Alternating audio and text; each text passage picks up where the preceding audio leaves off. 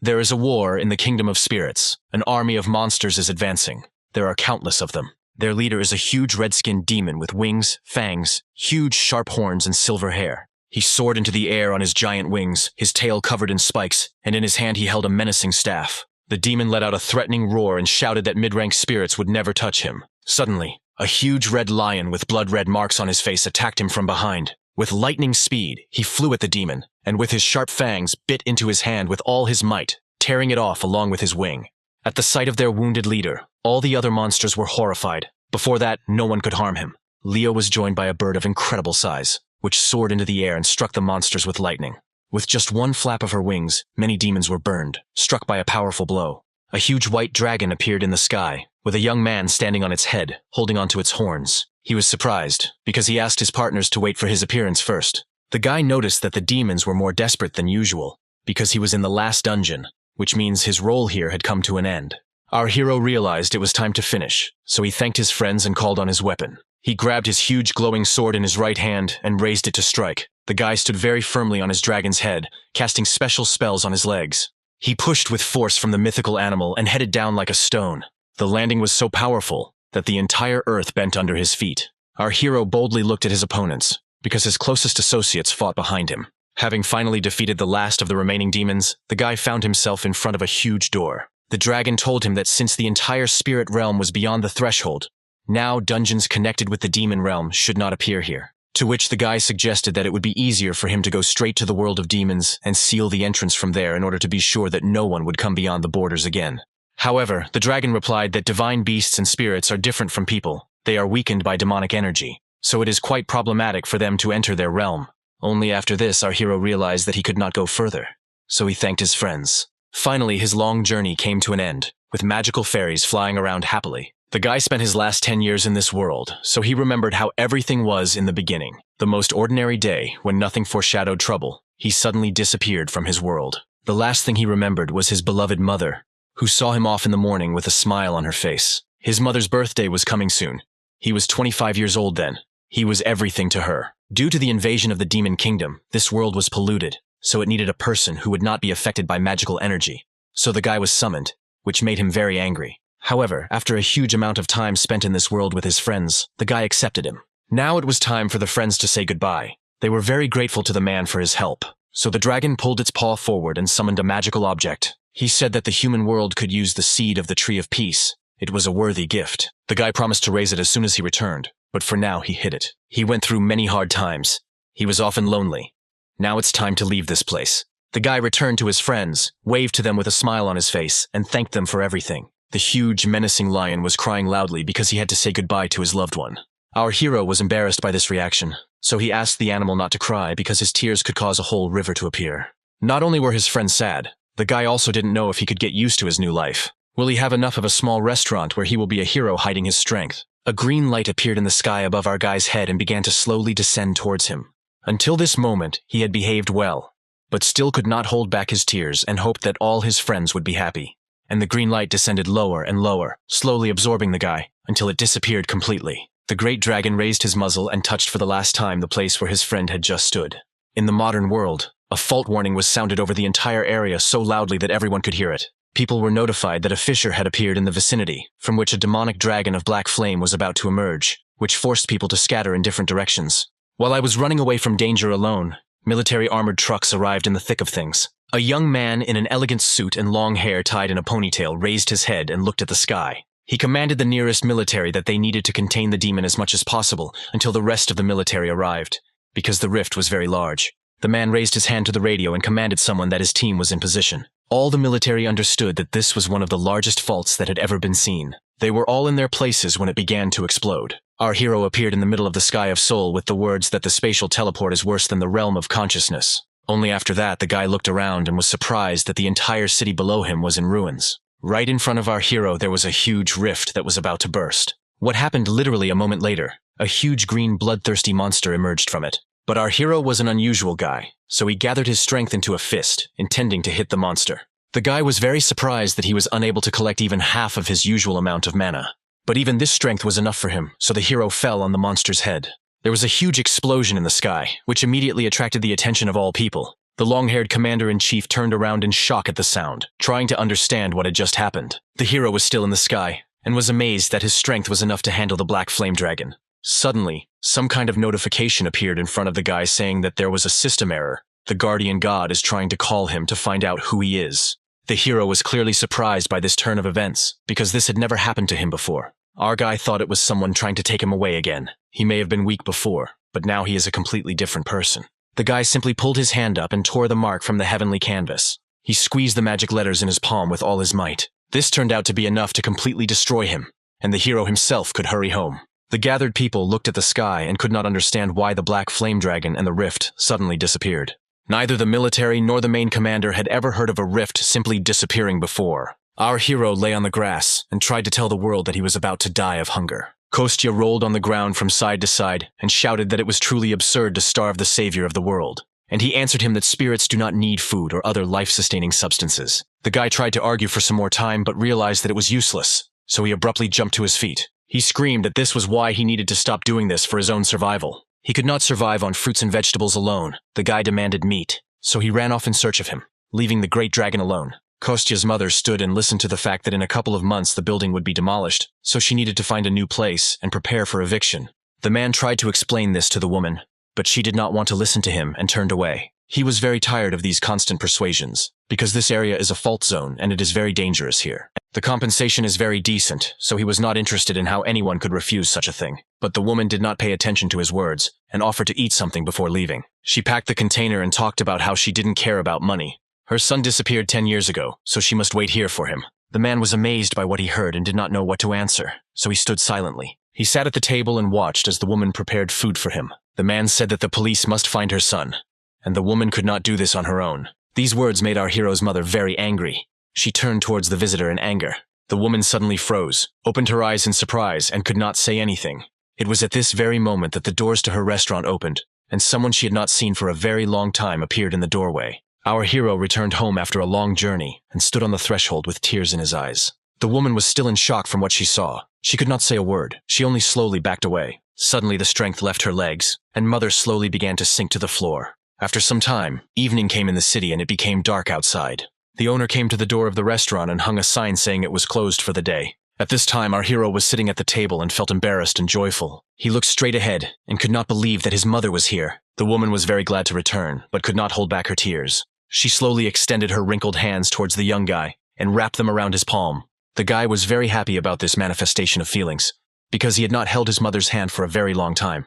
As soon as he grew up, he tried not to do it because he was embarrassed. The hostess cupped her son's face in her hands and could not understand whether she was sleeping or whether all this was happening in reality. Kostya tried to explain to his mother that he himself did not fully understand where he had disappeared to. Apparently, he was sucked into the fissure. When he woke up in this world, it took him a while to understand what he wanted because of the ruins. The guy lied to his mother because he was afraid that she would not believe that her adult son had gone to save the world in the kingdom of spirits. The woman could not stop crying, but these were tears of happiness. At that moment, she recalled the time when she walked the streets and handed out leaflets with photographs of her missing child. They depicted a fairly old guy who smiled sincerely. Every evening, the woman returned home and walked into her son's empty room. At some point, she thought that he had run away from home on his own. Kostya hugged his mother and reassured her, saying that the worst was over. Using his magic, the guy decided to check the health of his mother. He was surprised that her stamina and energy were below average. Even processing did not give such an effect, which meant the woman was sick. Kostya suggested going to the hospital to check the health of his pale mother. However, she refused and seemed to know her body better than anyone. In fact, the woman realized that her cancer cells had spread in her body. She went to the hospital too late. This news greatly saddened her. The woman wanted to know how much time she still had left to live. The doctor suggested about 6 months, so the owner did not want to spend the rest of her life in the hospital when her Kostya finally returned home. So the woman smiled and shook her head from side to side, thus showing that everything was fine with her. She was very happy to see her son, who was considered dead, so she offered to set the table for him. Kostya realized that his mother was hiding something, but decided not to torment her with questions yet, so he pretended to believe it and went to his room. The guy calmly changed his clothes, sat down on the floor, and began to look around the room from all sides. He looked first at the ceiling, at the wall, at the dust that lay on his things. The young man realized that this place had also been empty for quite a long time, but he was pulled out of his thoughts by the voice of his mother, who was calling for dinner. Kostya went down to the first floor, and there on the table were several plates of very appetizing-smelling food waiting for him. The guy was amazed that his mother managed to prepare it all so quickly. The woman was only glad to hear such words, so she also put her son's favorite meatloaf on the table. She admitted that she was waiting for his return all the time, because she didn't know when the guy would return, so she cooked his favorite dish every day. The hero was very embarrassed by these words. They warmed his soul. The young man decided to remember old habits and took a perilla leaf in his hand. He then began to carefully equip the chopsticks and place more and more different foods on it. In the end, there was some rice, meat, hot spices, and garlic on the leaf. Then our hero carefully rolled everything into a ball shape and put it in his mouth. The guy was delighted with the taste of homemade food, which he had not felt for many years. Kostya gobbled up the food on both cheeks, and his mother was only happy with his appetite. Suddenly the guy stopped for a second from the feelings that he was overwhelmed. He was so glad to remain at home in the company of his beloved mother that tears rolled from his eyes. Our hero was incredibly grateful to his mother. She only asked him to eat more slowly. The guy recalled that he was able to survive only because he thought about his mother, so he would not allow the only person who supported him all the time to suffer. The rest of the evening passed with such sweet conversations. At this time, somewhere else, a huge white wolf was asking his master why he left the earth. Didn't he have a reason to leave the place of the guardian god to him? However, he only replied that the brave hero, who returned to his homeland, would have to defend the land. The wolf was surprised that the fate of the entire planet was in the hands of an ordinary person named Kostya. The owner continued to convey information about the new protector to his animal, but he still did not cease to be surprised. And at this time, it was deep night in our guy's city. Kostya woke up, sat up straight on the bed and yawned sweetly, scratching his head. The guy looked at his mother, who was lying next to him, fast asleep. The hero was amazed that the woman's pain was so strong that she winced even in her sleep. The guy realized that he couldn't waste a minute. He needed to collect information as quickly as possible. Therefore, Kostya got out of the house in the middle of the night and went in search of any information. The guy stopped after he felt the demonic energy of the summoned dungeon. He had a very bad feeling, but he couldn't just let it go. Although the energy is quite weak, in the future he could emerge like a creature, so he decided to scout out the situation. He quietly got closer to the energy source and saw a group of people with strange equipment. The guy was surprised that the Koreans learned how to manage dungeons just 3 years after the Great Cataclysm. He guessed that was why the demonic energy seemed so weak. Kostya decided to find out everything anyway, so he pushed off from the building with all his strength and flew past people in suits with lightning speed. No one noticed anything, but one of them thought something passed nearby. And at this time our hero was already on the other side of the magic gate. He found himself in something unknown to him, and a huge magic circle was shining in the sky, in the center of which there was something. The guy had never been here, but he immediately realized that he was in a summoned dungeon. Kostya knew that the hearts of ostriches have healing properties, so he would not need additional materials to neutralize the demonic energy. The guy was also happy that he had come up with an excellent dish for his mother. Our hero portrayed a good plan, so he smiled bloodthirstily. He walked calmly among these strange animals, and the ostriches hid their heads in the ground out of fear. This allowed our hero to slowly look around. After some time, the guy reached a huge magic circle that was located on the ground. In the center of the summoning circle, there was a small cabinet on which lay a magical artifact. The guy concentrated his power in his hand, collecting it in the center of his palm. Then he released all the energy and directed it directly towards the magical artifact. There was a huge explosion, which left a crater in the ground. After destroying the magical energy, the guy was about to catch several ostriches, but suddenly a system notification appeared in front of him again. It reported that force was used that exceeded that allowed by the system. The guardian god tried to call our hero to find out who he is, so a huge magic circle formed under the guy's feet. Kostya obviously had no intention of going anywhere, so he hit the seal with all his might, destroying it. At this time, he was watched by a huge white wolf, who was shocked by what was happening. He had been following the hero for some time, but did not at all expect such a turn of events. Kostya shouted to the invisible guard that if he wanted to see him, then let him come to his house himself. But not now, but a little later, because now he has other things to do. The guy needed to quickly collect the ostrich hearts before this dungeon disappeared. The animals clearly felt threatened when they noticed our hero, so they screamed in horror. They didn't have a chance because our hero rushed past one of the birds with lightning speed, easily tearing the heart out of its chest. The guy held it in his hand and was happy about such a large catch. He thought it would make a great breakfast, so he sent the heart to his hiding place. After all the business was finished, it was time to return home. Kostya pushed off the ground with all his might and headed back to the teleportation circle, landing in his world in the morning. He was too attached to this place to simply leave. Suddenly, the hero felt that something strange was happening around him. He began to look around and noticed that space was being distorted. Kostya immediately thought that this same guard had come after his soul. The guy tried to stop his movement because he wanted to get home, but he failed to do this. In the world, a huge white wolf protector god named Carnus de Lupus slept peacefully. Our hero has moved from modern soul straight into the universe of a huge animal. The guy immediately tried to look around and understand who called him. He noticed a huge white wolf lying calmly in front of him. He couldn't believe his eyes. The guy pointed his finger at the huge animal and said that it seemed too weak to him to which the wolf remarked that all people were rude. He introduced himself as a protector who had been watching over planet Earth for 10,000 years. The guard could see that our hero was 35 years old. He had reached level 99, and all his other indicators were almost at the maximum, which he had not seen before. The wolf said that he didn't have long left, so he had to secretly monitor the man.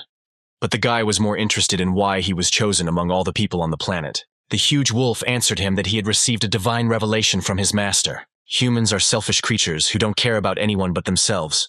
Even knowing this, he kept his promise to his master and protected them for 10,000 years. However, he had already exceeded all his limits, magical power, and his life force was approaching zero and would soon disappear. The wolf thought that he needed to do what he himself wanted. It would be nice for the last moment of life, while he was approaching death. Our hero immediately realized that the huge wolf was telling the truth. He was very angry. But these were just the words of a guardian who had already despaired and lost his essence. The wolf admitted that he changed his mind after he saw the karma of our main character. This is the ratio of bad and good deeds that people do throughout their lives. So 3 years ago, during the Great Cataclysm, the wolf felt a huge threat and gave all people a system similar to a game. So all people could easily see their karma, and the guard himself never set limits for its assessment. But our hero still went beyond its limits. Based on his spiritual strength, stemming from this very karma, it seemed to the guard that our hero would be quite suitable for the role of the next guardian. He looked at Kostya and allowed me to ask him some questions. The guy said he had a few, and the guard waited patiently. The guy just started shouting that the magician had gone crazy and was simply trying to give away the position of the guardian through the legacy. The huge white spirit was shocked by such an unexpected reaction from this strange man. The hero continued to shout that the work of the guardian was a complete scam and deception. He looked the wolf in the eyes and said with confidence that he was not going to do this. The guardian told him that it was too late to refuse this work. These words brought our hero into a slight stupor, because he did not understand what was happening. Suddenly a window appeared in front of him, indicating that the ceremony of inheriting the guardian of the planet would now begin. But the hero did not want to become a guardian at all, so he tried to free himself. He summoned all his power into one place, trying to break the cycle of inheritance. Even the wolf was amazed at how powerful the energy was under the control of a common man. Kostya didn't understand why they were forcing him to go through the heritage ceremony without even explaining anything. He noticed something strange and realized that his wrist was chained. Not only the wrist, but all other limbs were shrouded in magical chains. It was a complex chain magic circle, so the guy couldn't just break it with his magic power. The wolf didn't understand what the point was in being so angry and wasting other people's time. However, the guy said that it was obvious to him that the guardian wolf would soon die, so he tried to make him the guardian himself, without even asking his opinion. The guy didn't believe that this was really what parents do, protecting people and watching over them. He asked the wolf to let him go, just send him back home. However, the keeper replied that he was obliged to find the receiver precisely because he protected people and watched over them. After that, he will need a new guardian, and Kostya can become one. The guy noticed that the status of a guardian makes him immortal, so it was easier for him to stop and continue to be a guardian himself. The wolf replied that he was given eternal life in exchange for protecting the world. It is difficult for him to recover on Earth, where there is no longer any spirit or divine beasts, because the planet and the guardian are one. Even if he is destined to cease to exist, the guardian cannot simply stand by and do nothing. After this explanation, Kostya admitted that he did not intend to be the keeper's successor. He tried to call upon his magical power again and free himself from his shackles. The guy said he didn't want someone like a wolf to rule his life again. This time, making even more effort, Kostya decided to open the circle of movement. After that, his favorite huge sword flew from storage into our hand. The wolf was amazed that the guy had enough strength to use his magical abilities. At this time, our hero had already freed his limbs with the help of a magic sword. After which he gathered his strength and delivered a lightning-fast series of powerful blows. Literally a moment later, all the seals and chains were destroyed. The hero was free from them. After this, the guy decided to defend himself, so he took the sword in both hands and put it in front of him. The wolf was furious because it was completely impossible to have a normal conversation with this guy. To which Kostya replied that it was precisely with the wolf himself that it was impossible to have a normal conversation. The guardian said that the guy turned out to be exactly the same as all the other people he was so tired of. He only cares about himself, and if he doesn't see his own benefit in something, he turns a blind eye to it.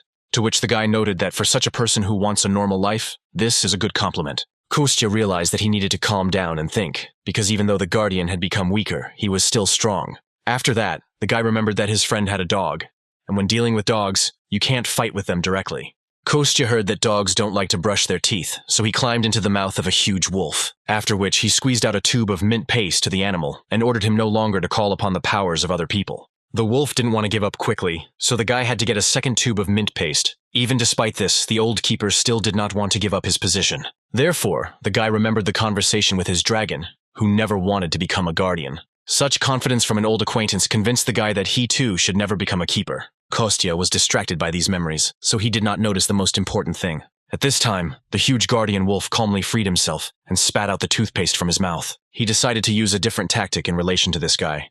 So he asked Kostya to become a guardian for the sake of his mother. He will be able to cure her illness with the help of divine power if he becomes a guardian. Since the guardian is responsible for the life of all creatures in his world, he is able to heal any disease. These words made our hero stop and think carefully, after which he looked at the guardian and asked him to save his mother. In return, he promised to do everything for him, except become the new guardian.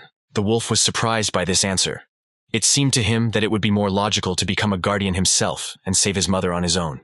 However, Kostya replied that he did not know when he would get used to his new abilities, so he asked the current keeper for help.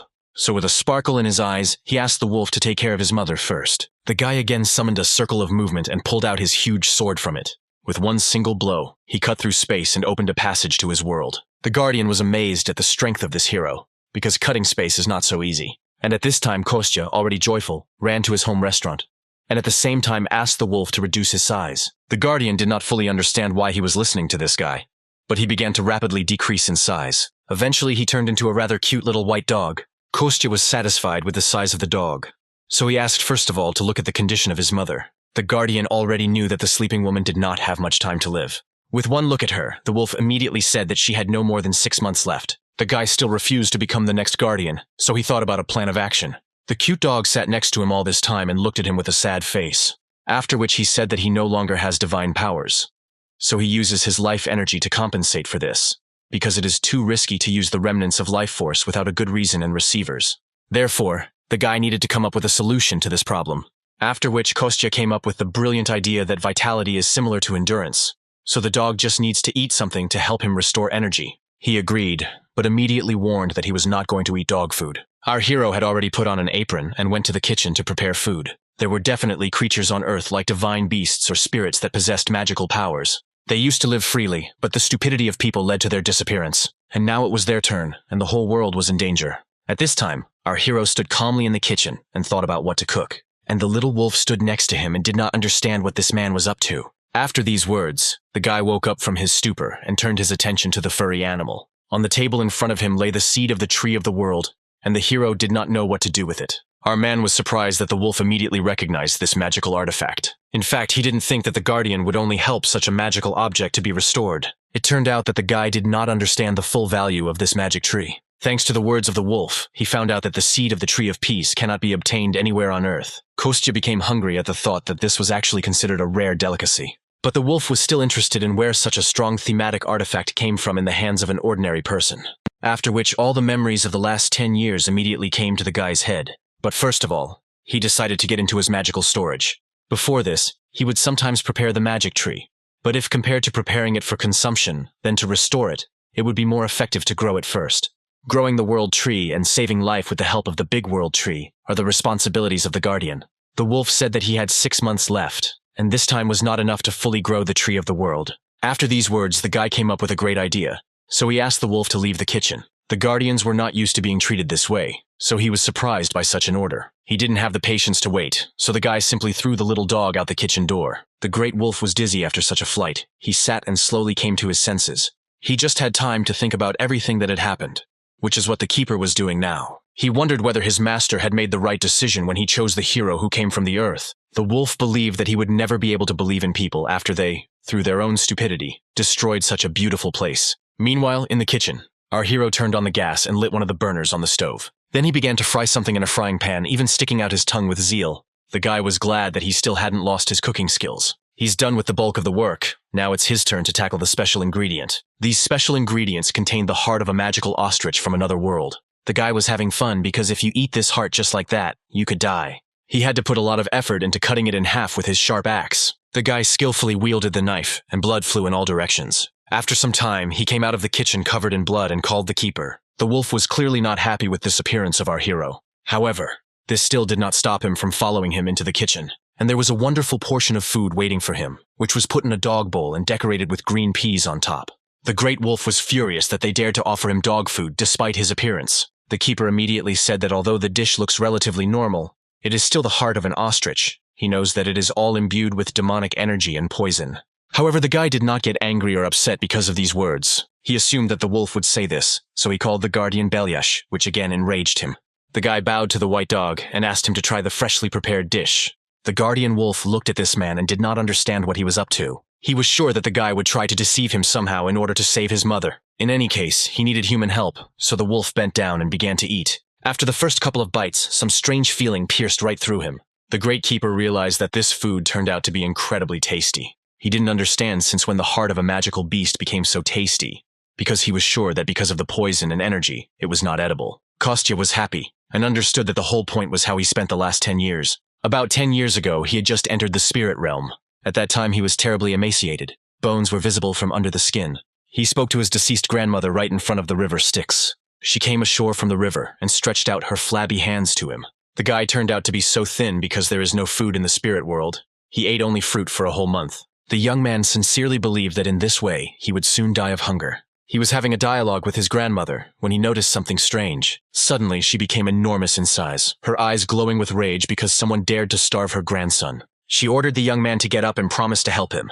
This is roughly how our hero explained his cooking abilities to the Great Guardian. Despite the obvious nonsense of this story, the wolf's vitality began to recover.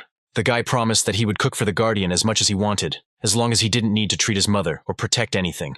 The wolf was glad that they agreed on at least something. The keeper liked the dish so much that he asked our hero to give him a refill, and the guy was only glad that someone liked his cooking. That's why he called the wolf Belyash and gently stroked his head with his finger. A global company that is now at the top of the Korean economy and has a high status throughout the world. The second son of the executive director, Sergei, sits in front of us. Now he is once again faced with a difficult situation. At this time, in our hero's restaurant, he woke up his mother and called her to have breakfast. The woman woke up and saw in front of her a cute little white dog waving its tail cheerfully. She looked down at her leg and saw that it was all covered in dog saliva. A couple of seconds after this, the dog approached the woman and began to lick her leg. After a while, the woman dressed in her home clothes and went down to the kitchen. The dog was sitting under the table and eating from a bowl. The woman was surprised that the dog appeared, because her son had previously been afraid of animals. But the guy replied that the dog would not hurt them to protect the house. The woman was upset. She realized that they were living in very dangerous times. But the guy distracted her from these sad thoughts, because he prepared a wonderful breakfast for her mother. In front of her were several plates, each of which was full of delicious food. The woman was amazed that her son personally prepared all this for her. She also immediately noticed that the guy began to cook much better than he had done before. The woman took the chopsticks in her hand, then carefully grabbed a piece of food from the plate, after which she slowly put it in her mouth and began to enjoy the taste of homemade food. She was lucky, because she had not yet seen the mess that was going on at the car wash. Our hero just remembered about him and realized that he needed to clean up quickly. The woman was so glad to have her son back that she could now trust him with her restaurant and relax, and he was glad that his mother could now live in peace. At this time, the keeper called him from under the table and asked for more. He said that he had done a good job and the woman should no longer be in pain. After all, he licked her leg all night and thus treated her for her illness. Mother just remembered about the new family member and decided to pat him on the head. The woman asked her son if the dog needed dog food, horrifying the keeper. Kostya promised to come by later for groceries and look for food for the dog as well. At this time, at the corporation, Sergei was sitting in a chair with a sad face. Then the door to his office opened, and a young girl in a strict black suit entered. She said that she was unable to complete his task and find out the cause of the incident. The whole team was still sorting it out, but it had already become clear that the video surveillance system had not stopped working. Even the workers who were at the scene at the time said that everything happened just like that, without any reason. The girl listened very carefully to the testimony of each of them. Such a report from his subordinate clearly did not suit the young boss Sergei. The guy lowered his head to his chest and asked the girl if there would be any consequences this time, to which she replied that he would be called either a diamond spoon or the mediocrity of the family, most likely. But the guy thought that the girl was mocking him and not answering seriously. At the moment, he wished he didn't have a nickname at all, rather than have even more terrible ones appear. He had spent 500 billion won on this dungeon, so he was now worried about failing. After a while, Sergei calmed down and asked the girl if his father and older sister were aware of what had happened. And after receiving a negative answer, I was glad that this was at least one piece of good news. He admitted that he was too excited at first. Even though he was awakened, mediocrity will always remain mediocrity. The girl was unpleasant and sad to hear such words from her boss. After which, Secretary Diana said that the chairman hates people who say things like that. The girl added that Sergei is the only one who is making efforts to resume dungeon trips, and even if he decides to stay, then let him find a more appropriate reason for this. These words touched Sergei. He was glad that Diana was alone on his side. The guy was looking through the list of members of the dungeon campaign and asked what happened to the first group, which was mobilized 6 hours after the incident, to which the girl replied that this group was still nearby. They are resting after studying the dungeon route. Nothing has leaked to the press yet, and she has already sent the recordings from the CCTV cameras to Sergei's tablet. The guy just found this data and decided to look at it carefully. He chose one video, which should have been the first, judging by the time. The young man hesitated a little at first, but then collected his thoughts and pressed play. Sergei and Diana watched the recordings together. At first, nothing special happened. However, after some time, something on the recording caught the young man's attention. The guy paused the recording and couldn't believe his eyes. All equipment was disabled. The portal was destroyed. People rushed in different directions to escape. The young man thought that this was definitely very strange for a standard hike. The sound was definitely not the natural destruction of a dungeon, and it didn't sound like a weapon either. It was more like the sound of something being destroyed by magical energy. He prepared for this campaign and trained countless hunters. After some thought, Sergei decided that he needed to see everything in person. Therefore, the young man got up from his chair and went to the exit, asking the secretary to prepare a car for him. After which, at the meeting, the department heads discussed the latest case. They came to the conclusion that the problem arose and did not depend on them. If the trial goes according to the worst-case scenario, then the losses will not be calculated in 1 billion won, but in tens of billions of won. Absolutely none of those present were delighted with this outcome of events. After this, Sergei noticed that it was already late in the evening, so he thanked everyone who participated in such a long meeting. The next time they were supposed to gather, when the preparations for the trial and the materials for it were already ready, for today everyone was free and could go home. Sergei spent several days at work, so when he came out into the bright sun, his eyes watered. Diana and her boss walked slowly down the street, discussing the weather. The young man was upset that everyone was suffering because of him. He was very ashamed that he made his secretary wait for more than 18 hours. To which the girl replied that she was ready to follow her boss. The main thing is that he does not stay. These small words of support greatly inspired Sergei. Sometime after the start of the walk, the young people stopped in the middle of the road. Sergei admitted that he still has at least one very good side in his office. Immediately after that, the thought of his father and older sister looking down on him came into his mind. Their success weighed heavily on him from a moral point of view, almost from birth. Before these thoughts, the young man again fell into a stupor and did not move for some time. He woke up only when his secretary called out to him, standing in the middle of the road. The girl decided to cheer up her boss and offered to have a snack somewhere before returning. Sergei tried to refuse such an offer because he was embarrassed. What Diana noticed that her boss always scratches his forehead when he is nervous. He also always goes to bed to relieve stress. Sergei was surprised at how well his secretary knew him, so he agreed to have a snack. The girl knew a good place nearby, so the young people got into the car. The secretary was driving and taking her boss to a small restaurant with very tasty food. She looked around and wondered if all the buildings were destroyed because they were in the area. After some time in the trip, when Sergei had already begun to fall asleep, Diana said that they had arrived. Of course, it turned out to be our protagonist's family restaurant, which was welcoming customers for the first time since he returned. Diana asked for a table for two while the boss looked around. The girl looked at the menu carefully, and Kostya thought that he had come across very interesting visitors. Suddenly, the voice of the keeper was heard in his head, who offered to show the guy the visitor status windows. The young man did not really like the fact that he was talking to him using telepathy. However, he still agreed to look at the visitor status windows. He saw that Diana was 30 years old. She was a simple, kind swordsman of level 34. Sergei is 32 years old. He is a rare good magic archer of level 25. Immediately after this, Kostya realized that his intuition had not let him down.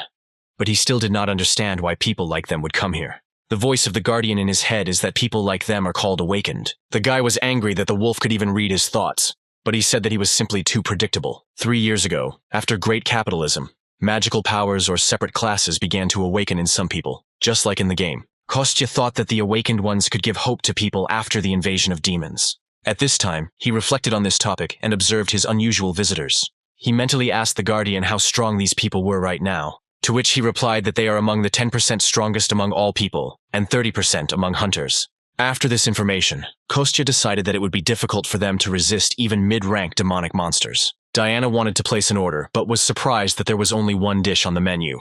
One girl gave not only the quantity, she was also surprised by its price. Kostya also saw the price on the menu for the first time, which has doubled over the past 10 years. The guy thought it was too expensive, but the girl said it was too cheap for the modern world. Sergei noted that the restaurant would go bankrupt if it sold food at such a low price. Hearing these words, our hero's mother came out of the kitchen into the restaurant hall. The guy was very surprised that the prices of all goods had risen so much, which surprised everyone present. The woman replied that she had been working for the last 10 years not for the sake of income, but so that her son would have a place to return to. The woman surprised the unusual visitors of the restaurant with her heartbreaking story. Despite everything that had happened, Diana noticed that the kitchen smelled very tasty. Sergei also liked the smell, so he asked to prepare a very spicy dish and bring drink. The girl refused to drink with him because there was no spare driver. At this time, Kostya was in a stupor because of how quickly events were unfolding, but his mother called him from the kitchen and asked him to help, so the guy had to force himself to move. Kostya approached his mother and asked if they were selling their food too cheap, but the woman did not listen to him at all. She was only glad that visitors appeared for the first time in a long time. She came up with a brilliant idea, which she immediately voiced to her son.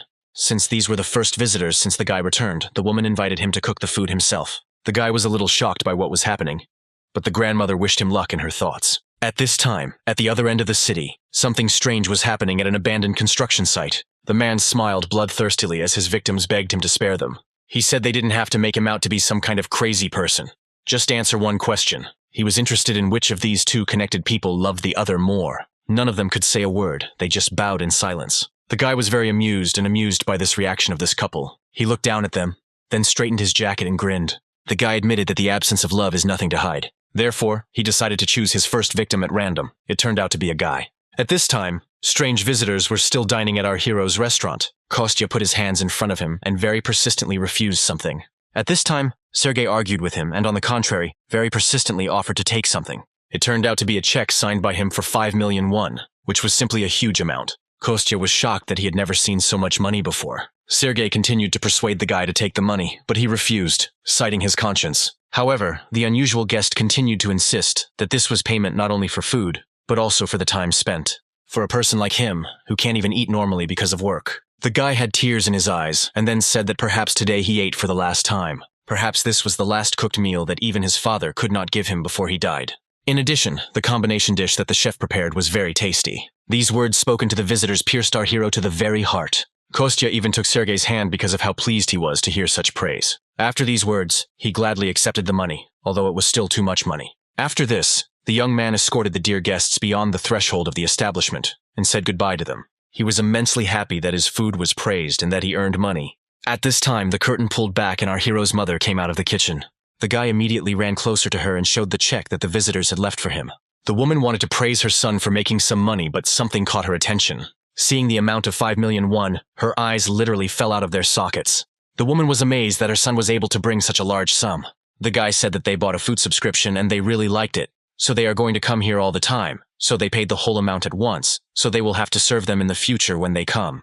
The woman was so shocked that she believed this fake story. She returned her eyes to their place, and Kostya regretted that he continued to lie to his mother. The woman was still happy with this money, because she just needed to pay for the institute. Our hero didn't even immediately understand what kind of institute we were talking about, so he asked his mother again.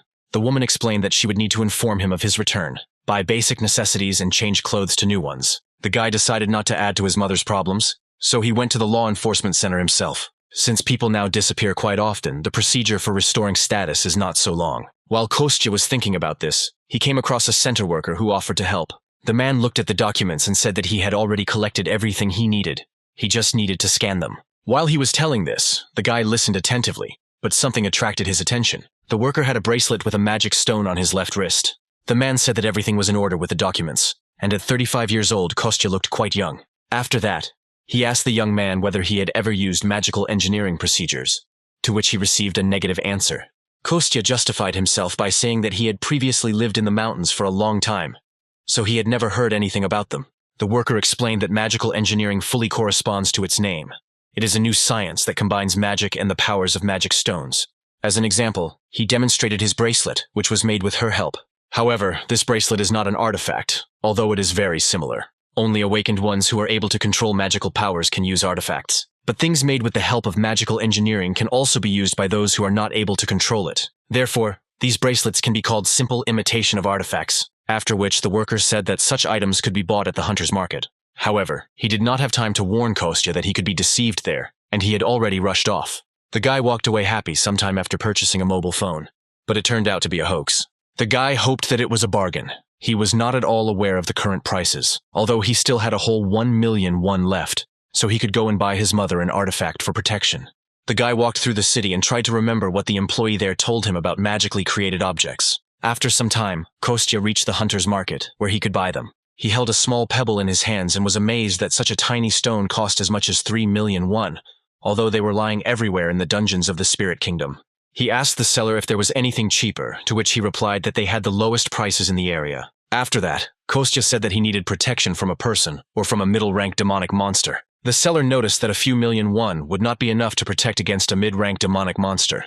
It would require at least several 100,000,000 won. The guy was amazed that the rubbish that could be found just walking through the realm of spirits was so expensive here. Suddenly, the voice of the guardian was heard in his head, calling him very persistently. The wolf was still angry about his new nickname Belyash, which our hero awarded him. Despite this, the keeper still warned Kostya that a looter had broken into their restaurant. The seller was surprised that such a young guy managed to share something with the looters. After all, the marauders are the awakened ones, who over time have lost their way. But before he could finish speaking, the young guy who had just stood in front of him disappeared. The man didn't even have time to notice when he disappeared, because just a moment ago, he was still standing right in front of him. And at this time, Kostya was already rushing home as fast as he could to protect his mother from danger. The young man tried to run as quickly as possible, afraid that he might not make it in time. He had just returned home, had just reunited with his family. How could he lose them the very next day? At this time, the villain who had just recently killed the couple was holding a red candy in his hands. He opened his mouth wide, then put the ball on his tongue and swallowed it without chewing. He then licked his fingers, which still tasted like candy, after which he bent over, slowly stretched his back and stiff joints. He grinned at some thought that had just occurred to him, after which he began to laugh under his breath and walked with a cheerful gait away from the murder scene, closer to the city center. The guy was clearly in a good mood. He was singing and dancing, carrying something in a black bag. The main character's mother was cleaning the kitchen when someone entered the restaurant. The woman at first thought that it was her son who had come, so she was surprised when she saw another man on the threshold. He was also surprised that he was called by a different name. In fact, his name was Misha. The guy calmly entered the restaurant and was amazed that only one dish was served there. But the woman's attention was more attracted by the fact that he came here with a suspicious package in his hands. The guy didn't care about this at all. He just clarified whether the restaurant specialized in this one dish, after which he calmly walked up to the table, pushed back the chair and sat down on it, and threw the black bag directly on the floor next to him. Something in this package haunted the woman, the smell or its color. At one glance at this bag, from which hair was sticking out, the woman fell into a stupor and could not move. Misha immediately realized that the woman had noticed what was in his package. Therefore, he said that if the food in this restaurant was tasty, then he would kill her painlessly. And if he doesn't like the food, then the boss's mother will end up just like these unfortunate people. The woman immediately went to the kitchen to cook. The marauder continued to smile and sat calmly at the table, crossing his legs. The guardian immediately felt that this man was clearly a marauder, so he became very angry. He looked at Misha and used his ability to see the window of his skills. The guy was 29 years old. He belonged to the class of ordinary assassins. He was evil and had level 33. Judging by Misha's karma points, he didn't try very hard to hide.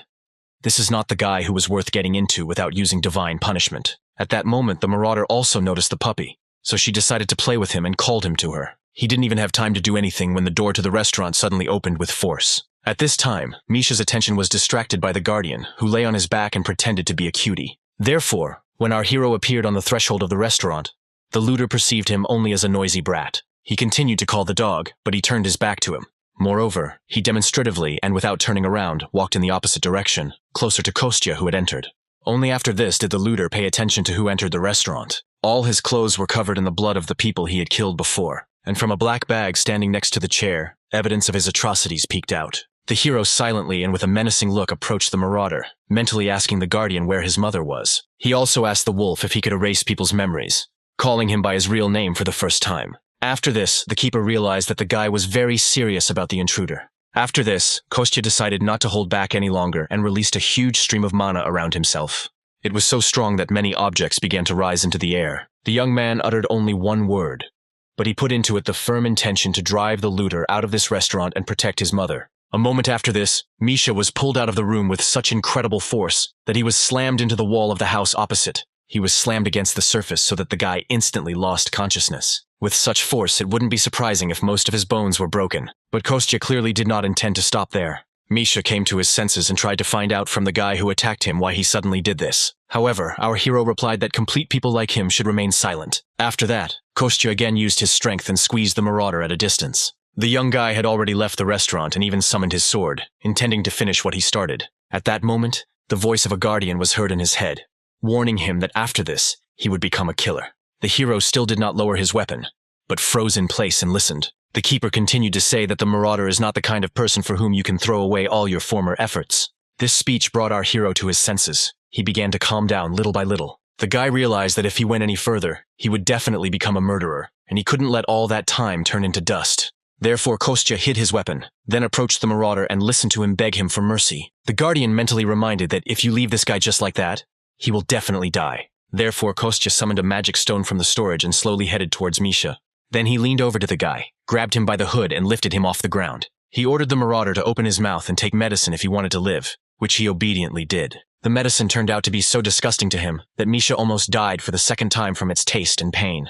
In fact, it was a medicine that could restore absolutely everything in the body. Despite the taste and pain, it worked perfectly because Kostya had already used it himself before. After this, the marauder was tied up all over his body and taken straight to the nearest police station. At this time, our guy was preparing further, and reasoned that going straight to the dungeon would be difficult. Now he needed to focus on regaining stamina or quietly earning money. After that, the guy stirred his soup, scooped some into a ladle, and brought it to his mouth to take a sample. The food tasted delicious, so they could set the table and call Mom for breakfast. At this time, the police station had already managed to deal with the looter who was lying on their doorstep. The policewoman was angry about something early in the morning. The candy case brought more bodies instead of moving forward in the investigation. Her colleague approached the woman and tried to call her for lunch, but she was clearly not in the mood to eat. The guy noticed that if she doesn't eat, she won't be able to work normally, because in order to take good care of others, you first need to take care of yourself. The woman was infuriated that a colleague who was younger than her was lecturing her. Her phone rang, so the girl picked up the phone and introduced herself as the leader of the first detachment of the Department for Marauders, Tatiana. A message was received that Misha had been caught, so Tanya and her colleague went to the scene. They looked at the suspect's movement report, according to the information department. There were about 10 victims. Judging by the video they were sent, Misha definitely ate candy. After the news, Tatiana lit a cigarette to get rid of the accumulated stress. She was pleased that she was able to detain the culprit in 10 incidents. But Misha was not the only suspect in this case. These candies are actually an artificial enhancer. The woman said that she was not going to stop eating until she got to the bottom of the truth, because it was more important to find out where these candies were obtained. Immediately after this phrase, there was an awkward silence. In the silence, the junior colleague's stomach growled very loudly. To Tatiana's menacing look, the guy replied that he couldn't do anything about his hunger and wouldn't refuse snacks. So he looked around, hoping to find some place with food nearby. Nearby there was a small restaurant of our hero and his mother. Therefore, the guy persuaded his senior colleague to go and have lunch there, at the same time gathering information and based on what the employees of the establishment saw and heard. The guy and the girl entered the restaurant, where Kostya met them with a smile on his face. The couple entered the establishment just as the hero was cleaning. They too, like all previous visitors, were surprised that there was only one dish on the menu. So they ordered 2 servings, sat down at the table, and continued talking about their own things. Tatiana was clearly unhappy with the current situation, and instead of investigating, they spent time sitting in a restaurant. Now they can talk to at least 10 victims. So if they do not reveal this body, they will be faced with defective things whose owners will lose control of themselves. That's what the press is saying. And a big corporation is sure to use it to make a fuss. And the guy only finished off Tatiana, saying that the boss would be very angry with her. It doesn't matter, because all they couldn't do was investigate, collect information regarding the incidents. All the victims had nothing in common at all. They even tested recently formed religions. They also did a lot of work and analyzed the composition of these candies. In addition, the guy noticed that the identification department would ignore all calls after hours and on weekends. Therefore, work is good and important, but you should not overdo it. Trying to cheer up his boss, the guy promised to follow her if she was kicked out. At this time, an equally important conversation took place in the kitchen. The keeper told Kostya such important information that it took the guy some time to perceive it. Because of the visitors, they had to communicate only mentally. It turned out that all this time the wolf was level 1. In order to move to the next level, it was necessary to successfully complete the quest to fulfill Tatiana's wish, so that the boss would not punish her. Kostya immediately guessed that Tatiana was the same woman who was now sitting in their restaurant and waiting for her order. However, he did not understand at all how he could make sure that the boss did not punish her. And the wolf continued to talk about how the guardian's strength directly depends on a person's faith. It changes when something bad happens or a desire appears. But if this request is granted, then the divine power of the guardian grows. But Kostya correctly noted that using strength for this is the same as pouring into a bottomless pit. Therefore, the wolf decided to check with the guy whether he really understood what he just said. The guardian reminded the hero that he must complete this quest if he wants his mother to recover faster. Kostya couldn't even think of how he could solve the problem of people he was seeing for the first time in his life. He brought the order to his visitors, interrupting their conversation for a moment. The guests really liked the appearance of their food, but the guy still couldn't stop worrying about the task hanging on him. He tried to think of some reason to speak to his guests. That's why he invited them to bring some radish kimchi, which the restaurant owner had prepared in winter. Tatiana wanted to refuse, but her colleagues said that beef soup must be eaten with radish kimchi. She usually doesn't like this kind of snack. But the rest of the food in this restaurant was really good, so the woman decided to try it anyway. She thought that she should eat them together. It would be right. This thought led her to the fact that looters always used candy along with artifacts. This was something new in the investigation, so Tatiana could not wait a minute. The woman got up from the table, left her food and ran away in an unknown direction, allowing her subordinate to eat her portion too. The guy was surprised by this strange behavior of his boss, but decided not to attach any importance and asked for a third serving of soup. He told our hero that as soon as his boss comes up with an idea, but she rushes to check it, no matter what. This meant that the quest to fulfill a wish was completed. A few years ago, a young guy was sitting on the ground with his arms wrapped around his briefcase. Right in front, some girl threw another guy over her shoulder. She did this because they bullied weaker students. The beautiful girl told the bullies not to even try to say anything bad about the orphanage or about herself anymore. After which, she straightened her clothes and was about to leave. At the last moment, the guy with the briefcase called her by the name of Dasha. He invited the girl to eat rice cakes with him, which he does quite well. These were memories from the childhood of our hero, who was surprised that his mother was still in contact with Dasha after so many years. To this woman, she replied that she was just a lonely child in this dangerous world. Thanks to mutual support, it was a little easier for both of them. Therefore, today the woman wanted to meet her young friend together. Our hero's mother was heading towards the exit and asked him to finally prepare dinner. Then the woman left the restaurant and slammed the door behind her, leaving the guy alone with the wolf. He knew immediately that she was heading to the hospital, but wanted to keep it a secret from him. The hero wanted to thank his childhood friend Dasha for helping his mother, so he invited Belyash to go for a walk to buy groceries. At this time, in the city, a young girl with fiery hair greeted her old friend, whom she called Mother. She apologized for being late due to being kept at the Hunters Association, after which the woman and the girl took each other's arm and went to the hospital. At the doctor's appointment, he looked a little discouraged. It turned out that our hero's mother felt much better. Her condition has improved markedly. The tumor has greatly decreased. The doctor said this doesn't happen often, but it's definitely a good sign. The woman burst into tears from the feelings overwhelming her at that moment. She was very grateful that the illness was subsiding, and she had the opportunity to spend more time with her son. After a long time, the owner of the restaurant admitted to herself that she wanted to live again. At this time, our hero went to the nearest beach instead of the store. There, he built a kind of fishing rod, tying some strange fish to an ordinary rope. So he decided to take revenge on this fish because it tried to kill him, and now he made bait out of it. Kostya took the rope in his hand and began to spin it around himself with all his might. At some point, he caught a good position, applied additional force, and threw the bait into the water. At the same time, she flew so far that it was impossible to see the crash site from the shore. Kostya decided that this sea looks like this because of demonic monsters, which means there must be someone like the Kraken or something more interesting there. The guy complained that they now use ordinary freshwater fish for fish cutlets, but it is important for him that the taste reminds him of the sea. The wolf most likely didn't know, but the Kraken is very tasty, although its head and bones contain poison, so you can't eat a lot of them. While our hero was telling the keeper various ways to prepare Kraken meat, his makeshift fishing rod began to twitch. There was someone huge at the other end of the rope, but it was saturated with magical power, so it couldn't be easily broken. At that moment, a fight began between the monster and the fisherman to see which of them was stronger. Kostya held the rope with all his might, pressing his feet into the ground, trying to prevent the monster from falling off. Gradually, he began to pull the rope towards himself, so something gigantic appeared in the distance. The wolf was once again amazed that his master chose clearly not an ordinary person as his next guardian. And at this time, next to him, a battle was taking place not our life, but to the death. With one last strong jerk, Kostya pulled a real monster ashore, which was several hundred times larger than himself, which once again confirmed the fears of his guardian god. The broth for the soup begins to boil on the stove, and the roasted meats sizzle in the frying pan. It was Kostya who returned from fishing and began to prepare fish cutlets from the Kraken, which he had caught recently. At this time, Dasha and our hero's mother were returning from the hospital and stood in a traffic jam, which usually should not have happened in this place. The girl was very hungry, so she asked the hostess what would be served for lunch today. The woman looked at her adopted daughter and became thoughtful, remembering what they had. She remembered that Dasha was very fond of rice cakes, which her son Kostya often prepared.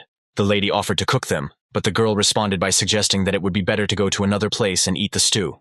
In the middle of their conversation, a bright red light suddenly appeared from afar and lit up the entire sky. Both women paid attention to it, and Dasha suggested that these could be waves from the fault. The owner of the restaurant immediately began to worry about the girl, because this meant that it was time for her to run away. In fact, Dasha was an official member of the Korean team that works with S-rank awakened ones. People called her the Crimson Witch, the Flame Witch, or the Destroyer. However, the girl herself thought for a minute and told her mother that she was not going to go anywhere. She noticed that the rift had not yet appeared, but it should happen soon, and the government should have already sent competent people to a rift of this level, and she herself had a day off today. Moreover, the girl was worried that her mother could not drive the car. She would have problems if she stayed here, but the hostess reminded her that she herself knew very well how easily a person could one day simply disappear, hinting at his son Kostya. Therefore, Dasha decided that she would stay in the car and stick together with the woman. It was at this moment that our hero's mother decided that she needed to inform the girl about the return of her son Kostya. At first, Dasha didn't even understand what she meant. This news seemed so incredible to her. The hostess said that the guy was sucked into the rift. He lost both his memory and sense of time. He looked 25 years old, as he was at the time he disappeared, which greatly surprised Daria. The woman admitted that this is why she looked so happy lately. She also added that she was so lucky only because she had the opportunity to help others and lived a good life. A son and beloved daughter returned 10 years later, as well as a short life that became much longer. The woman said that those who have known grief must become strong, and in such situations, make every effort to prevent this from happening to other people. After which she looked meaningfully at Dasha and asked her not to worry too much. After all, the woman believed that the girl would have enough strength to save both her and everyone present here, so she will wait for her right here in the car until she returns. These words convinced the young girl, after which she got out of the car and headed towards the center of events to help. At this time, the people nearby were in a panic because the rift was about to open, and the awakened ones had not yet arrived. After that, they paid attention to a strange girl who walked right to the center of the danger and began to release fire from her palms. People watched as more and more flames appeared around the girl. Her red hair allowed them to guess that the Crimson Witch herself was standing in front of them. This calmed the townspeople a little, because now they were safe under the protection of a very strong awakened one. And Dasha had already arrived at the scene and realized that the rift would open much earlier than she expected. Therefore, the girl decided to prepare for this in advance, collecting some fire in reserve. She didn't know what to expect from the unknown rift, so she decided to use all her strength. Dasha summoned the power of fire, then divided it into several parts, leaving it hanging in the air next to her. After all the preparations were completed, just in time, the girl was able to fully prepare for the attack. She stood waiting, realizing that as soon as the rift opened, she would immediately begin to attack, and would not allow a single monster to reach the people nearby. As soon as she thought about this, a crack immediately appeared on the fissure and the eye of the monster appeared. The people around also noticed that it was beginning to open up at once, so they rushed to the leak with even greater efficiency. At this time, a herd of gigantic, nightmarish animals broke free. The Crimson Witch immediately recognized them as steel-horned goats, which were a very dangerous enemy even for her. Even though she was an S-class mage, the girl still shouldn't underestimate such opponents, because they had high resistance to magic and weak melee attacks. Dasha realized that in this situation, an awakened one specializing in close combat would be more useful. However, the girl immediately realized that there were no other awakened people nearby, and even if they made it in time, she still needed high-level fighters. Therefore, in order to protect the people close to her and the townspeople, the girl must stay and hold back the onslaught of monsters. She definitely could not remain idle because her mother was here. After this, Daria immediately decided to launch an attack, gathering a huge amount of her magical power in her hand. The girl directed all her power at the first of the monsters with one blow, causing an explosion of enormous power. The witch was furious that even such a huge explosion could not damage the monster. Due to its high resistance to various types of magic, it simply fluttered against the animal's shell without causing any harm to it. Therefore, the Crimson Witch decided to resort to another spell, which had a more powerful physical effect. A huge spear of magical fire, azure flame, fell on the monster's back, piercing right through his body. The goat immediately fell to the ground. A huge hole gaped in his body, which remained after the blow. Dasha took a few moments to catch her breath and come to her senses. At this time, the rest of the monsters, which had managed to break through the rift, were already rushing towards her. The girl counted 10 goats, while she herself could only use the azure flame 8 times. A moment later, she pushed off the ground with force and soared up. Then the girl came down hard on the second goat, driving her flames right into his head. Dasha was angry that reinforcements had not yet arrived, and these idiots from headquarters did not know at all what it meant to show up on time. The girl understood that the azure flame would not be enough for all the monsters, so she would have to resort to an even more powerful and dangerous means. It was a magic that covered her entire body in fire. She chose it because close combat was the weakness of these monsters, but the technique would not help her much here. The girl waited a couple of moments before the animals began to slow down, after which she used her new magic and went on the attack with lightning speed. A moment before the impact, Dasha gathered all her strength in one hand, concentrating it there. Then she lightly touched the animal's head with it, directing all her energy to that place. Huge streams of blue flames burst out of her hand, which were supposed to take the life of the monster. This lasted only a moment. Then the girl's skin became covered with spots, and the goat's body began to emit steam. Immediately after this, Dasha jumped over the monster, leaning her hand on it. The girl did the same thing again, concentrating all her strength in her leg. She dealt a crushing blow, throwing the huge monster into the air, after which Dasha fell to the ground. She had 8 more monsters to defeat, and they were already rushing towards her with all their speed, which did not bode well for the girl. She struggled to her feet after a short fight, her muscles already starting to feel tired.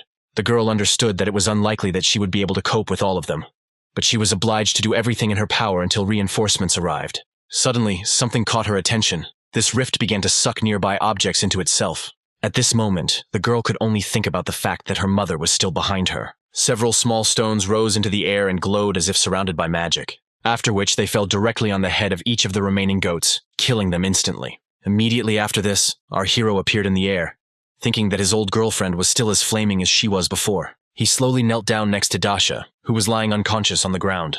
Kostya thought that the girl was in great pain due to the depletion of her magical power, so he tried to help and put his hand on the Crimson Witch's back. Although he could not help her restore her life force, he could replenish her magic power so that the life force would not be burned and would not affect her mana core. Now was not the time for memories, but the guy was glad to see his girlfriend again after so many years of separation. After some time, the Crimson Witch came to her senses and sat down straight on the cold ground. The girl looked at her hands and was surprised that she did not feel any pain at all, although now it didn't matter at all, so she got up and rushed as fast as she could back to the car. The girl was incredibly happy to see that her mother was completely fine and safe. At this time, the woman was already standing on the street and talking with one of the policemen. She was also very glad that she was able to see her ward safe and sound. The woman immediately reached out to the girl to find out if she was okay and if she was hurt. The Crimson Witch decided to lie a little and said that everything was fine with her, because reinforcements arrived on time.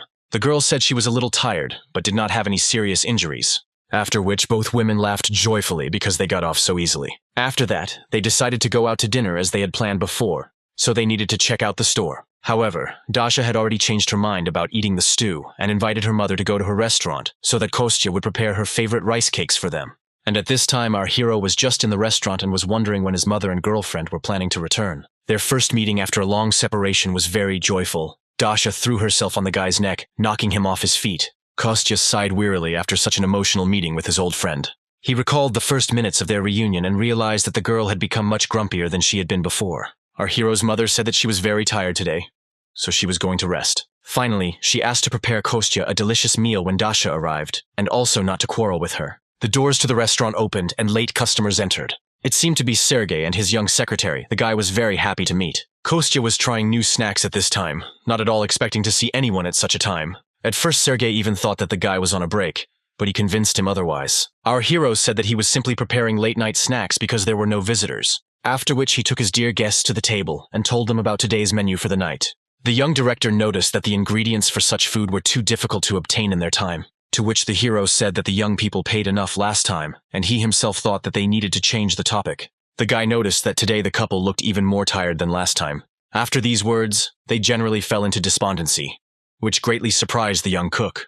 The guys literally put their heads in their hands and were very upset about something. It turned out that their company's negotiations went poorly, so they were forced to pay a huge amount of money. Then the chairman's son announced the return amount of 500 billion won, which greatly surprised our hero. Kostya could not believe the existence of such a huge amount. His whole body suddenly weakened and began to shake. Sergei said that they had a problem with the guild in which they invested. Recently, the renewable dungeon they bought suddenly disappeared without a trace. The renewable dungeon slowly releases monsters when the owners draw a magic circle, so they invested about 500 billion won into it. Kostya immediately realized that we were talking about exactly the dungeon that he had cleared, so he was truly horrified by what he had done. He said that this was an unaffordable amount for most people, so he asked if they were talking about a place that, until recently, was filled with all kinds of equipment. Sergei confirmed that all this belonged to their guild.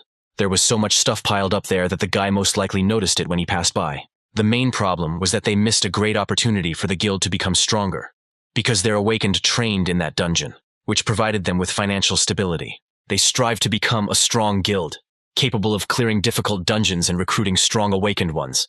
After which, Kostya immediately asked what exactly happened during the negotiations. Because of such questions, Sergei suggested that Kostya could hide his identity, hiding behind a restaurant, and in fact be a journalist, but the guy convinced him.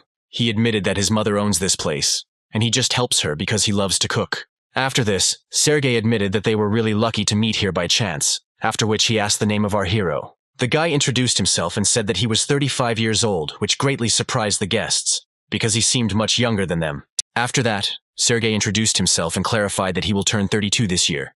If the guy looks on the internet, he will find out that he is the head of the Manhwa Company Guild. The chairman's young son then looked at his secretary meaningfully. The girl immediately introduced herself, stated her age, and clarified that she was now the secretary of the head of the guild. Kostya thought that he already knew this, but he only said out loud that in fact he was unemployed, and he was still very far from being a reporter. After which he began slicing the meat, and the young people decided to make friends with such a good cook and invited him to have a snack with them. Our guy agreed with pleasure. At that moment the keeper mentally called him, and a big white dog ran into the kitchen and stared at our hero. He told Kostya that a new quest had appeared to fulfill a wish. The number of karma points as a reward for completing a quest depends on the consequences that will be caused by successfully completing it. So this one promised as many as 5 million points. This meant that the two guests who needed help clearing the A-rank dungeon were not blinded by their own interests. So helping them meant helping a lot more people. Kostya thought that this would help raise the level of the Guardian, which would mean curing his mother's illness faster. At that time, he had just finished preparing the dish and placed it in front of his visitors. The guys were completely delighted with his appearance and clarified whether cooking was really just a hobby for our hero. The guy admitted that the restaurant has been in his family for 3 generations, so he is interested in this area. After which the guests tried the dish and were completely delighted with its taste. The whole trio was sitting nicely and having dinner when Kostya decided to find out if the guild could get their money back. He suggested that although this deal was significant, because it could lead to great growth for the guild, they should return the money to her now that the rift has disappeared. Sergei replied that as compensation, they were given the opportunity to clear an A-rank dungeon. Kostya at first thought that this was an excellent option, but the thoughtful expression on the faces of his new comrades confused the guy. Diana clarified that although this was a good offer, it was different with an A-rank dungeon. The girls said that in their guild there are almost no awakened ranks, A, and especially higher ones. To clear them they need less, and at least 5 awakened ranks, A. Therefore, for a guild like theirs, this is just an impossible dream. Sergei agreed with all of the above, and added that if they had at least 1 awakened rank S, then it would be much easier for them to clear this dungeon. And Kostya thought that the matter was quite serious, after which a thought suddenly occurred to him. He called out to his new friends and offered to introduce them to someone. The guys were so shocked by what they saw that Sergei even dropped the spoon from his mouth. Right in front of them, some red-haired girl tried to strangle Kostya. During this entire altercation, she did not pay attention to those present. Then she noticed them and became embarrassed. The girl immediately let go of our hero's neck, smiled sweetly, and greeted the people. Once as a child, Kostya asked Dasha why she treated him differently from others, to which the girl simply smiled calmly and said that he was her friend. She continued by saying that someone like her is only friends with a certain type of person, and she added that our hero is one of those who could be her friend, which confused the guy. It was hard to believe, because at the moment it was difficult to say. Dasha simply tied up her old friend and left him hanging upside down at the entrance to the restaurant. And at that time she was talking with Sergei and Diana, who offered her to help them clear the dungeon. The guys added that she could help them only if she had time for it, and in return they would definitely not remain in debt. In fact, they could really use the help of such a powerful awakened one as the Crimson Witch. In response to this, the girl thought for a while, and then asked the guys if they knew how to drink alcohol. This unexpected continuation of the conversation caused surprise on the faces of the restaurant guests, but they agreed.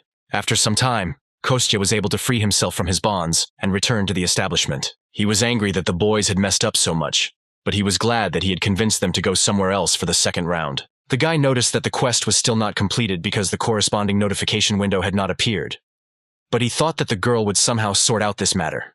The Guardian replied that the level did not rise so quickly. Perhaps this was due to the fact that the guys were quite famous. After which Kostya offered to go to the mountains with him as a reward for the quest. He said he was going to get ingredients to cook a nutritious meal for him and his mother. He was going to dig up and prepare a plant that could only be found on the mountain. It was useful for those suffering from lung cancer. In addition, this mountain is considered a gray area, and Galgoro black bears have often been seen there. These are demonic monsters, the danger level of which reaches the first level.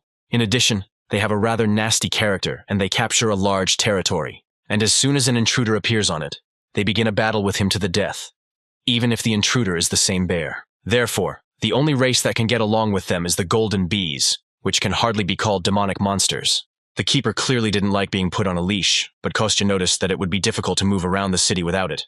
So he asked the wolf to be patient a little. It was all for the sake of restoring stamina and finding ingredients for the food that the guy was going to cook, which pleased the keeper a little. The truth was, let it all be for the sake of finding the next guardian and trying to impose succession on another person. But the wolf still had little reason to justify going into someone else's house to save a dying man. This behavior only meant that the guardian actually loved people very much, after which Kostya thought that he was really taking advantage of the kindness of his guardian god. However, the guy noticed that he was not going to become his successor. He was not going to become someone as great at all. After this, a complete image of a guardian wolf immediately appeared in our hero's head. The guy has already forgotten what he looks like in his usual size. After which the hero decided that it would not be difficult for him to protect one single person. After some time, this strange company of a man and a white dog arrived on the mountain. The guys had been walking around looking for the plant they needed for a long time. Finally, they found the necessary ingredient and began to assemble it. Kostya was just telling his friend that the taste of this plant is not the main thing, because it helps well in restoring stamina. Before he could finish speaking, he immediately felt the presence of a huge black bear. The wolf also immediately felt the energy that emanated from this monster. Our hero put the plants behind his back, straightened up and asked the keeper to hold the bear for a while. He would have done it himself, but he had something more important to accomplish than that. He took out a glass jar from his bag that he had prepared in advance. The honey from the bees he talked about at home is very tasty and restores a lot of stamina. After these words, the keeper agreed to detain the bear, which made our hero very happy. The guy asked to give him about 10 minutes to collect honey, after which he had to return and help the keeper. A huge bear, angry at the presence of strangers on its territory, advanced on the intruders. Kostya saw the monster approaching, so he once again asked his guardian friend to detain him for 10 minutes. After which he promised to return soon and set off at lightning speed in search of honey, so as not to waste a second of time. The smaller wolf took a deep breath from the fact that such a difficult task was assigned to him. At this time, the bear wasted no time. With its huge paws, it broke the thick trunks of perennial trees with one blow. The guardian looked at his opponent and could not believe that he had actually agreed to this adventure. At about the same moment, Kostya had already reached the place he needed, so he was now sitting on a tree and thinking about a plan of action. The guy was still a little worried, but he was sure that the keeper would be able to take care of himself, and he had more important tasks now. From his mana, the guy formed small golden balls that were supposed to help him in his business. Then, still high in the tree, Kostya sent them to the nearby territory. He knew that even by lightly touching the bees with magical power, they could be forced to return to the hive, and it would not be difficult for him to find them. As soon as he thought about it, one of the bees fell into his trap. Thanks to this, our hero immediately guessed where he should go next. Therefore, he pushed off with force from the tree branch and moved after the insect. It was not difficult for him to find a bee among all these forest plantations, thanks to his magic. After that, all he could do was follow her closely. After all, he will need about 5,000 bees to receive honey at least once a month. And in addition to the excellent taste, it also perfectly restores stamina. Therefore, Kostya was very happy that he was able to stumble upon a large flower field, which was completely filled with bees. The guy froze briefly in admiration for such a beautiful view that revealed itself to him in this forest clearing. One of the giant bees landed on his hand, and the guy realized that everything was fine with their size. He began to look around in the hope of finding the place from where they were all flying out. Having walked a little to the side and moved the branch to the side, our hero found what he was looking for. Not far from the clearing, among the small trees, there was a huge beehive. Kostya was very surprised by such a huge size, although he was counting on it. He was especially pleased that thanks to such a large size, there would be enough honey to come here not once a month, but once a week. Our hero began to knock on the walls of the bee house, hoping to snatch a piece of it for himself, and the insects stung him, defending their shelter. Our hero still managed to collect a sufficient amount of pure, beautiful honey. Kostya knew that this would be enough for him for the first time, so he was excited about his first test. The guy really thought that he should come here every week. Suddenly, something surprised him very much. He even exclaimed a curse. In fact, Kostya remembered that he had completely forgotten about his friend the Guardian, and at this time he was fighting an unequal battle with a huge magical bear. In the heat of the slaughter, the animals even got to the hero himself, which allowed Kostya to find himself on the battlefield. The guy immediately rushed to his white wolf, coming to his aid. The Guardian was clearly very exhausted, so Kostya immediately apologized for losing track of time. The guy put his hand on his friend's now soiled white fur. He realized that he had too high expectations for him, because he was far from in the best shape. The hero realized that the keeper came to his house out of his kindness. He did everything he could to help him, but the hero took it for granted. He even sent his wolf in his weak state to fight a real magical bear. The guy realized that everything happened through his fault, so he promised himself not to kill the monster. With lightning speed, he went to attack the monster and put all his strength into one single blow to the head. His intention was simply to euthanize the animal for about a week. We then see the restaurant owner come out onto the porch to meet someone. She saw her son returning all rumpled and dirty from a run on the mountain. The guy said that today they were very lucky. He was able to get fairly cheap honey and dug up some medicinal plants. But their conversation was interrupted by a company consisting of Sergei, Diana, and Dasha, who fell out of the restaurant with a hangover. They tearfully asked our hero to prepare hangover soup for them, and he was angry that they had the audacity to drink all night and then come here again. At first, my mother did not understand how to react to such a strange gathering, but then she cheered up, following the rest of the company. She had no idea that this was a completely unusual honey, so she suggested making them some refreshing honey water to help them relax. Our hero asked his mother not to stress too much. The woman said that everything was fine with her, but let him not neglect the connections he had already created. So she took the jar of honey from her son's hands and sent him to prepare breakfast. Meanwhile, the guardian again turned into a small white dog and rested in our hero's bag. Several years ago, young Dasha told our hero that once, when she was adopted, she was immediately sent back, which surprised the guy. He asked if it was normal for her to tell him this. However, she added that at that age she could not do anything about her anger. So 2 months later, those people sent her back to the orphanage. At the time, she didn't understand why she was returned, but as she grew older, she began to understand the reason. The girl was clearly upset about something, so she said that she needed to hide who she really was. After that, in all foster families, she began to behave as calmly and sweetly as possible. Dasha said that she tried to adhere to this pattern of behavior for the rest of her life. These memories came flooding back to our hero as he looked at his now eccentric drunken girlfriend. Dasha jokingly said that honey water is so good that it seems to her that he added something else to it.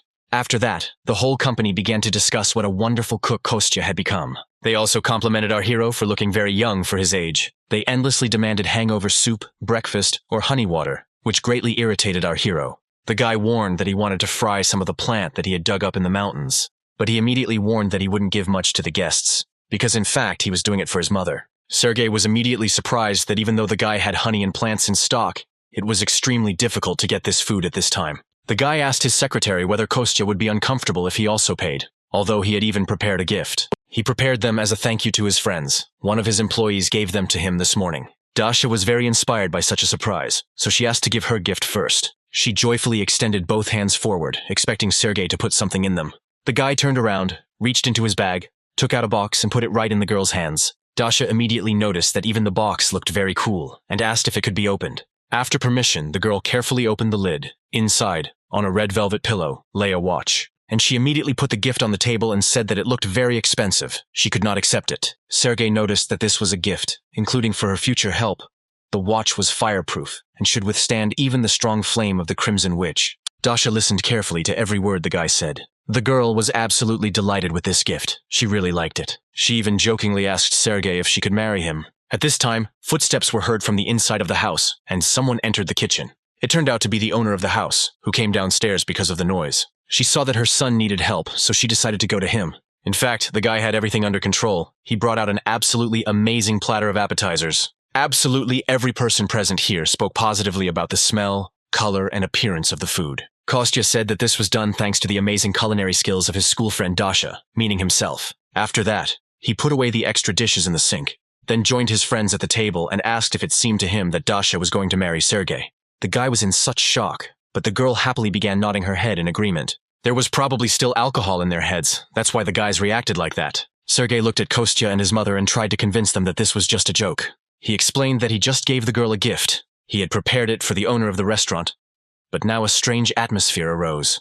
The hero's mother was amazed that someone had prepared a surprise before her, but she was pleased. And at this time, Sergei pulled out from his bag another similar box with a watch on a pillow. The woman also admitted that the watch was very beautiful, but she doubted whether she should accept such a gift. However, the guy said that everything was fine, because her son saved their lives. Now they would go to the restaurant quite often. He suggested thinking of it as a bribe, as a joke. After which he began to talk about one special place, which was a dwarven workshop. The guy continued to talk about how the dwarves are one of the races that came to Earth after the Great Cataclysm. Sergei added that the Great Cataclysm was both a disaster and an opportunity for them too, since they could not find ways to return and decided to adapt to life on Earth, because they had no other choice. So the government gave them a region to settle. The company recruited them to sell little things that they could make with their techniques. I didn't have time to finish when Dasha immediately understood what was going on. She said that they recently aired an advertisement, and a kitchen knife made from it looked very cool. The company is quite popular among housewives.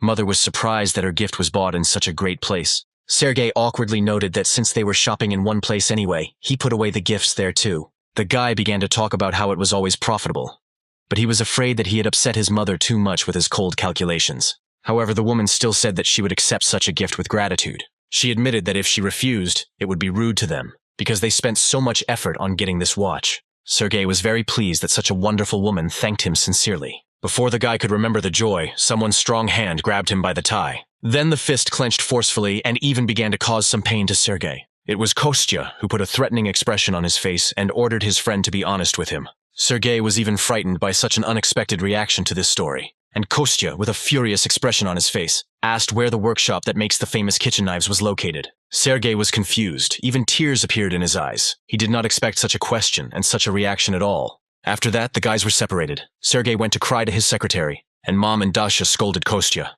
This still did not stop the guys from going to that same dwarven workshop a little later. Kostya was in this area for the first time, because he appeared during his absence. He expected it to be some kind of strange place, but it looks quite good, a fairly reliable building.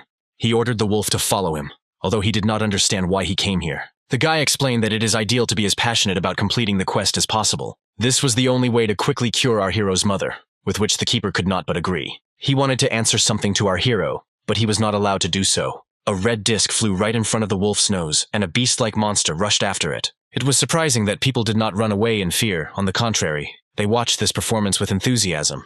The guardian looked at all this as if he was not at all surprised. He admitted that the dwarves were quite comfortable on the ground because such physical abilities could be used to perform acrobatic feats. However, then he looked at how some human child was sitting on the neck of an animal and added that they were a rather aggressive race, so their pride could be hurt.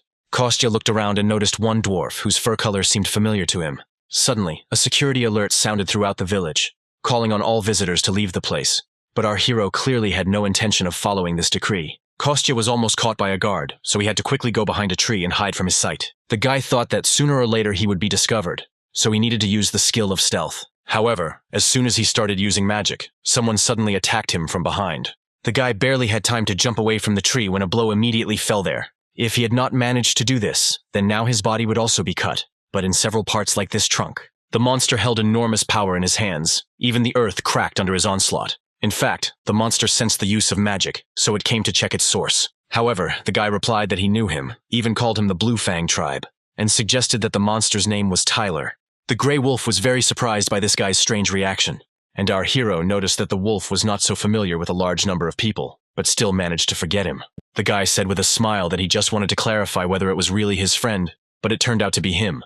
After reuniting, this small company went to the dwarven home itself. While the wolf was calling to a certain old man, the guardians noticed that this guy also had a quest. Kostya replied that he first wanted to meet his old acquaintance, and then watch the quest itself. After some time, a small old man came to the threshold of the house and immediately recognized our hero. The guy was very happy about such a meeting after a long separation. He immediately stood up from his seat and said the old man's real name. This grandfather was also very happy to meet him and called our Kostya hero Choi. The men walked towards each other to greet each other. Kostya heard that the old man had moved to live in another place, but he could not think that this was Earth, to which the old friend noted that in fact they did not intend to live here in the first place. He said that one day, 5 years ago, the hero Kostya Choi was called up. At the first meeting, the old man immediately drew attention to the hero's strange sword, which had a blade that was too large for his body, and the handle was too thick. He said that although the material of the sword plays an important role, it is also important whether the blade is suitable for its owner. After the old man tried to pronounce the hero's name several times, he suggested simply calling him Hero Choi. In gratitude for saving his family and tribe, the dwarves decided to upgrade his sword to better suit him. His little granddaughter came out behind them and screamed that her grandfather was called a genius, which appeared once every 100 years, so he was definitely telling the truth. Kostya was amazed at such a bold reaction of this little girl, so he could not ignore the old man's advice. He happily handed his sword to the master and offered to play with the children while the work was going on. In fact, his games were quite strange. They brought children to tears, because the guy was spinning these little dwarves on his shoulders with such force that their bodies simply could not stand it. He was asked to moderate his ardor a little, after which the guy calmed down a little and decided to talk with the older dwarves. The little girl replied that the dwarves did not stay in place until the ore was depleted, but they themselves were on the move and were almost at their destination.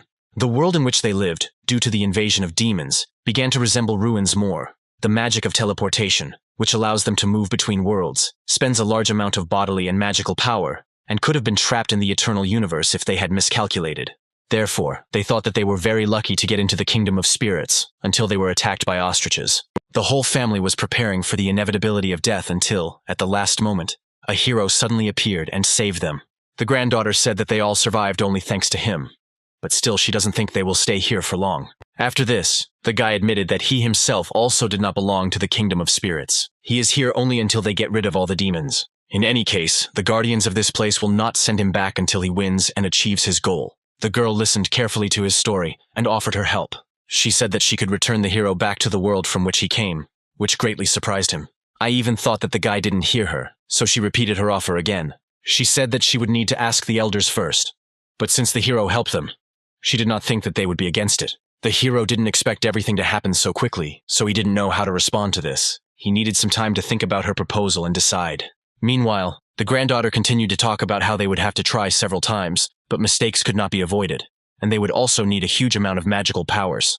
The guy suggested that even with a huge amount of power, they would still need to complete the magic that allowed them to travel between dimensions. In addition, even if the probability of making a mistake is almost zero, the risk of getting lost in space still remains. The girl was amazed that the guy knew a lot about their own magic. Therefore, Kostya looked at her with gratitude and decided to refuse their offer, because he believed that he would still be able to return to his home world.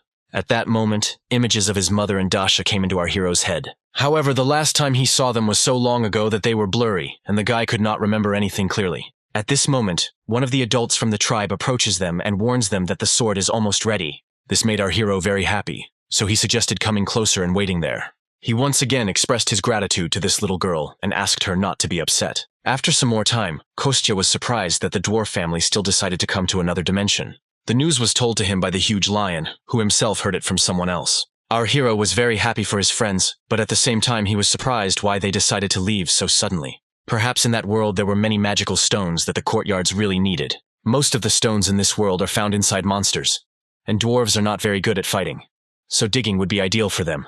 But in the spirit realm, this type of stone is difficult to find. After this conversation, our hero climbed onto the back of his friend the lion. He decided that he definitely needed to say goodbye to his old acquaintances. Lev warned that Maxim was there, helping the tribe to travel their magic through the dimension. Our hero was not very friendly with this Maxim, but promised not to do anything. After which, this strange couple immediately went to the village. The huge lion covered long distances in just one jump, so the hero had to hold tightly to his mane. And at this time in the village, the elder was already running towards our Kostya. Both of them were very glad to see each other after quite a long separation. Kostya said that he hoped that the tribe would get used to this place and settle here, but it seems too difficult for them here. He can help them with many things, but he was powerless against the ecosystem. The guy noticed that the old man had tears in the corners of his eyes, ready to flow. He admitted that the hero already helped them a lot. He saved them from death many times. If not for him, they themselves would have become spirits and would not have tried to travel through dimensions. After these words, another dwarf came out of the crowd and brought out something in his hands. The old man asked to accept this as a small parting gift. This bow was made by one of the best blacksmiths in the history of their tribe. At one time, he was the 7th leader who became famous for his artificial skill. This bow does not need arrows. You can simply pour in magical power, and the arrow will appear on its own. Kostya was amazed, and asked if they were sure that they wanted to give him something valuable. However, in response, the elder bowed to him and said that thanks to his courage, they themselves wanted to become better. This is their way of repaying him. He offered it himself because the bow is the treasure of their tribe. However, before this, they all consulted together, so this is a gift from the entire tribe. Only after this, Kostya noticed that now not only the old man, but also absolutely all the inhabitants of this settlement were bowing to him. The magic portal had already been opened, so the old man finally only added that he prayed that in the future, there would be no difficulties on the hero's path. Remembering all this, our hero could barely hold back his tears from the surging emotions. But at this time, the whole company sat in the human world and enjoyed their reunion at the game.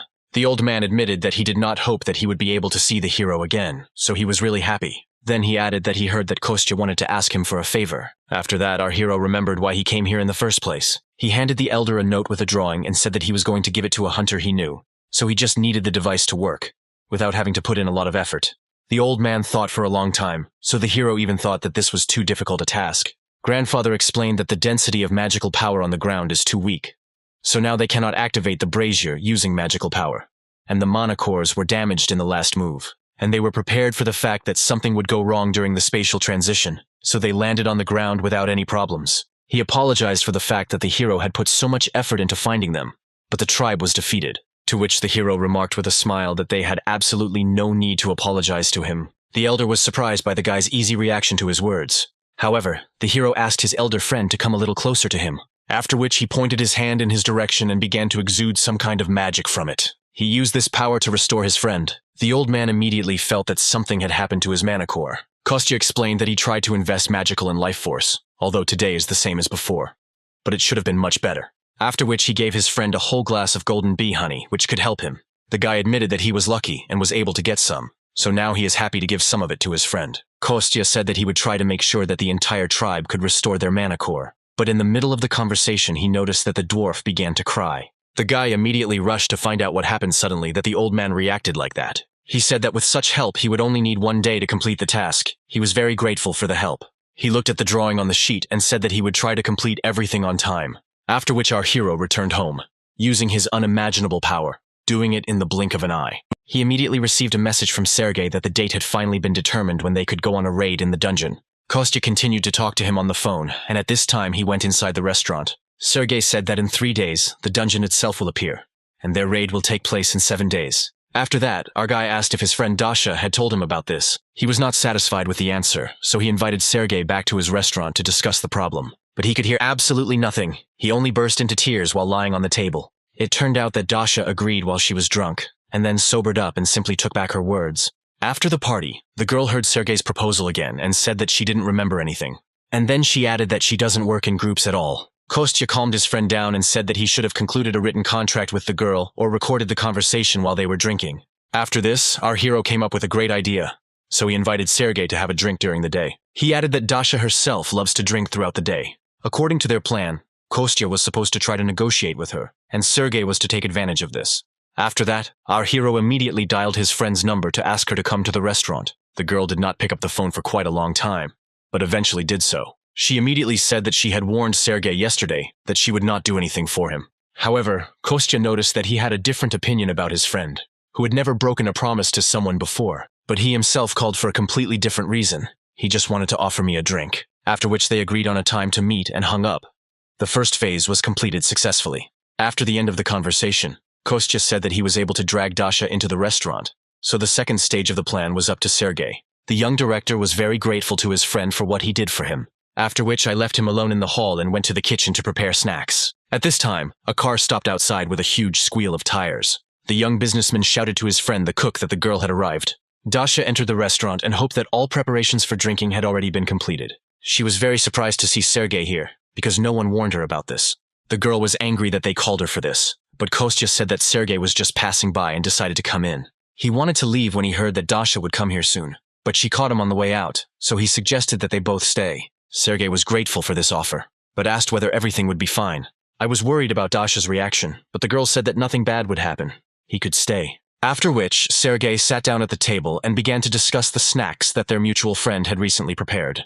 However, Daria still noted that she would not change her decision even if they all drank together, because she had never participated in dungeon raids.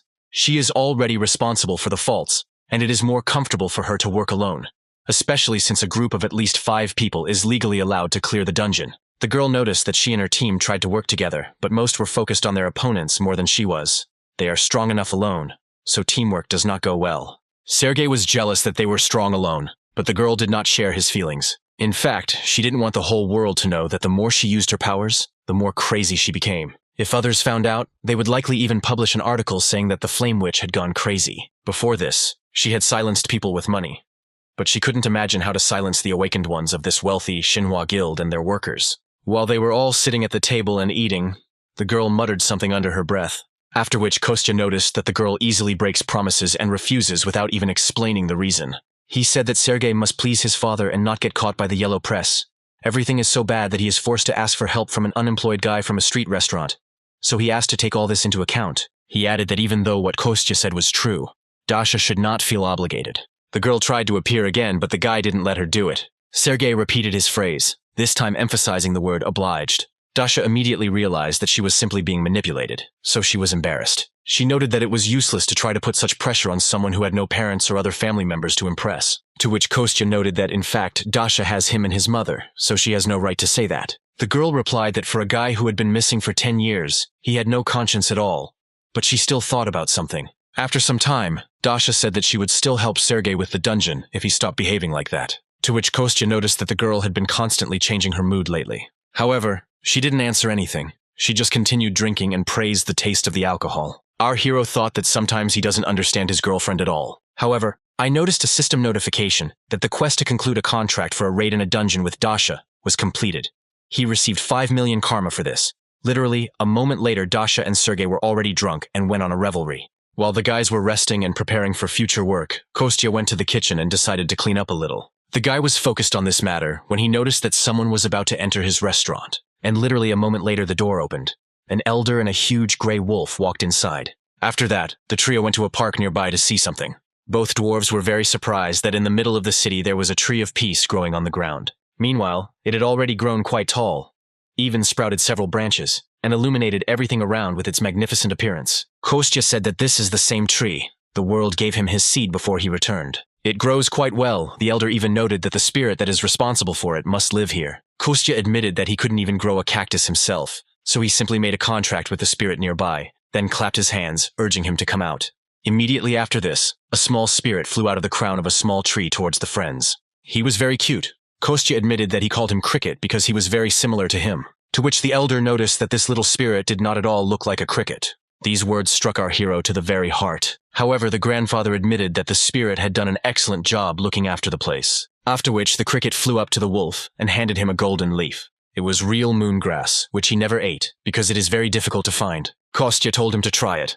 Although the wolf will not be able to regain its true magical power, but it should restore a decent part of it. The huge monster looked at this small leaf, completely not believing in its miraculous powers. However, he still decided to trust his old friend and hastily tossed it into his mouth. As soon as he swallowed it, his manakor immediately felt a surge of power. The wolf noticed that this method worked. His energy immediately increased. Kostya noted that this is a temporary effect, but moongrass grows here, so the wolf can sometimes come here and take it. He also asked his old friend the elder if he could enter into a contract with spirits on Earth. But without waiting for an answer, Kostya stepped a little to the side, bent down, and began digging in the ground. After which he pulled the small mole spirit to the surface, offering to try it on him first. He said that if something happened, he would help with his magical power. After that, both of them, the elder and our hero, extended their hands to the spirit. They laid down their magical powers in an attempt to form a contract. This method worked because the little mole immediately greeted his owner and asked for a name. Kostya noticed that as soon as the old man gave him a name, the mole would become his spirit. Grandfather was very embarrassed and decided to name his new mole Gray. Immediately after this, a contract between the old man and the spirit was concluded. That little mole turned into a shiny little ball and disappeared into thin air until he was called. The old man noticed that the hero constantly helps him even in this world. He said that the thing behind the wolf's back was what the guy asked for. Kostya took the burden off his old friend's shoulders and opened the box. He was amazed by the appearance and magical power of this beautiful bow. He was worried that the hero didn't like his gift, but the guy noticed that it even exceeded his expectations. After which our hero decided to try it out first. The guy supported the weapon in his hands and noticed that it was beautiful, like any work of this master. The old man and the wolf looked at their friend and one thought occurred to them. They realized that no matter how much time had passed, this guy remained the same hero they had once met. Looking at this guy, they realized that he most likely chose the right path. He allowed them to live peacefully, so all they can do is help him without question.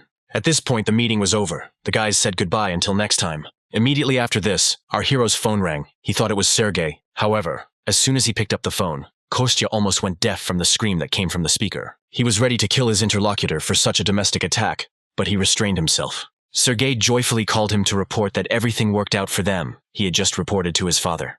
And since this is good news, he decided that Kostya should be the first to know about it. He also added that tomorrow he would have to meet his father. The hero was very glad that he could help his friend. His sense of guilt only grew with each new word from Sergei that this was entirely his fault. However, this was not all the news, because the young chairman once mentioned the hero in a conversation with his father. Therefore, he said that he wanted to meet with him.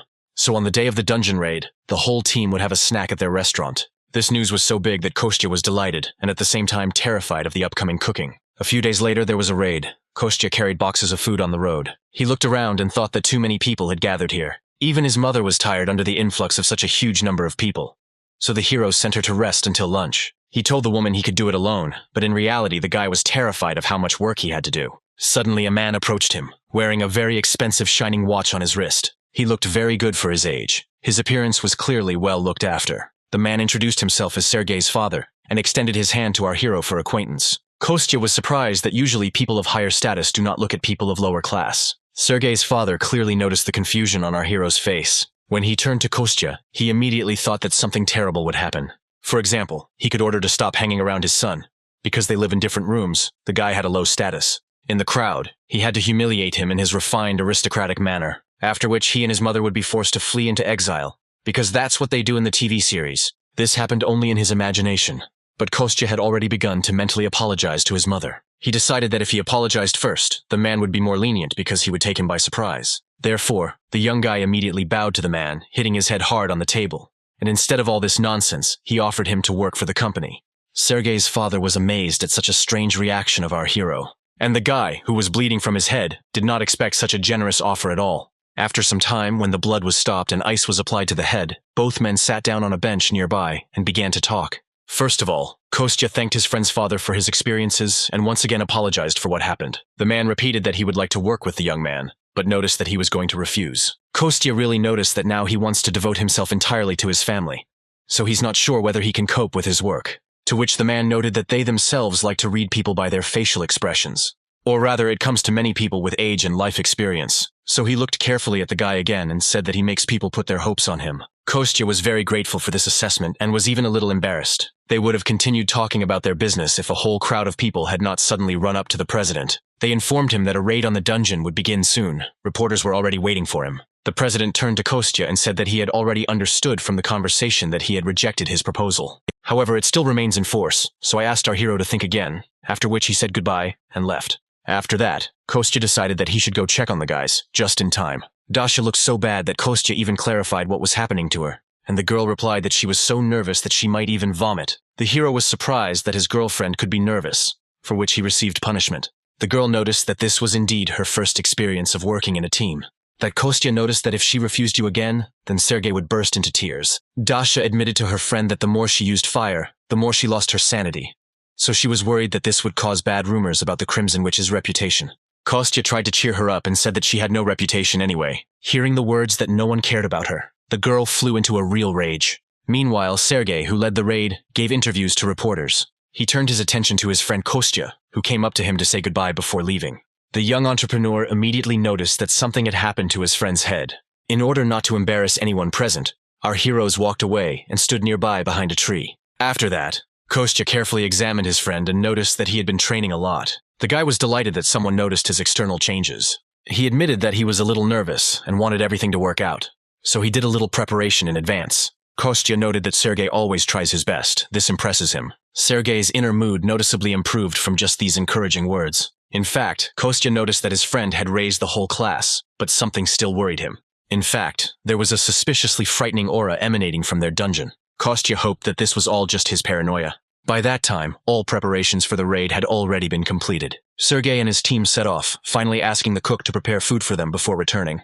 Kostya waved goodbye to his friend, hoping that everything would go well for him. However, after some time and a huge mountain of prepared food, the guy only thought that if his friend returned alive and unharmed, he would kill him himself. Just then his mother finished counting and packing the boxes. The awakened should have already returned, so the guy had to hurry up and clean everything up. Suddenly, a strange feeling of anxiety and danger pierced the entire body of our hero. He was not the only one who felt this because even the birds decided to leave these places. Kostya looked at the flying flocks and agreed that he was experiencing a frightening feeling. At this moment, even the guardian began heart-rendingly calling for our hero. He was literally screaming that something was clearly wrong with the dungeon. But literally 8 minutes ago, Dasha stood in it, breathing heavily after the fight. The girl had just single-handedly defeated a whole crowd of giant scorpions. She was so strong that everyone else in the raid didn't even have to make any effort. The Crimson Witch at that moment was worried that people were looking at her like she was crazy. After which Diana noticed that they entered the dungeon only 6 minutes ago. Sergei was also amazed at how strong his new friend turned out to be. After that, the guys went as close as possible to the Crimson Witch to help her if she needed anything. The girl noticed that there were no more monsters nearby, so Sergei allowed her to go outside with the others. He promised that he and Diana would catch up with the remaining team members when they were sure that the cleanup squad had begun work. The Crimson Witch was satisfied with this answer, so she and several other people headed out. All the guys made a promise to each other that they would see each other outside. However, as soon as they left the dungeon, something strange immediately began to happen to him. It seemed as if the sky was covered with cracks and split into several parts. Our hero Kostya immediately felt that something was wrong. He noticed a strange energy. The technical team also detected an anomaly. A fissure appeared right in the dungeon, and in terms of indicators, it was at the level of a catastrophe. Kostya ran to the specialist and tried to find out whether his friends had time to leave the danger zone. The man immediately replied that most of the hunters had left the dungeon, but Sergei, Diana, and the cleanup group were still inside. After that, Kostya immediately threw off his extra apron and gloves and rushed to his friend's aid. At this time, a young businessman, his secretary, and a cleanup team found themselves inside the rift. They all also felt that something was wrong, Not far from them in front of the cave, they noticed a fissure of frightening force. Looking at him, the guys could immediately tell that they couldn't do it alone. And the cleanup group, which was even weaker, was truly horrified by what was happening. Everyone present was very scared because they did not know what awaited them ahead. However, something had to be done, so Sergei decided to take command. He decided to calm his guys down and ordered them all to prepare for defense. He said that as soon as he and the secretary checked everything, then, if possible, everyone would head towards the exit. He also convinced people that everyone outside should already know about the rift, so once things calmed down they could assess the situation. He asked everyone present to remain calm and, on behalf of the entire company, declared that he would not let anyone die here. Immediately after this, Sergei and Diana went to reconnaissance of the situation. Sergei admitted that no matter how much he ignored the fact of the strength of this fault, there definitely should have been a bladed panther there. The guy seemed absolutely right because a huge white predatory cat came out to meet them. The young head immediately realized that this was a catastrophe on the level of the first great cataclysm. The last time this happened, there were more than 6,000 victims, and 2 entire islands were completely turned into ruins. The chance that the 2 of them could defeat her was close to 0. But the guy didn't expect to win anyway. He only believed and hoped that all his painful training had not gone in vain. They only needed to hold out until reinforcements arrived and the rest of the people were evacuated. At this time, our hero Kostya had just made his way into the rift unnoticed. Finding himself in the dungeon, he immediately found himself on the battlefield. At that moment, Diana stepped forward to hold back the beast's attack, asking the head to cover her from the back. Kostya thought that if Dasha had been here, they would not have been able to take control of the situation. However, if he intervenes, he will then deal with the consequences. Therefore, he urgently needed to figure out how to help his friends. And at this time, literally with one blow, Diana went flying and crashed into a rock. The blow was so strong that the girl clearly suffered serious injuries. Sergei was horrified that even his strong friend was so easily injured. Now he was the only one who needed to protect them both. Seeing such reckless actions of his new friend, Kostya could no longer sit on the sidelines. He took the gift from the elder and threw it with all his strength right in the middle between the monster and Sergei. This caused the young director to jump to the side and lose his balance for a while. But then a voice rang out in his head, ordering him to take the bow in his hands. The guy absolutely did not understand where it was coming from, what kind of bow he was talking about, until he saw a weapon stuck in the ground in front of him. Only after this did the young man notice that the voice was coming from this very bow. He did not know that his friend Kostya was speaking to him through him, who was ordering him to take up arms. Sergei had no choice but to obey this mysterious decree. Then the voice ordered the guy to collect all his mana in one place. Concentrate it in your hand and turn it into the image of an arrow. Sergei himself did not understand how this happened, but as soon as he thought about the arrow, his energy also turned into it. The guy didn't hesitate for a long time, launching his outfit straight at the beast. The arrow flew quickly, hitting the huge panther right in the throat. It had such a strong impact that Sergei immediately lost his balance and fell to the ground. At this time, outside, the father of the young director was shouting that he did not care about the condition of the dungeon and any expenses. He only asked that his son be saved. Things weren't so bad at the rift. The panther was hit with just one blow. Sergei himself was shocked that he managed to defeat such a strong monster so easily. The guy lay on the ground and looked at the defeated enemy. At this time, the monster emitted its last death rattles, after which it completely stopped moving. The young master thought with joy that it was all over now. After that, he immediately remembered that he was not here alone. He rushed to his secretary Diana to check her condition. The head asked the girl if everything was okay with her, if her bones were intact, to which she replied that she was hurt. But overall she was feeling well. She actually looked much better than before. The girl, like Sergei himself, was amazed at how easily they dealt with this powerful monster, after which they could rejoice in their victory without any sense of danger. The young leader was glad that she had defeated the panther, although not without the help of some external circumstances. Although he spoke joyfully, Diana still realized that something was wrong. She turned out to be right, because literally a moment later, without even having time to finish speaking, the guy began to fall back. He had lost too much of the strength he had put into that last blow. Fortunately, the secretary managed to catch her boss before he fell, after which the guy came to his senses a little. He was even able to sit up on his own. Diana noticed that the head of the company would definitely be pleased.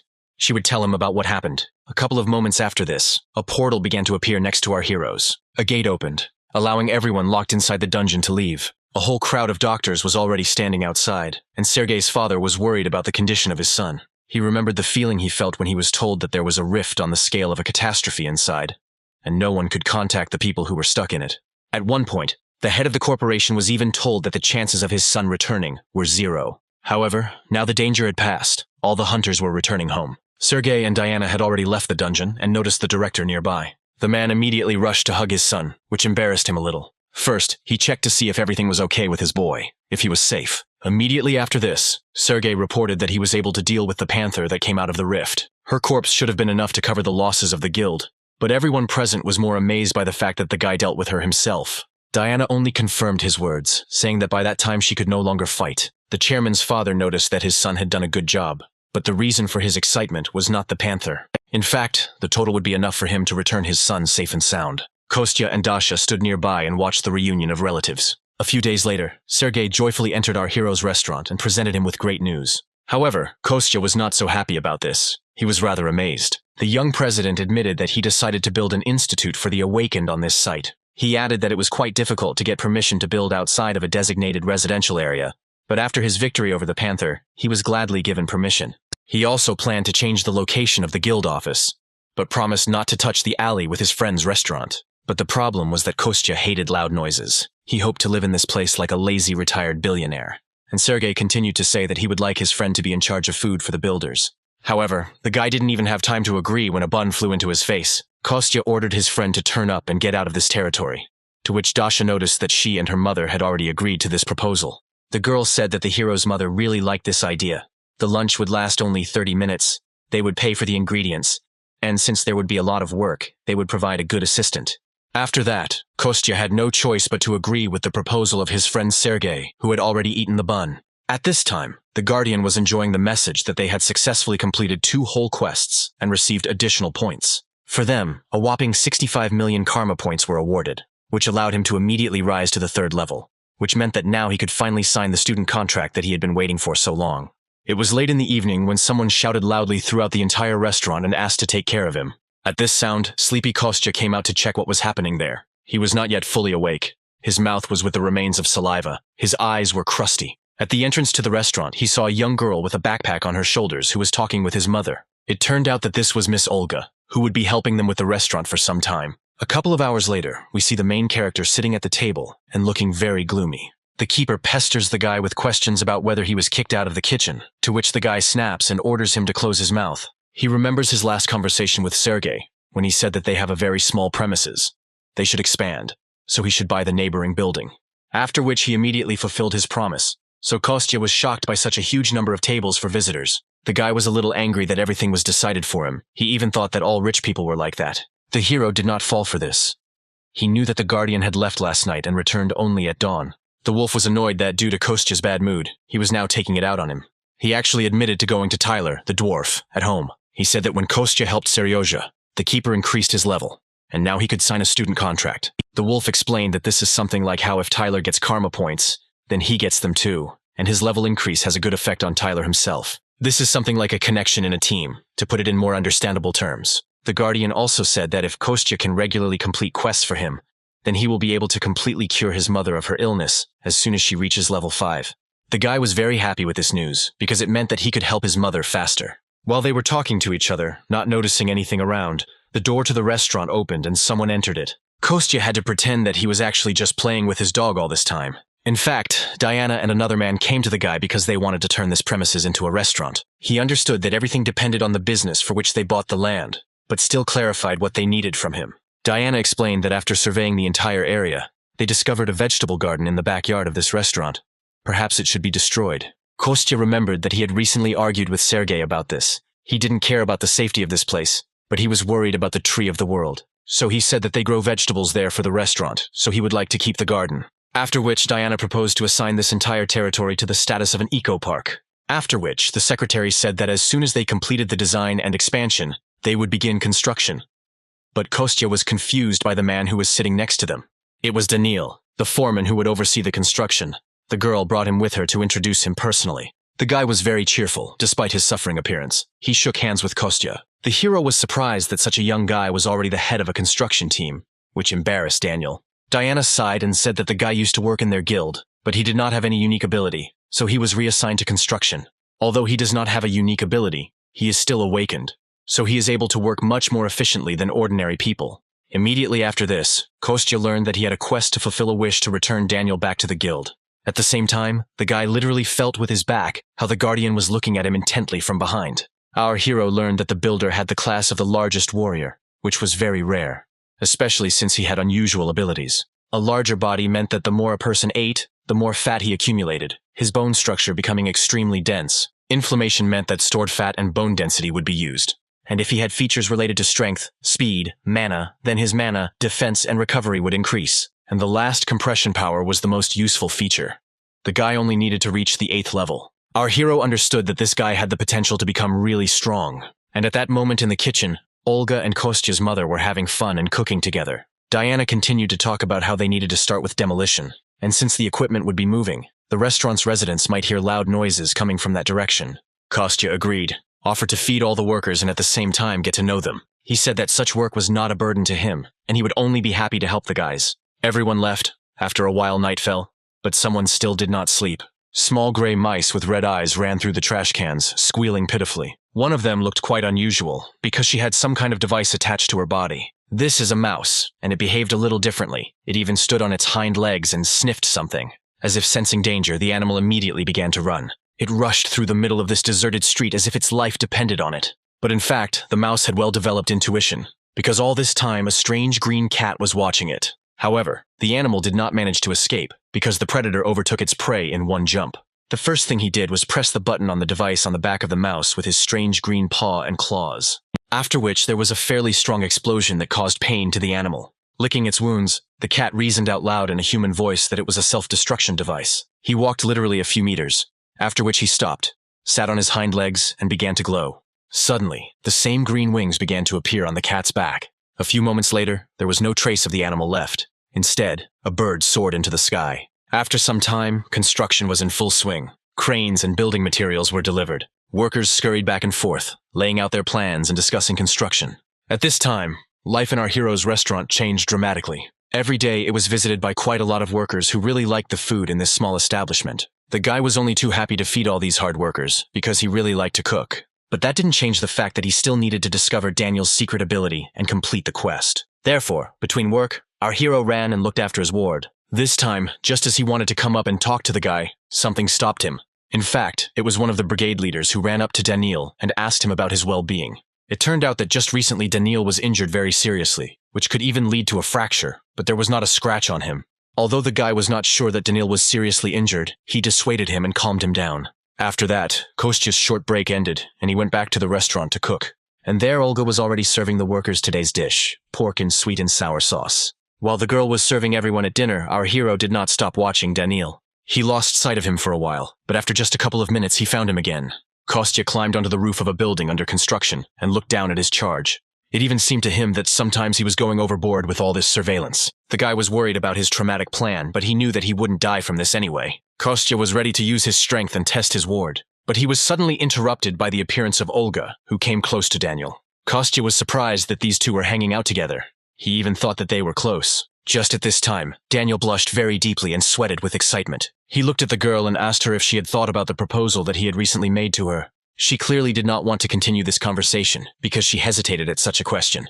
The girl looked straight at her colleague and said that this would be a little problematic for her. The guy immediately realized that there was no chance for him here, so he decided to just silently agree. And Olga continued to criticize that although he is a good and kind person, she is embarrassed by their large age difference. They also had differences in many other trifles, and if they cannot even agree on this, then disputes will always arise over other trifles. At that moment, the girl enthusiastically said that she hoped to quickly pay off her student loan. For some reason, Daniil began to apologize, which embarrassed the girl a little. Kostya hid on the roof at this time, realizing that he had heard something unnecessary. He was embarrassed because he came only for the quest, but overheard someone else's personal life.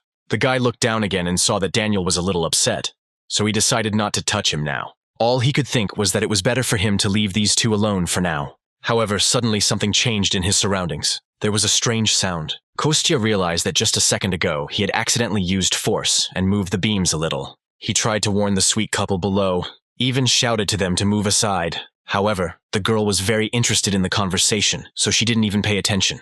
But Daniel saw all the danger and reacted to it instantly. He immediately rushed towards the fragile girl, stretching his huge arms forward. With all his strength, this guy pushed the girl in the opposite direction. Although her landing was not very soft, it still helped Olga avoid meeting the beams falling on her. There was a deafening blow, after which the girl could not see anything for some time through the rising dust. After a couple of minutes, these clouds dissipated, presenting a terrible picture. At the loud, piercing, desperate cry of the girl, all the people in the area began to come running. Olga sat on her knees and with tears in her eyes tried to move the huge heavy beams to the side.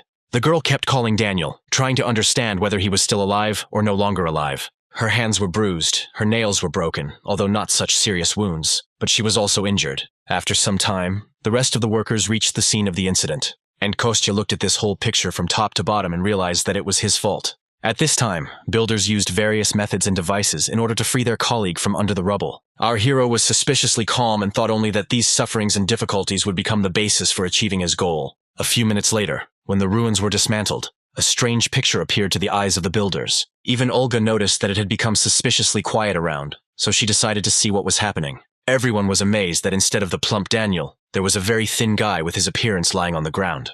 Just by this time, an ambulance arrived, quickly examined the guy and took him to the hospital. A few days later, Sergei, Diana, and Kostya came to visit him, who were worried about their foreman.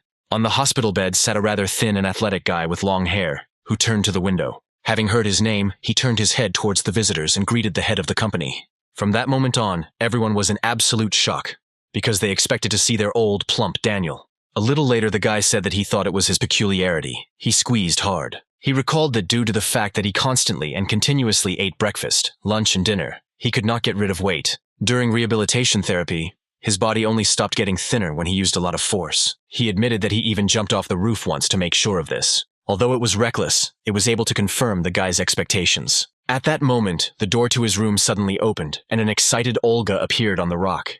Daniel was very surprised by the presence of this girl here, and everyone present was also a little shocked by how exactly she appeared. And at that moment, the girl herself stopped and threw all her things onto the floor. After that, with tears in her eyes, she rushed towards the hospital bed. She ran close to the patient and leaned on his bed, asking if he was okay. Daniel was shocked that the girl even knew where he was. He wasn't worried about himself at all, so he decided to ask the redhead if everything was okay with her own hand. The girl cried all the time and only said that her hand was completely unimportant now, and they continued to bicker cutely with each other, while our hero in the background made bunnies from red apples. After this, Sergei decided to intervene in their conversation as the head of their company and employer. The girl was amazed that the guy mastered the hunter only thanks to his powers, and this is his real appearance. In fact, she was worried that the guy had lost so much weight due to severe operations. After this, Daniel asked his boss and said that he had one more feature that he would like to show him, after which he freed one hand from the long sleeve, then extended it forward.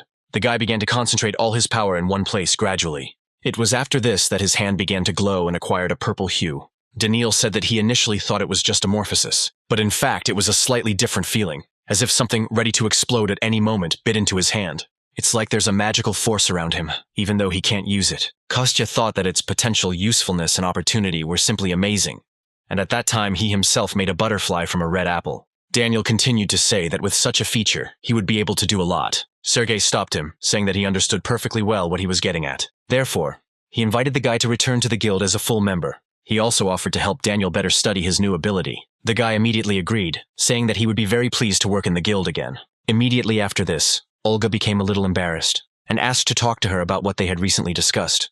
Daniel immediately understood what she was talking about and became embarrassed in front of strangers. However, before he could finish speaking, the girl took a full lungful of air and screamed loudly. She came close and admitted to the guy that she agreed to be his girlfriend. They were in a rather piquant situation.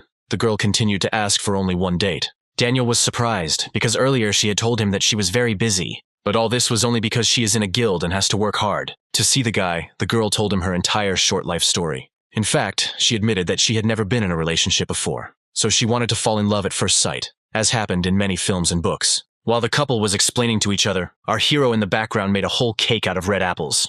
Olga at this time ended her speech by saying that all this love at first sight does not really suit her, so she invited Daniel to learn everything from scratch with her and go on a first date. After some time, everyone began to leave the hospital for their homes. Just at this time, Kostya thought that Diana looked quite distracted today, so he went up to talk to her. However, the girl was clearly not in the mood for conversation, so she politely said goodbye to him. Of course, Kostya couldn't take her word for it, but he decided to let her go for now. Instead of talking, our guy decided to simply follow Sergei's secretary. He was very surprised at the place the girl came to immediately after visiting the hospital. It turned out that she went straight to the guild's training center. Diana calmly walked up to the horizontal bar, attached her work pass, and walked on. Kostya couldn't just get into this building, so he approached and asked him to arrange a tour for the awakened ones. Immediately after this, he was registered and given a temporary pass. The guy just managed to go inside in time to notice how the girl changed clothes and went into some room. The sign on the door said that this was the guild's training room. Kostya used his invisibility skill and quietly went inside until the doors closed completely. There he saw Diana standing alone in the middle of an empty room, inside of which her power was growing. At this time, the girl was already fully prepared for battle, reaching for her sword that hung on her belt. Then, with a lightning movement, she pulled it out of its sheath and pointed it forward. She grabbed the handle with both hands and took a defensive position.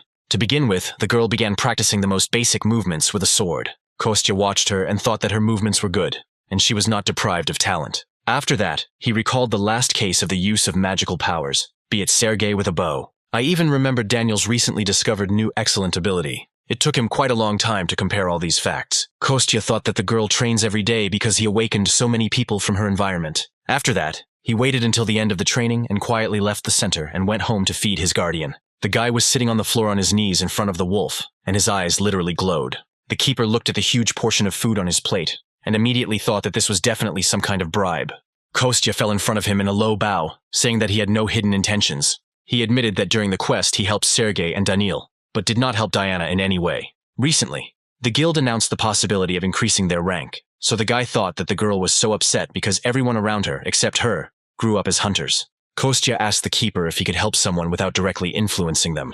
After that, he asked what method he should use to increase the hunter's rank, after which the keeper advised him to listen to the voice in his head. He could give clues, after which he began to eat. Kostya admitted that the girl is capable, and her equipment is quite good, so if she continues in the same spirit, she will be able to rise to the 5th level of swordsmanship. However, Diana could recognize his voice, so he asked the keeper to help him with at least some roses. Although the guy used to say that he did not want to help others. In fact, for him it was something like a habit. He wanted to help without personal involvement. The guardian did not think for long about this request from his new acquaintance, after which he decided to give a final answer. He promised to help if a quest appeared for Diana, because people have something like destiny. Meeting someone like Kostya is also a kind of fate, and a little extra luck. The hero noticed that these words sounded as if they were being spoken by some stubborn old man. After that, the keeper and Kostya went back to the training center to see the girl in action. They used the invisibility skill and watched her from afar. But they didn't have to wait long, because just at that time a quest from Diana appeared.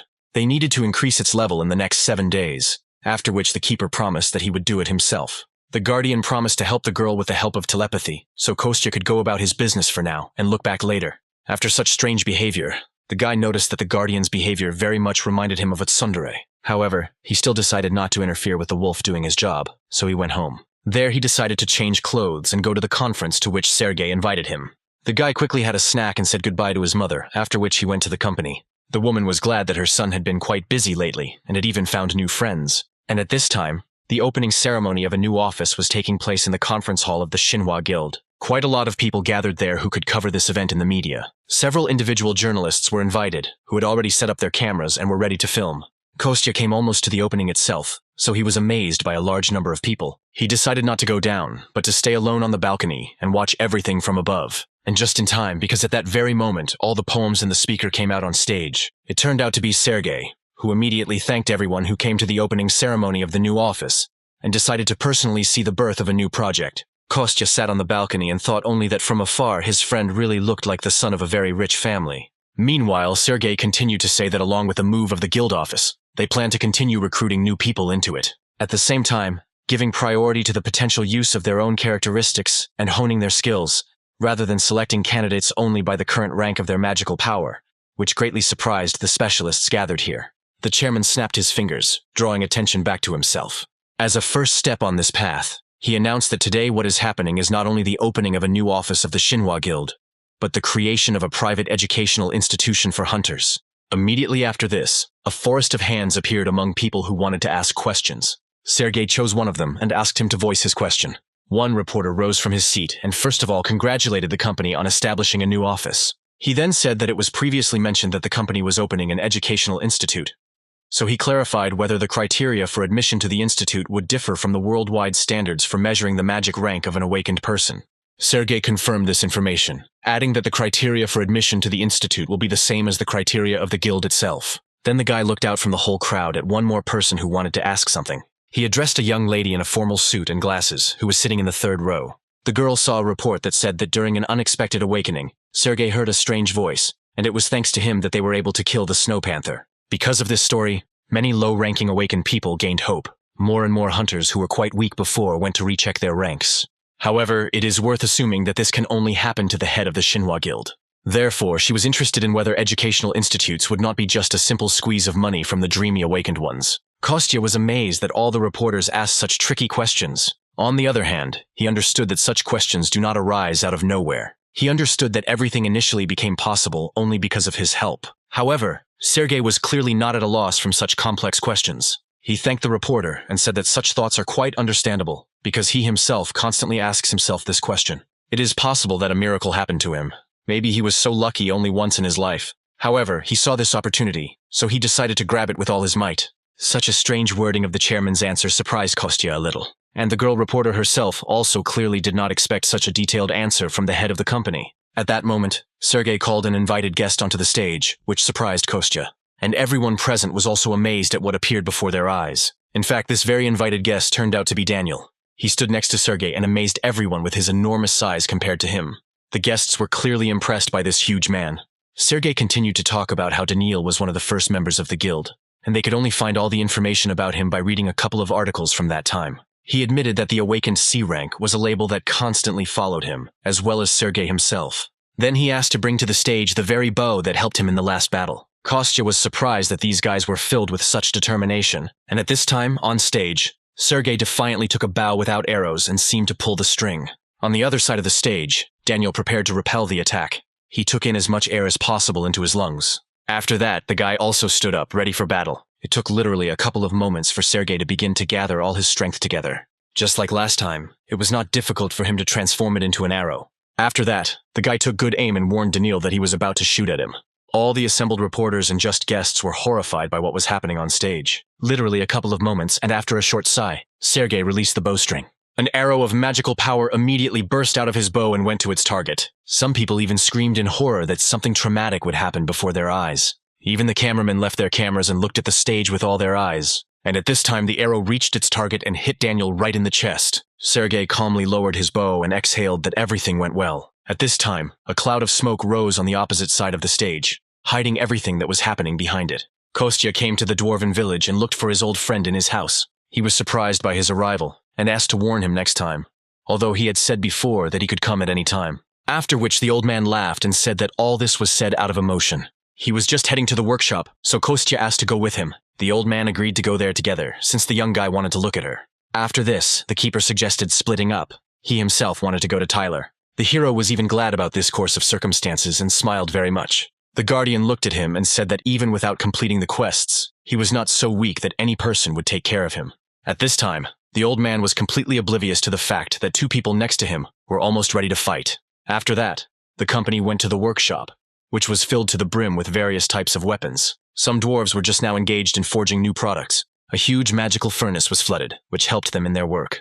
The guy admitted that it was quite stuffy in the workshop, just as he remembered the last time. The elder announced a short break for all workers, but Kostya could not stand it and even took off his shirt. After which the old man noticed that an ordinary person would not be able to enter this room because of the heat, because the average temperature rises to 80 degrees. After that, he summoned a huge piece of magic stone from behind the portal and asked him to make a shield out of it. The elder was delighted with the appearance of this stone, because it was an excellent material that would never be seen on Earth.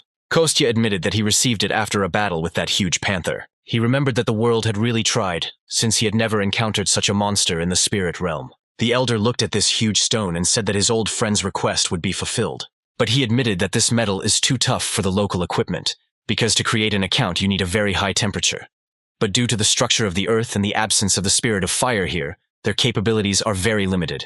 Kostya thought for a minute and concluded that they just needed a spirit of fire, like that cute mole. However, the elder noted that such a spirit of the earth was lucky to be born in this world thanks to the tree, and it is unlikely that they will be so lucky again. In addition, they also needed a place that could withstand such temperatures. Kostya was horrified at how expensive this premises could cost them. Kostya was actually indignant that people were so obsessed with money. However, he admitted that in their situation, there is still no choice. Just at that moment, one of the workers called the elder over and they talked about something for a short time. The old man asked Kostya to look around himself, but he needed to go away for a while on business. The guy just had time to think about where he could get such a room. For this reason, he even decided to turn to his guardian, who just returned to him. He didn't look very happy, but after a while he admitted that he had an idea. These words were clearly given with difficulty, but the keeper still said that the fiery fox could help them. Kostya was surprised that this divine beast was still on Earth. However, the keeper also added that the fox was very broken, which greatly surprised our hero. The guardian added that the firefox core would give them the required temperature with extra reserve. However, there was one thing that confused the great divine wolf. The guardian clearly did not want to continue this conversation, but he understood that he had no choice. So he was silent for a little longer, then added that the firefox was broken and devoid of reason. He was once the first guardian apostle, named Ralph, who fought alongside him during the Great Cataclysm and exhausted almost all of his magical and physical power. He gave too much. It could not help but leave a mark on him. Kostya listened carefully to everything that the furry guardian told him. Then he decided that he should see everything with his own eyes. He admitted that they would still have to go to him to steal the fox core. After that, the guy squatted down and began to think about their further plan of action. The guardian said that the fox is in the west, in a black valley, where there is a mountain overflowing with demonic energy. There is not a ray of life-giving light there. That cave is teeming with all kinds of monsters. The guy was delighted that he now had the coordinates of Ralph's location. He decided to go there immediately, so he grabbed the keeper by the scruff of the neck. After which, he pushed off the ground with force and jumped straight in the direction that the guardian had indicated to him. After some time, they landed not far from the required location. The divine wolf even felt a little seasick from such chaotic movement. However, he quickly came to his senses and began to look around. And there was something to see, because the whole ground was strewn with dead animals. And all this was done by one huge fiery fox, whose mouth was covered in blood. He stood over the small lifeless animal corpses right in front of them. The guardian was surprised that his former apostle had already come to this. He looked at what was happening, and it seemed to him that he had guessed why reason did not return to Ralph. After all, when divine beasts that do not need food become weak, they instinctively begin to look for something to eat. If he tries to replenish his magical power by absorbing monsters, it leads to only one outcome. Demonic energy is like poison, so if a divine beast swallows a lethal dose, it will suffer an overdose of energy. But before he even had time to finish his sentence, an attack of hot fire immediately flew at him. It went behind him and exploded somewhere behind him, destroying everything in its path. If Kostya had not managed to dodge at the right moment, he would already be dead. The guy was amazed that the fire leaf detected his presence despite the fact that the guy hit it. However, he was absolutely not going to give him time to think about further actions, preparing for the next attack. In this hot ball of flame, the guy managed to see something strange. He was amazed that divine beasts were using demonic energy instead of divine power. However, at the same time, Kostya needed to defend himself, so he also began to release his energy outward. He had very little time, since the beast had absolutely no intention of waiting for him to prepare. Kostya barely had time to create a shield and protect himself and the guardian from the blow. The wolf only shouted that the fox could not think straight now. So whenever possible, you just need to take away its core, without causing harm. Kostya was glad that the guardian was so worried about his former comrade, but noticed that he had not even done anything yet. He also added that if they leave him just like that, it could be a disaster if he becomes a monster. And at this time, the powers of the firefox only increased in volume. Even the ice that Kostya used to freeze his flames began to heat up. With one quick movement towards the guardian, our hero threw him aside as far as possible, after which the shield was destroyed and the attack achieved its goal. The guardian stood aside and just watched as all this flame fell on Kostya. He was horrified that his new friend could die just like that. However, it was too early to give up because our hero was experienced in this kind of battle. His clothes may have been burnt, but he himself escaped serious consequences. At the last moment, the guy applied force to his legs, which allowed him to jump high into the air. He admitted that the fox's fire was indeed powerful, which was to be expected from someone who had absorbed such a large amount of demonic energy. Kostya decided to first get away from here to somewhere far away, and then think about how he could get the core. However, before he even had time to finish his thought, the fox moved into a new phase of the offensive. Our hero, while still in flight, began to be surrounded on all sides by tubers of flame. Therefore, he had to exert quite a lot of force in order to summon a new defensive technique. A whole huge horde of water appeared around the guy, which developed at his order. At this moment, the fiery tubers headed straight towards our hero. They crashed into a huge body of water with which the guy protected himself. This gave Kostya a little time to land calmly on the ground and take a short break. It was at this moment that the hero finally abandoned the idea of preserving the entire forest intact. Even through such a dense shield of water, one of the attacks managed to break through and almost hit our hero. Even such a small blow could cause quite a huge amount of damage behind Kostya's back. The guy noticed that when the body is absorbed by foreign demonic energy, this divine beast is able to demonstrate enormous power. At this moment, our hero was called by the guardian, who had been standing at a distance all this time. The guy wanted to protect his new friend, so he ordered him not to approach. But the guardian reminded him that now Ralph should not be perceived as an ordinary living divine beast, because in his current state, he is ready to use any methods and means to achieve his goal. The hero didn't quite understand what exactly the fiery fox wanted to achieve, but she took note of it. The beast suddenly summoned even more of its power and began to approach our hero. It even seemed to Kostya that his whole body had increased somewhat in size. At that moment, he realized that the fox wanted to burn the entire territory to the ground. So in desperation, he rushed towards the guardian to protect him. The guy clearly didn't have time to run, so he decided to use his magical power. He imprisoned the guardian in a small space that was completely filled with his mana. Then he placed it in a ball and sent it high into the sky. At this moment, due to the fact that Kostya was no longer using the name of the guardian, the fox's memory began to revive the memories that he wanted to protect his friend, his master. Making sure that the keeper was safe, Kostya went on the offensive. He opened the portal again, intending to graft his weapon from it. This time it turned out to be his favorite huge sword, which the dwarves had once made for him. Ralph did not stop watching our hero for a second. He only became even more furious because he couldn't get hold of some pathetic person. This next boost made our hero dodge even more often. Kostya stepped a little to the side in order to gain a little time for the attack. He only had a few seconds to come up with his next strategy. The guy grabbed the hilt of the sword with both hands, swinging it with all his might. Now he could only wait for the moment when the fox would come close enough to him, after which Kostya dealt him a cutting blow, applying a huge amount of force. The guy thought that this attack would have at least some effect. However, he immediately noticed that there was something strange about the fox's paws that he had just cut. Literally a moment later, the paws were reunited, as if there had been no injury. The guy realized that no physical residue would work on the firefox. At this time, he only in vain allowed the animal to get even closer to him. He was already practically inside the mouth of this huge monster. Kostya tried to unclench the jaws with his huge sword, but failed. A huge fiery fox sent him flying with such force that no normal person would have been able to survive for a long time. As if she felt something, our hero's mother decided to listen to her feelings. Her motherly heart told her something, but the woman thought that she had imagined it. Her intuition did not let her down, because at that moment Kostya was really fighting a very strong opponent. The guy barely came to his senses after such a strong blow from the fiery fox. This was almost the only divine beast left alive.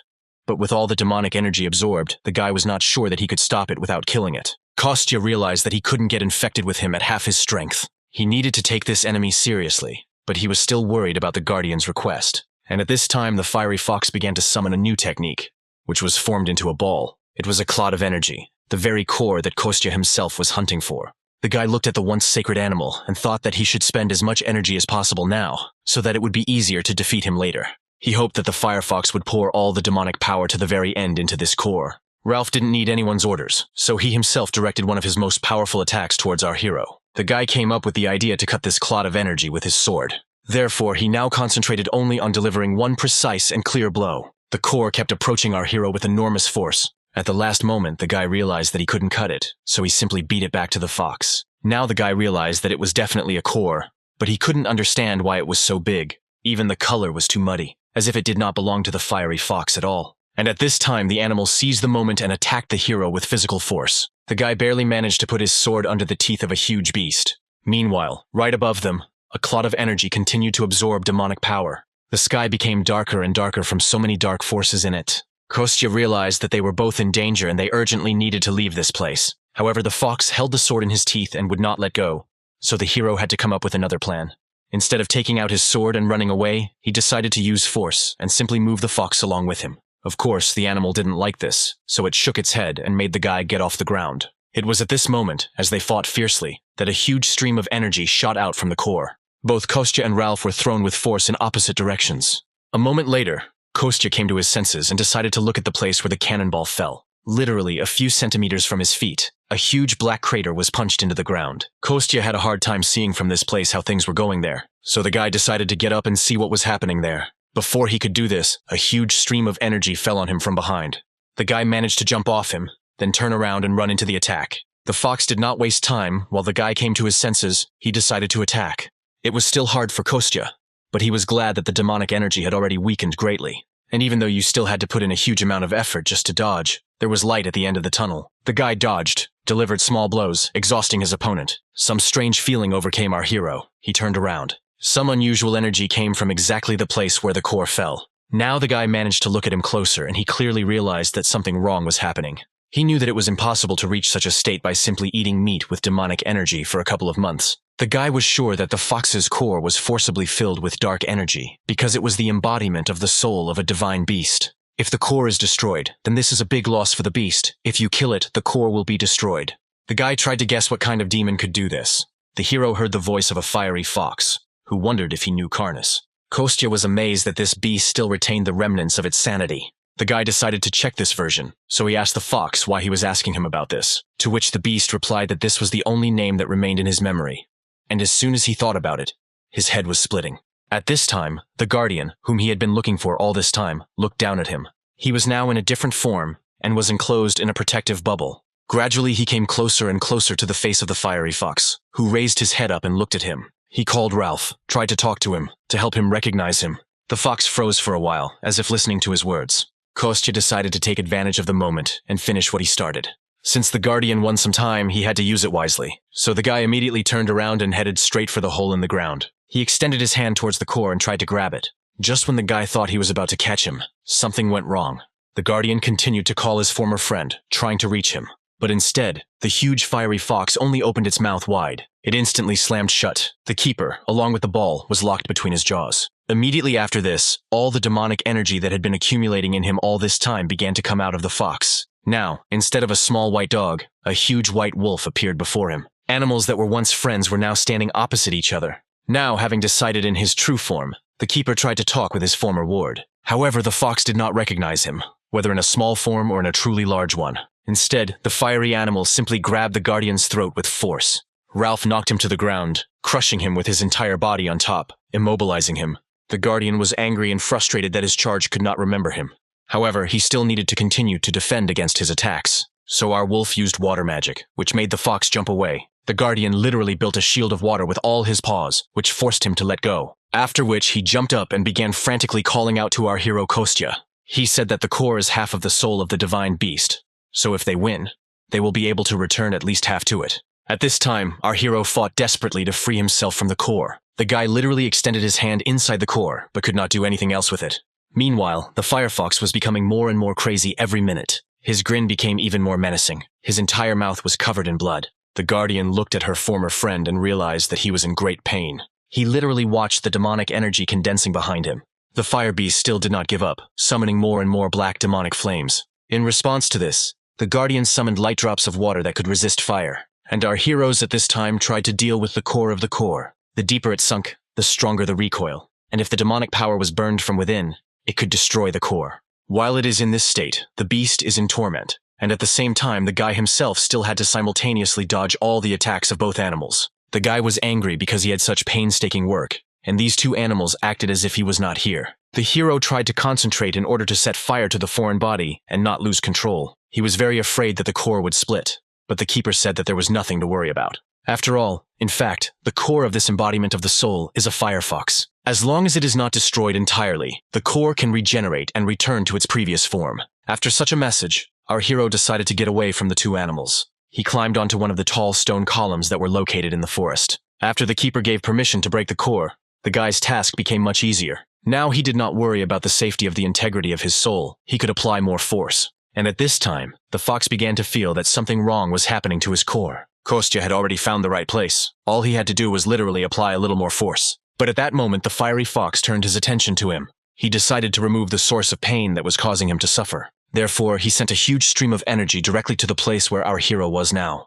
And literally, at the very last moment, the guardian pushed off from the ground and covered our guy with his body. Of course, Kostya saw what happened, so he was worried about his friend. The keeper only said not to worry about him, but to get on with his work. However, he asked the guy to hurry up, because even his strength was not that much. After that, Kostya concentrated even more, putting in the rest of his strength. It was this last movement that allowed him to finally break the core's defenses and shatter it. Immediately after this, the guy was able to exhale calmly, sweat still rolling down his face. Our hero held in his hand a small fragment of the firefox core. Immediately after this, all the demonic energy of the beast disappeared at once. He fell down.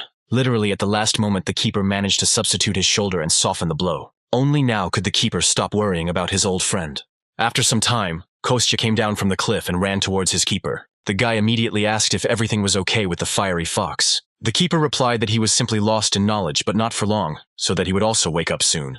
But in fact, he was more worried about the body of the guardian himself. But what was more important was that the wolf was grateful to the man for the return of his comrade. He even touched his forehead with his nose and promised to get better soon.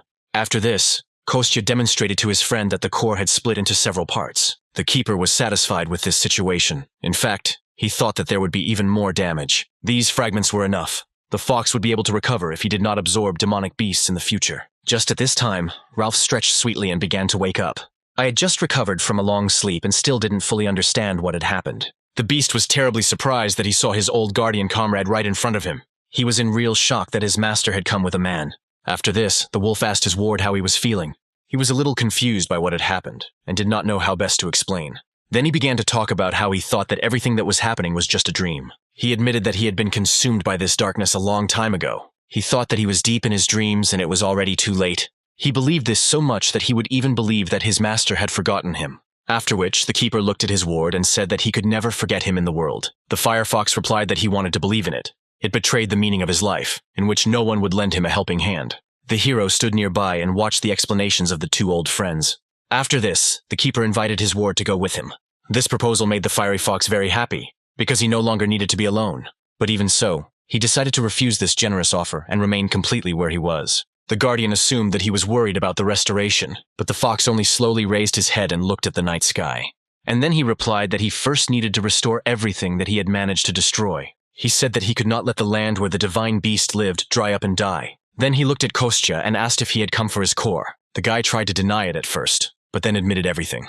The fox noticed that his words contradicted each other. Everything was too obvious. He added that on any other day, with his character, he would have knocked him down and killed him long ago, tearing him in half. But today he helped him, so he forgives him and gives him life. He also noted that even now the guy is capable of tearing apart a weakened divine beast, if he just wishes it. People have an evil nature, so with such power he would not spare him, even if it cost the fox his life. However, the owner intervened and said that it was he who brought this man here. This is a brave man who will protect the earth and take the place of the guardian. After this, only the fox realized that this was the great man about whom the owner spoke in predictions several thousand years ago. After that, he no longer looked at the person that way. Although he expressed disappointment, the fox noted that he does not believe in a specific person, but in humanity as a whole. Either way, he was going to stay in this place and focus on recovery. Some hostility immediately arose between the fox and our hero Kostya. The guardians returned to their earthly appearance and promised that even years later, he would definitely return to pick up his comrade. After that, our heroes headed home, leaving the fire beast to rebuild everything it had destroyed. In parting, the keeper added that even if the whole world disappears at once, he will disappear, preserving the memory of his comrade. He promised that he would never be able to forget him, no matter what happened to them.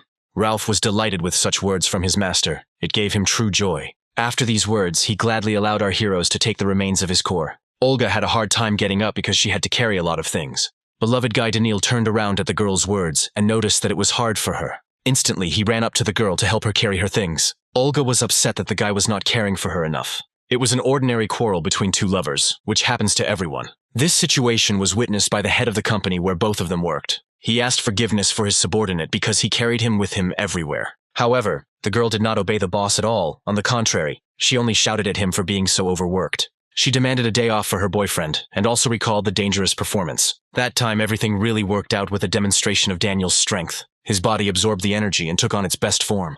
The girl was worried about the fact that in the morning she worked in a restaurant, and in the afternoon she disappeared with business at the guild. She demanded a day off, or at least one day when she and Daniil could be together, but he covered her mouth with his hand. Everyone understood that this was not serious at all, so they were not angry. Immediately after this, the driver shouted from the passengers that he needed to leave, so everyone in the group rushed to take their seats. At this time, an abandoned temple stood in the middle of the desert. In its center there was a dark entrance that allowed one to enter a place never seen before. A small green mouse crept there unnoticed through a gap in the floor. She quietly watched what was happening inside, spied. This strange green mouse had a small camera on its neck that recorded everything that happened. The werewolf looked at what was in front of his eyes and could not understand what these creatures were up to. Very small people rushed back and forth with tools in their hands. A beautiful dark-haired, slender woman commanded them menacingly. She was worried that the gate was almost completed, but Pasha was not finished yet. The girl was thinking that everyone was working too slowly at that moment when someone called her from behind. Another little man with glasses ran up to her and said that the gate ball was completed. Raisa looked at the small sphere in his hands and was very happy about it. Then she pulled herself together and praised Pasha for doing such a difficult job. She added later that after this she simply had to treasure him. This cute boy was incredibly embarrassed by such open praise. Raisa did not think that on Earth it would take only 3 months to create a ball, but now she held it in her hands. She added that this is only thanks to such a master as Pasha. Thanks to these words, the boy added that in the future he would be able to make an even more effective device. He said that he understood the essence in general terms, so it would take him about 2 months. However, the girl turned her eyes and said that Pasha, with his abilities, would be enough for a month. The guy was again embarrassed by such praise and promised to try to cope in a month. After that, the girl smiled joyfully and said that this is exactly how she appreciates him. After that, Pasha went back to his laboratory, and Raisa stood and joyfully waved goodbye to him. She did this until the guy disappeared around the corner, after which the smile disappeared from her face. The girl straightened her hair. She was unhappy that she had to constantly persuade and praise the dwarves, so that they would at least do something.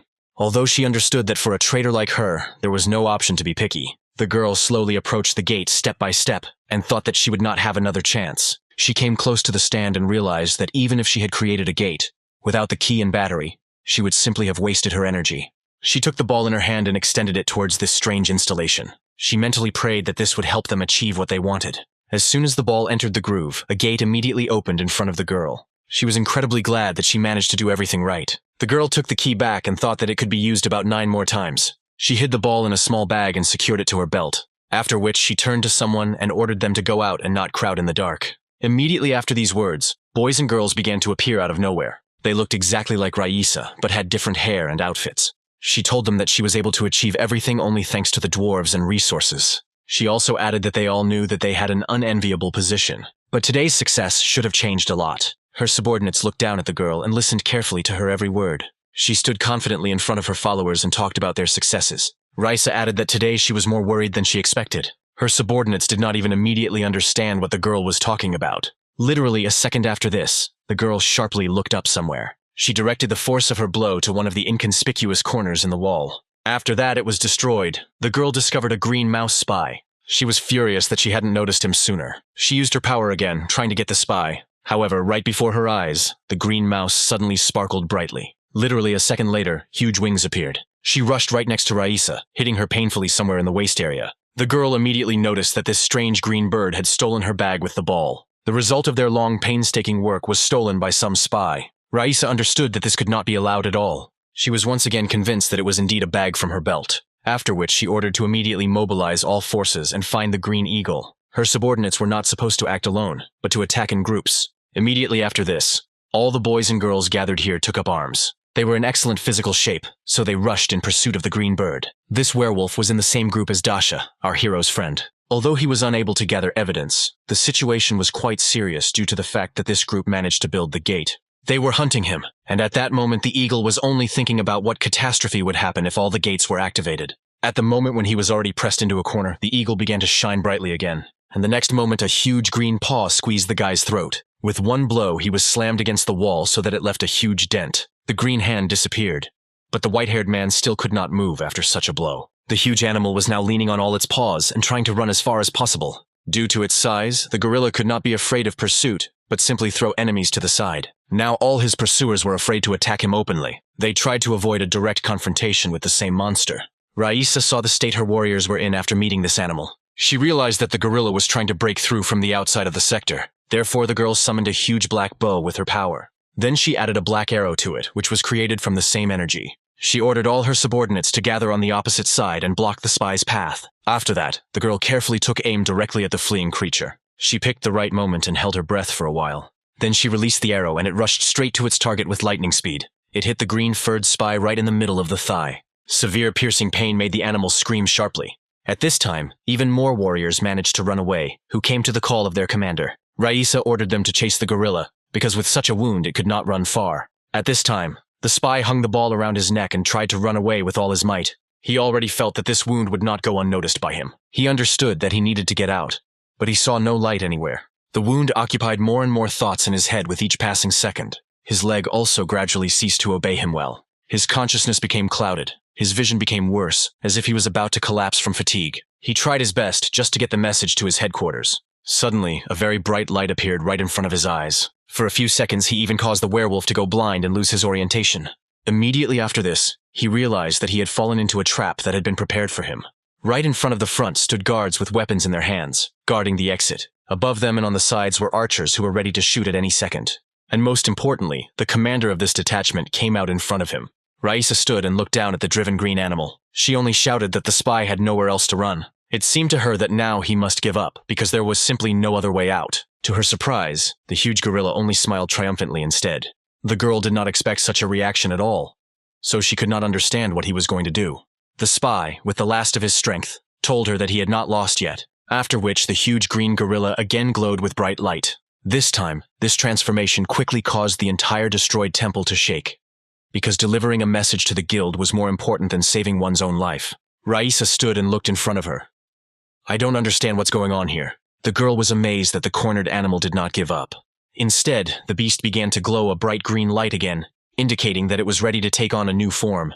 The last transformation was of such incredible proportions that the entire structure began to shake and threatened to collapse. And at this time, Kostya was somewhere in the middle of the forest and noticed a strange sound. The keeper was surprised that the guy was using the brave man's sword to butcher horned pigs. The hero replied that such an artifact of the legendary class cuts like a legendary one. Thanks to the very abilities of this artifact, the hunt was extremely easy and successful. Kostya reported that he heard a strange roar of an incomprehensible animal and suggested that the keeper check it. Belyash was not delighted with such an offer, because he had not even fully recovered yet. And the hero himself fell into this place on the way home and suddenly, for no apparent reason, began to chop up the pigs, declaring that they needed to finish for dinner. However, Kostya still suggested going to look at this beast, because fights are the most interesting thing to watch. The guardian said nothing, but thought that the situation looked too serious to simply be an observer. A huge green tail, all covered with durable scales, developed from side to side. Instead of a gorilla, a gigantic crocodile appeared in the huge hall. He threw his opponents in different directions, swallowing some. The dark elves looked at their enemy and did not dare to attack. They would be amazed at how easily their brethren die in battle. Raisa was unhappy that her subordinates could not gather their courage. The girl ordered them to immediately restore order in the camp. A squad of archers must keep their distance. Spearmen must stand in a row and prevent the beast from leaving the camp.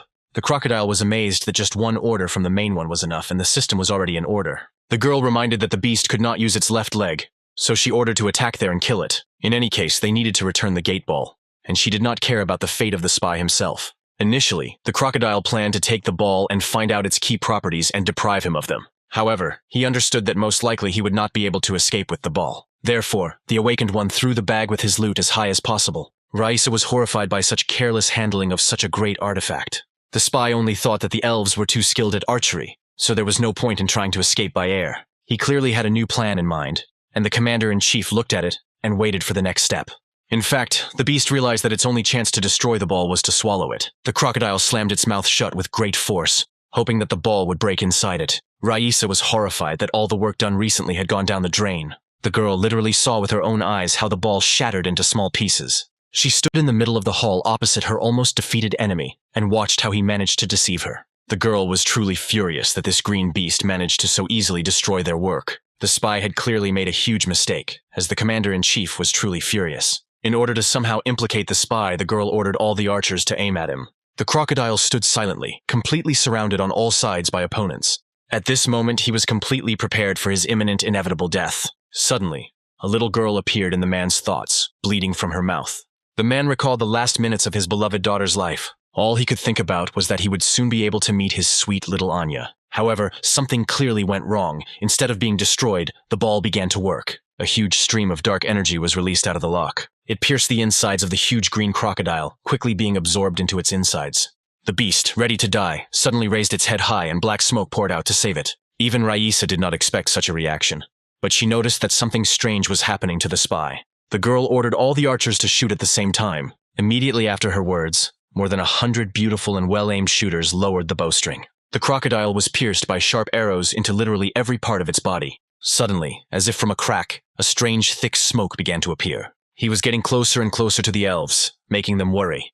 Many of them sought help and protection from their commander Raisa. However, only turning to her, they noticed that the girl herself was bleeding. A strange clot of energy of incomprehensible color pierced the girl's body right through. Even one of the dark elves could not survive such a wound. While they were worried about their commander-in-chief, dark energy took over the beast's body more and more. The deputy commander was horrified by what was happening and ordered the remaining elves to retreat immediately. All subordinates immediately rushed away from the scene of events, saving their lives. This is exactly the picture that our main character Kostya found, who appeared right above the hole that had formed in the ceiling. The guy had just arrived and was still trying to figure out what was happening here. From this smoke appeared a huge green leg of a monster, which was swollen to incredible sizes. And the once green crocodile himself turned into a huge, strange golem. There wasn't a single living soul left around him. Everyone ran away. One of the elves charged his arrow with dark energy and aimed at the monster. He put a lot of his strength into the last blow, then released the arrow. The elf wanted to avenge his commander-in-chief, who died in this battle. However, this was not destined to happen, because at the last moment the monster felt threatened. He turned towards the shooter, which greatly surprised him. A huge beam of energy was suddenly released from the monster's mouth. He was moving straight towards the poor shooter's location. The impact was so powerful that it completely destroyed the entire small balcony on which the elf stood. He would most definitely have been dead if his comrade had not pushed him away at the last moment. The comrade reminded the dark elf that their main task was to prevent information from spreading. The commanders will not return, but they must prevent information leakage and survive. At this moment, the energy began to spread in all directions and strike chaotically. The two elves barely managed to avoid inevitable death and escape deeper into the castle. Our main character calmly watched all this from above. The Guardian even clarified whether Kostya was going to capture these dark elves. However, he noticed that the Keeper himself had forbidden him to do this just recently, to which the wolf replied that this does not apply to other races. After all, karma is given in different quantities depending on the reasons and its volume. Kostya realized that last time the Guardian stopped him, because having harmed a person, he could not become a protector god due to changed karma. The guy also thought that the dark elves have the same laws of the world. They value the lives of their relatives and should not kill each other. However, judging by their last reaction and events, the guy was wrong. The Guardian noted that no creature deserves to die. However, the living cannot always avoid conflicts, and this is understandable. Moreover, these dark elves are unlikely to benefit people, which is why he asked Kostya as a person. The hero replied that the Guardian too often asks questions that confuse him. The wolf noticed that the guy was too hostile. He may not want to become a protector god, but even so, such statements and actions only prove his immaturity. The hero was irritated by the gap between them, which was always felt at such moments. The guy spread his hands and said that he partially agreed with the words of the Keeper. However, his main goal now is to save Dasha's colleague from a scrape. The guy did not hide the fact that the dark elves also bothered him. However, at the moment, what interested him most was the black demonic energy. After all, at the moment it was very similar to what had recently been hiding in the fiery fox. Kostya was simply interested in what kind of lousy demon was plotting these intrigues.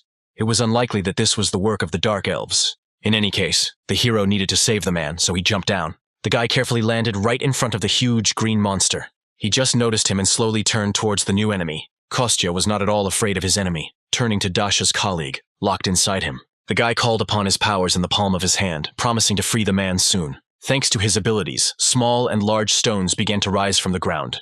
More and more of them rose into the air. They glowed with a yellow flame. Gradually, the stones began to twist in a spiral, as if they were in a whirlpool. From such a strain of magical power, even our hero's eyes turned blue. Immediately after this, Kostya directed this entire gigantic flow of energy, along with the stones forward. His improvised weapon came closer and closer to the monster, surrounding it. But he did not think of giving up quickly, and again released a clot of energy from his mouth. The monster aimed right at the middle of the stream, intending to reach the enemy. However, his path was blocked by sand and stones that blocked his view. Now he stood completely inside this vortex and looked around. The guy literally imprisoned the monster inside a cluster of stones covered with his energy. It was necessary to cleanse and free this man's core from demonic energy. Therefore, the guy clenched his hands tightly and increased the resistance of the wind and energy. It was a difficult confrontation. The hero decided that he needed to speed up. It must be faster than the cell division of the green beast. But the demonic energy that sat in the man's core was not going to give up. Even in this state, she forced her clots to release and attack our hero. One of them had already taken it out, inflicting a small wound on his left cheek. The guy only managed to dodge when several more new attacks were already rushing towards him. However, this reminded our hero of something from his past. He understood why this reminded him so much of the Firefox's situation, even though the circumstances were different. The guy spread his arms to the side, causing the diameter of the vortex to expand. After this, he noticed that the streams that had previously attacked him began to collapse. After this, the hero realized that he was now moving in the right direction. The time has come to begin the next stage of liberating the green beast. Now he unclenched his fists and concentrated energy in his open palms. The whirlwind gradually subsided, and only a small cloud of dust remained in the air. Gradually, the face of a man with green hair appeared, who was covered in cuts. Only now could Kostya breathe a sigh of relief, but he failed to do so. After all, his friend Dasha's colleague was still lying in front of him, covered in blood. The man was unconscious and clearly in very bad condition. The guy sighed wearily and told the Keeper that he had assumed such an outcome of events. What interested him most now was why this man's blood was black. The Keeper did not understand why the guy was hesitating. He even shouted at him.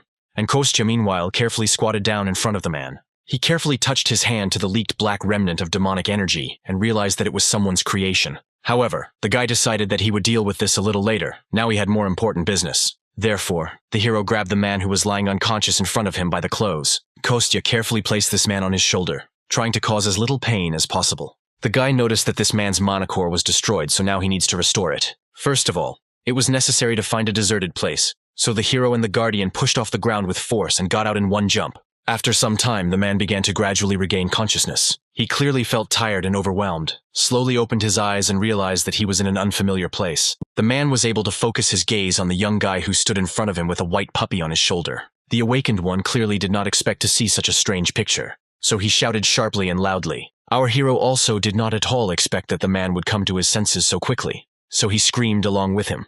They were lucky that they were in a house in the middle of the forest, otherwise someone might have heard them. It took Kostya some time to explain to the man what happened here. The guardian lay and listened all this time. The hero noticed that the man was in critical condition, so he offered to talk about the details after he swallowed the medicine. The green-haired man thought for a while, then asked to convey his words to the association.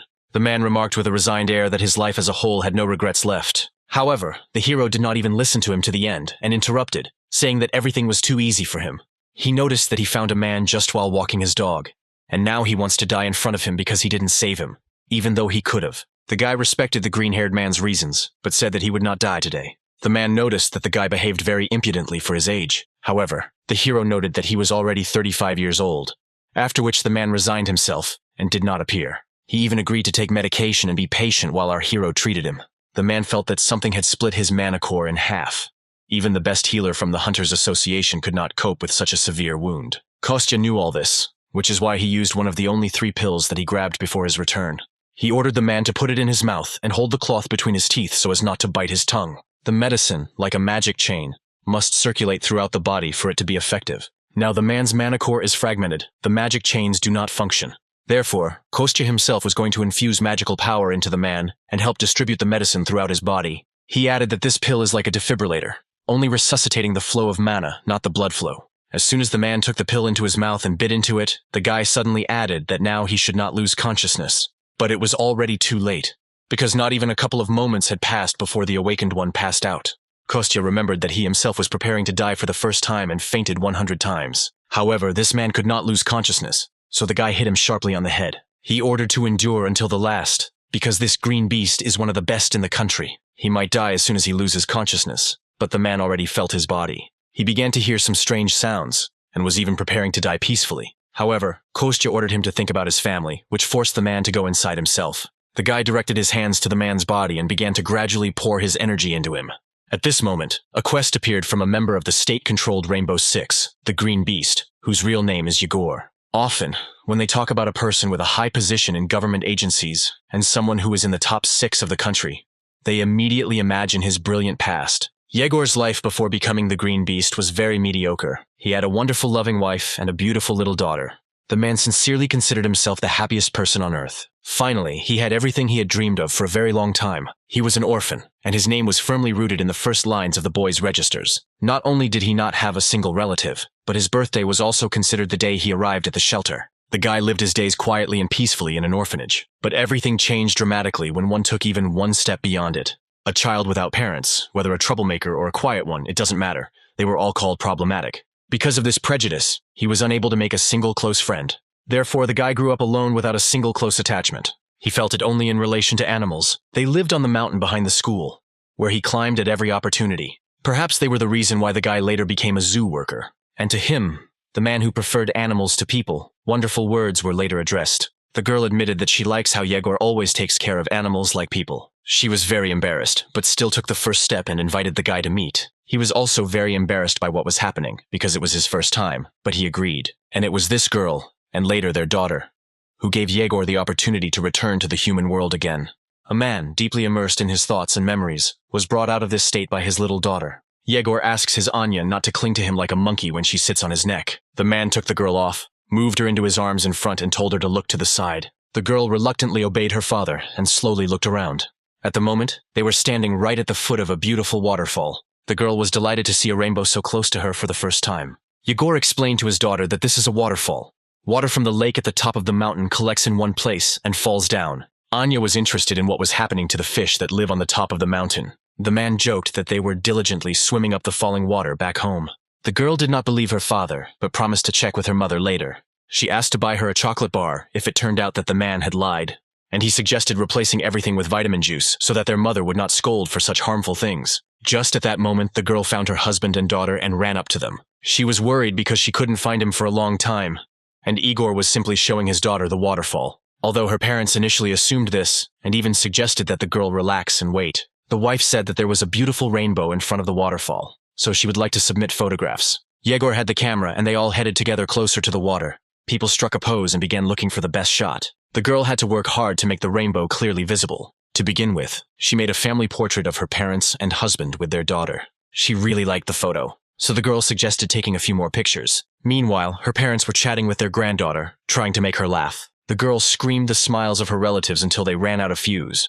After that, Yegor handed his daughter into her arms and asked her to take his place. The girl ran to her parents so that she could take a photo with them herself. Little Anya began to teach her grandparents how to make a heart with their fingers. She even made 2 hearts at once with both hands and addressed them to her loved ones. Meanwhile, Yegor was catching good shots and taking pictures of his joyful family. The guy did not notice at all how something strange began to happen with a waterfall not far from them. The space in front of him began to literally crack into pieces like glass. Igor noticed the crack only when it had already reached a fairly large size. The next moment, space split and a huge black hole appeared in it. Then this happened several more times near the first fault. From one of them appeared the head of a huge shark with yellow eyes, which immediately attacked the first person it came across. A huge bear crawled out of the other and immediately knocked down and pinned some guy to the ground. All this happened before the eyes of Yegor, who was just beginning to understand that he had built an ideal life. He subconsciously believed that this happiness would leave him sooner or later. After all, nothing is given for free, and for him such a life is a luxury.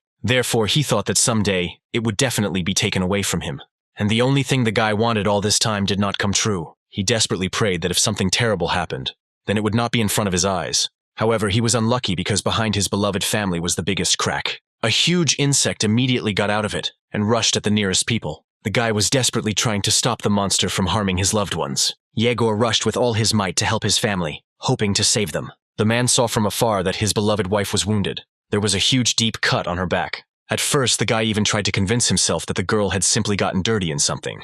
And during his delay, the monster had already managed to completely get out of the crack. Now it hung directly over Yegor's relatives, who were now all lying on the ground unconscious. The guy realized that this huge mantis had deprived him of everything with one blow. Yegor fell to his knees and began desperately calling his beloved wife by name. He looked at the girl's back, and his whole body was shaking with fear and awareness of misfortune. As soon as the guy decided and found the strength to touch his wife's body, he was not allowed to do so. The huge mantis lashed out with its claw, cutting through the air with incredible speed. He hit right at the place where Yegor was literally a second ago. The guy was thrown back with incredible force and speed. It seemed to him that from just one contact with such claws, his body was torn apart. However, this was not the case. The guy flew quite a long distance and landed hard on the ground. And at this time, the monster raised its head up and let out a victorious cry. It stood right above the green beast's family and waved its huge claws menacingly. The love for his family, and especially for his daughter, made our guy come to his senses. He rose to his feet and was ready to fight the monster. The green beast rushed towards the huge mantis. After what happened to this family, the guy was no longer afraid of this monster. On the way, he kept swearing at the monster and picked up some kind of sharp stick as a weapon. The guy had nothing to lose, so he attacked the monster with such zeal. Just at that moment, when Yegor ran past the bodies of my family, he heard a familiar voice. The guy looked back and noticed that his daughter was still alive, protected by her mother's body. This all happened literally in an instant, when the guy could no longer stop. He noticed that the girl had come to her senses and was very scared. And the very next moment, the guy had to defend himself from an attack by a praying mantis. His claws were very sharp, and Yegor's weapon was useless. Therefore, the guy fell to the ground, and his stick was easily cut into pieces. Mantis continued to advance on the green beast without stopping. This time, his claws pierced the ground right next to the guy's head. Yegor's entire consciousness was now absorbed only by the thought that his daughter was still alive, and the girl was already sitting next to her mother and crying with fear. She was calling for her beloved daddy when a huge shadow covered her. Anya slowly turned around to see what was happening behind her. Yegor understood that he could now lose the last survivor of his family. At that moment, something arose deep inside him. Some strange feeling grew stronger and stronger with every step he took. It appeared in his chest, but now it was spreading throughout his body. A strange energy and green glow enveloped the entire guy from head to toe, and the claw of the huge praying mantis was already a few millimeters from the girl's body. One more step, and it is not the human foot that steps on the ground, but the paw of the beast. The monster's huge, sharp claw was torn off with one strong jerk. A huge green tiger carried her away in his powerful teeth. Anya, with tears in her eyes out of fear, clung to her mother's body. The tiger stopped nearby, holding the severed claw of a praying mantis in my mouth. At that time, he roared in pain and became furious from his wounds. Something green and striped quickly flashed before the monster's eyes. This huge tiger spat out his claw and rushed back to the monster. This time, his target was the head of a monster with 2 huge yellow eyes. The tiger opened his mouth wide and sank his sharp fangs right into the neck of the mantis. Not even a moment passed before the headless monster fell to the ground, and the tiger rushed away, carrying in its jaws part of the enemy it had defeated. He stopped nearby, walking inside and looking at the monster. Another moment and Yegor in human form is rushing towards his daughter. He ran to Anya, hoping that everything was okay with her. However, the man immediately realized that he was late. His hands began to tremble. In front of him on the ground lay his dead beloved wife and wounded daughter. The young man looked at the body of his wife, which became paler every minute. Then he turned his gaze to the little girl who lay unconscious next to her. The man was already sweating from tension. His whole body was becoming more expensive from fear. He looked at what was left of his family, tears flowing from his eyes. Yegor saw that his daughter was still alive, but she was too weak to even sit up on her own. The man had to carefully put his hand under the baby's head and help her rise. He tried to calm the baby down, all the time promising her that he would think of something. Anya complained that her stomach hurt very badly, and the man could not stop the bleeding.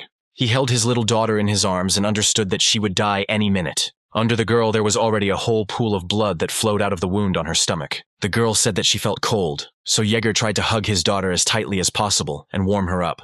Anya was glad that Dad came to her aid and did not leave her alone. She even laughed. The girl smiled and said that she loved her daddy more than anything in the world. She wanted to touch her father's face with her hand, but the strength left her. Anya no longer made a single sound. Yegor realized that his daughter had just died in his arms. It took him a few seconds for the thought to sink into his head. Then the man burst into tears, leaned over to the girl and said that Dad also loved her more than anything in the world. After some time, the men carefully shifted the girl to the ground. Now in front of him lay the dead bodies of his beloved daughter, wife, father-in-law, and mother-in-law. It was at this moment that Yegor dreamed that God, if he exists, would turn out to be an unsuspecting fool. He was ready to follow his will with pleasure if he, as a reward, would allow him to save the lives of the people he loved. Yegor was grateful that he was able to meet people born in love, and promised to devote himself entirely to this goal, after which he turned into a huge green elephant and rushed to protect the people remaining in the park. Kostya realized that this thought was driving the man when he burst into the dark elf base. He could see all this in the man's head while he lay unconscious and thought about his family. Finally, after some time, after the medicine took effect, the man came to his senses and opened his eyes. I asked the guy how long he spent unconscious, but Kostya replied that all the most dangerous things were left behind. Kostya looked at the man and was disappointed that he chose this path. Yegor just turned his back to the guy and added that he had nothing to say to such a boy.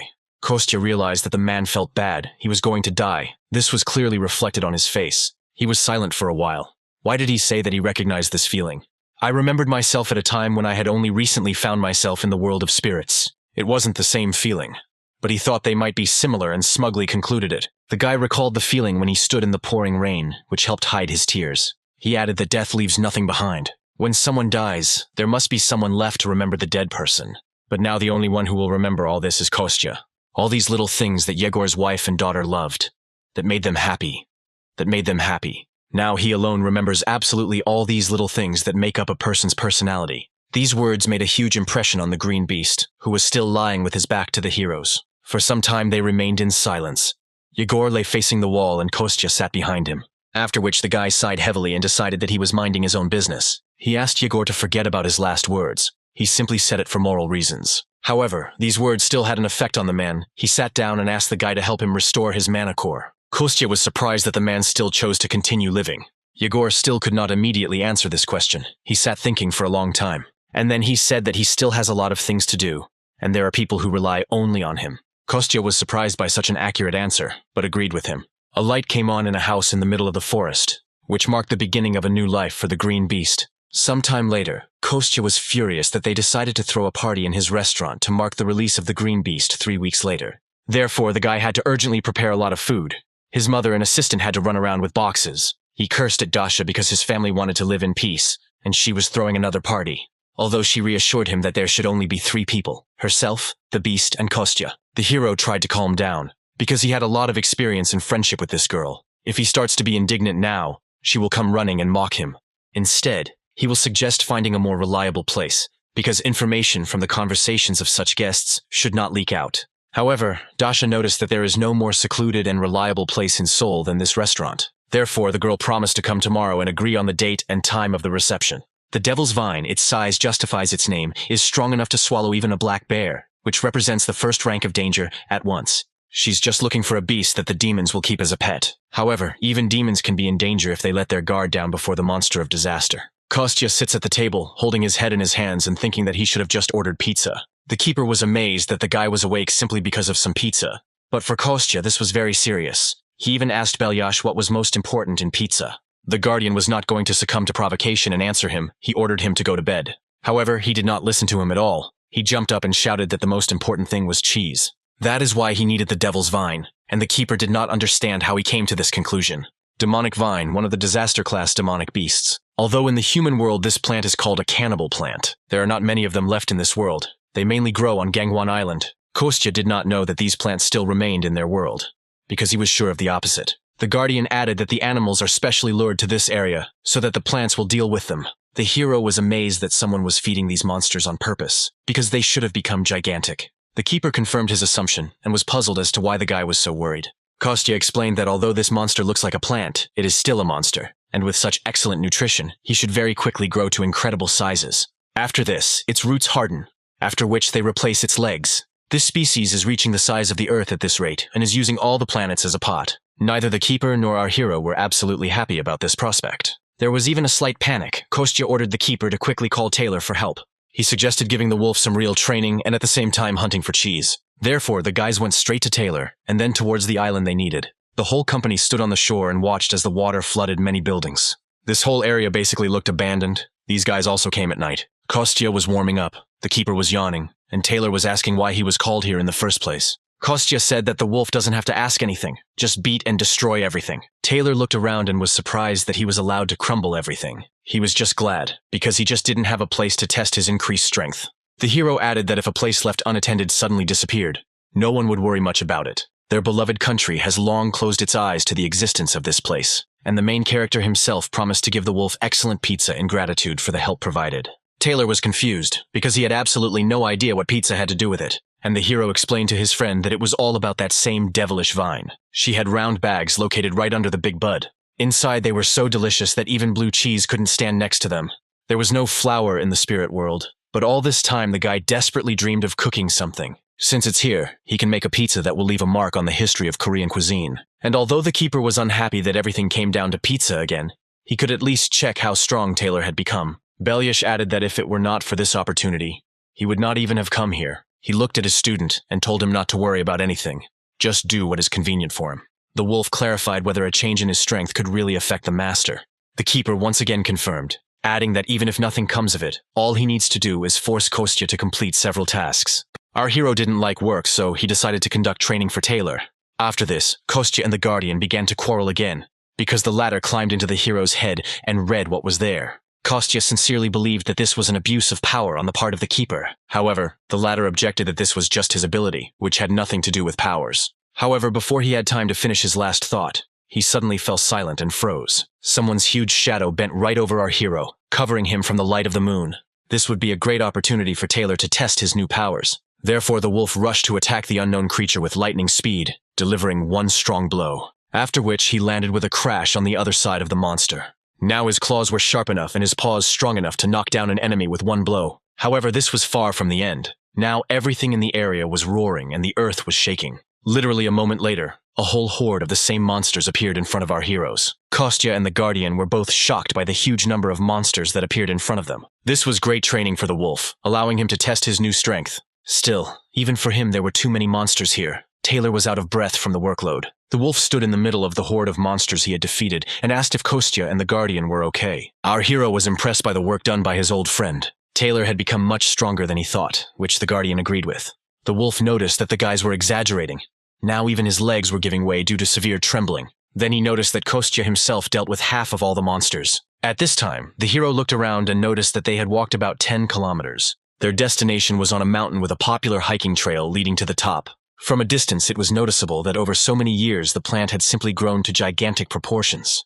The wolf noticed that, most likely, it was from this flower that all the others that filled this entire area came from. Kostya noticed that the wolf seemed to know about the earth even more than he did, even though he was born here. In any case, the most important thing now was to get to the right place. Then the hero himself would figure it out. The wolf apologized for not being able to help the hero all the time. However, he added that there was no need to force himself. It was already clear to him that Taylor had reached his limit. As soon as he said this, the whole company felt a huge energy that scared them. The wolf was amazed that there were monsters here that were so strong. Kostya immediately recognized this energy because he had recently encountered something similar. He wanted to warn his friend that there were many wolf-monkey monsters hiding here. But he didn't have time to do this, because one of them had already dug into Taylor's neck and dragged him away. The hero could only watch as his tired friend was carried away into the distance. He was about to give chase when suddenly something distracted him. The whole earth trembled under his feet, and a new monster appeared from under it. It sent its tentacles towards the hero, but he managed to escape at the last moment. The guy pushed off the ground with force and soared high into the air. The tentacles crashed so hard into the place where the hero stood a second ago that they forgave the asphalt. Without wasting time, they immediately rushed back up, catching up with Kostya. It was obvious to our hero that they were targeting him and were not going to be left behind. It didn't look like the plant had eyes, which meant they simply decided to cohabitate together. Kostya decided not to waste time and summoned his favorite sword from his inventory. He realized that even in the spirit world, he'd never seen a devilish vine of such gigantic size. The guy realized that they needed to separate, so he made a request to his guardian. He said he had to stay here and grab the devil's vine. Therefore, he asked the keeper to go, and instead help Taylor, who was already very exhausted. The guardian assured the guy that it would not be a problem to go, but he was not sure that the hero himself would be able to withstand the battle. After all, since he returned from the spirit world, his strength continues to weaken. The hero was sincerely amazed that Belyash managed to notice this.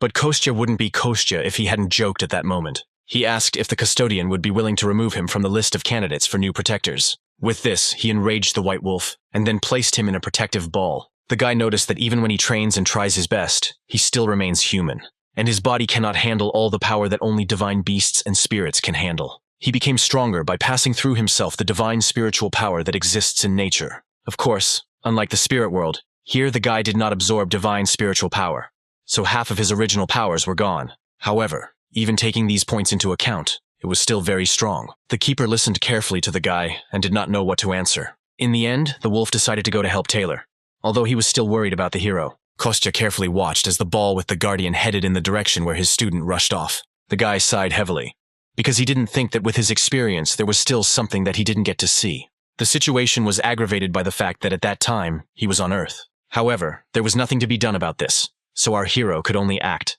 He clutched his favorite sword tightly in his hand and rushed to attack the huge monster that was waiting for him at the top of the mountain.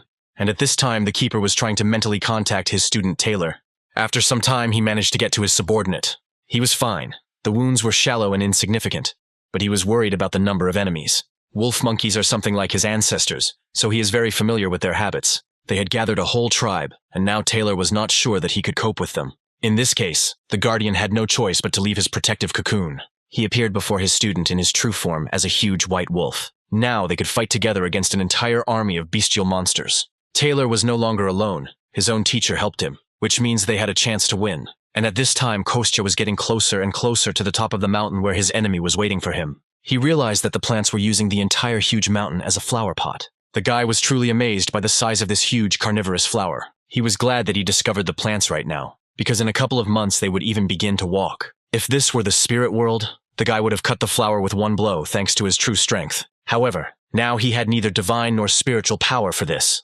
The only option left to him was to get closer, gradually cutting off the parts. Before the hero even had time to fully come up with a plan, the flower immediately spat out a huge amount of some liquid material at him.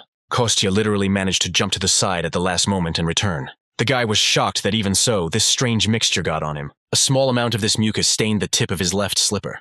The guy was truly horrified by the fact that the strange purple slime fell on him. It had a very specific color and smelled very strongly, which means it was obviously poisonous. Kostya even cursed at the flower because, according to the rules, it was forbidden to attack when the main character was talking or thinking. The guy wanted to forget about what happened, but this fetid smell did not leave him. He pulled his left leg closer to his face and sniffed carefully again.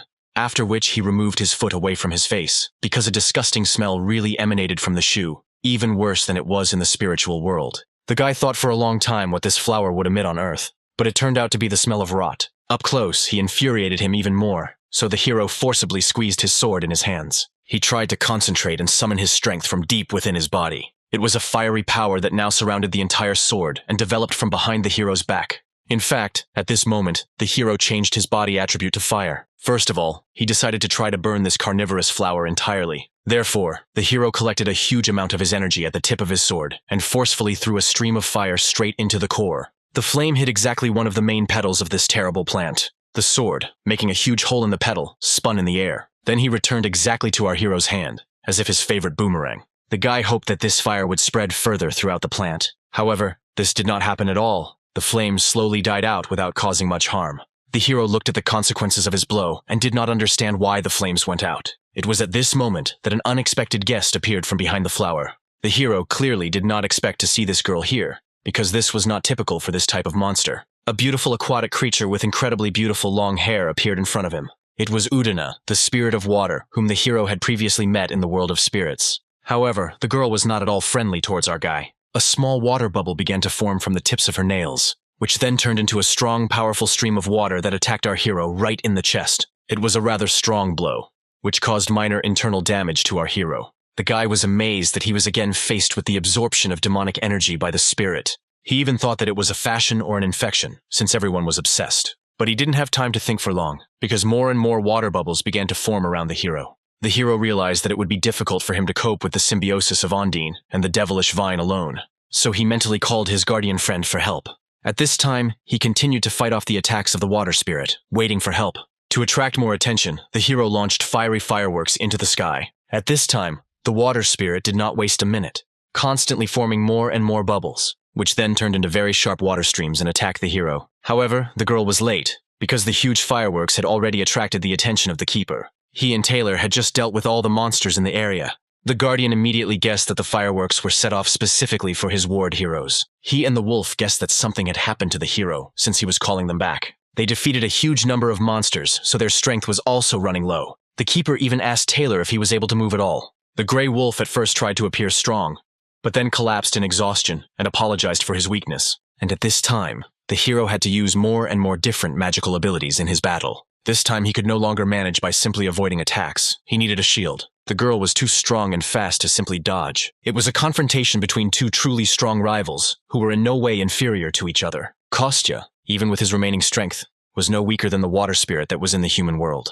Moreover, it was a confrontation between two essentially different elements. The fire that Kostya controlled opposed the water that Ondine controlled. Even the Guardian was shocked by how powerful this battle was. The water spirit attacked our hero with great speed, but he dodged at the last moment. Sometimes it was easier for him to repel attacks flying at him with his sword. Sometimes the hero even managed to deliver some kind of blow to reduce the power of the devilish dose. And sometimes he only had time to quickly put up a shield and cover himself. But the water spirit still did not reduce its pressure and continued to attack. In addition to water bubbles, the girl herself actively attacked our hero. Kostya fought literally to the limit of his capabilities, because he was already very tired before that. The girl was also not going to give up and attacked her opponent at every opportunity. The hero was already completely wet from head to toe, which did not add anything good to him. The guy was clearly tired. He was breathing heavily. One of his eyes had been blackened earlier. During this time, he became convinced that the girl was indeed under the control of a demon. Besides fighting the flower itself, she also caused him a lot of trouble. The hero lowered his sword down, preparing to strike again when something stopped him.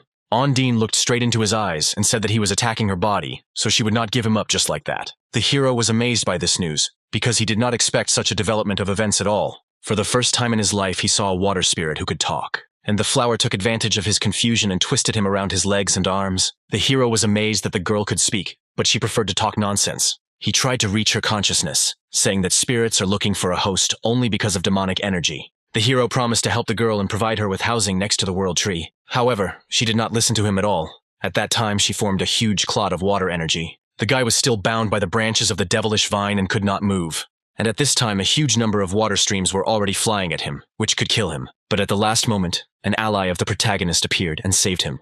It was the Guardian who took the brunt of the blow and covered the hero with it. The white wolf carefully grabbed our guy with his fangs and carried him away. The hero was glad at such a timely appearance of his Guardian.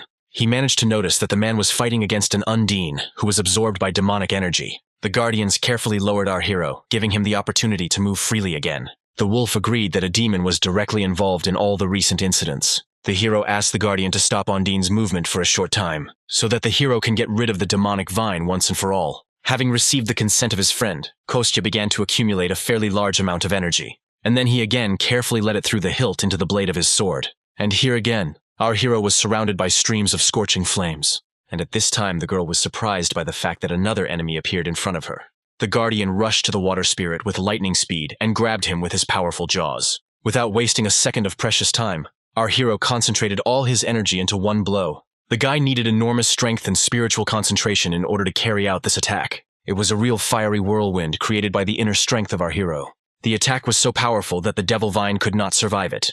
Even from afar, it was clear that a huge flame was shooting up among the mountains. A few moments later, the hero's sword stuck deep into the ground. The guy could finally breathe out calmly due to the fact that he had finally gotten rid of at least one enemy. Now he needed a second free hand, so the hero returned the shield back to his inventory. Instead, he concentrated his fiery energy in the center of his palm.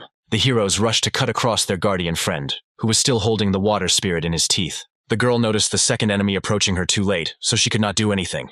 And at this time, Kostya directed his energy directly to the center of the girl's body. This is how he hoped to bring her to her senses and rid her of the devilish energy. Immediately after this blow, Ondine found herself encased in a huge block of ice. The girl could no longer move and fell into a rather deep sleep. It took some time before she was able to wake up again. When the girl opened her eyes again, nothing was holding her back. The water spirit carefully and slowly sat down. She was waist deep in water. Next to her, on the nearest large stone, our hero lay exhausted. The girl looked at the guy and did not understand what happened here. She didn't even remember how she ended up here, and why there was a man sitting in front of her. The hero was amazed that the girl could actually speak. It only meant that Udina was definitely a spirit who was born on Earth. The girl was not at all happy with her awakening. She had a headache. Kostya noticed that he had to forcefully extract demonic energy from her body. In any case, he asked the girl what was the last thing she remembered. Ondine told our hero about how she met the demon. Then she remembered how she touched a huge flower. However, after this, no matter how hard she tried, the girl could not remember anything. At this moment, the guardians entered into a conversation and introduced themselves to the water spirit. He noticed that the girl lived a free and calm life here. If she doesn't mind, then he could prepare another place to live for the girl. Ondine listened carefully to this proposal and became thoughtful. Then the girl, still not saying anything, glowed and began to shrink. She remained very small, after which she flew up to the hero and stopped near his shoulder. Kostya was amazed at this, because in fact it is easy to get a positive response from the spirits, after which they all went to his house. Dasha talked to our hero on the phone and promised to come tomorrow at noon. He was very unhappy with this. The guy tried to pretend that he didn't remember anything, but the girl said that he promised to cook pizza. After some time, our hero gave up and realized that he could not avoid the meeting. The next day the weather was clear and beautiful. The sun was shining in the sky. Our hero finally washed his favorite slippers after the battle with the devil's flower. Now it came to an amusement park, in the center of which there was a beautiful pond. He was grateful that this happy garden had been made for them. This was the initiative of Sergei, who wanted to thank Kostya and his family for their help. Our hero carefully looked around so that no one would see or follow him. Then he looked straight into the water in front of him and called to Ondine. Suddenly, a ripple appeared across the water surface and a small bubble emerged from it. Gradually, he became larger and larger until he turned into a translucent girl. Her body became more and more dense until it finally recovered. Ondine was right in front of our hero and was glad to see him. The guy visited his old friend and asked if she was living well here. The girl looked back and looked at the tree of life, which protected and protected her. She admitted that she liked being near the world tree, even though it was a little boring. The only thing she does all day long is water various plants. The girl admitted that she was really annoyed by this and cursed, which surprised Kostya. The water spirit admitted that she heard these words from the red-haired woman. The hero asked the girl to be patient a little, because she would be able to enter only after she had fully recovered.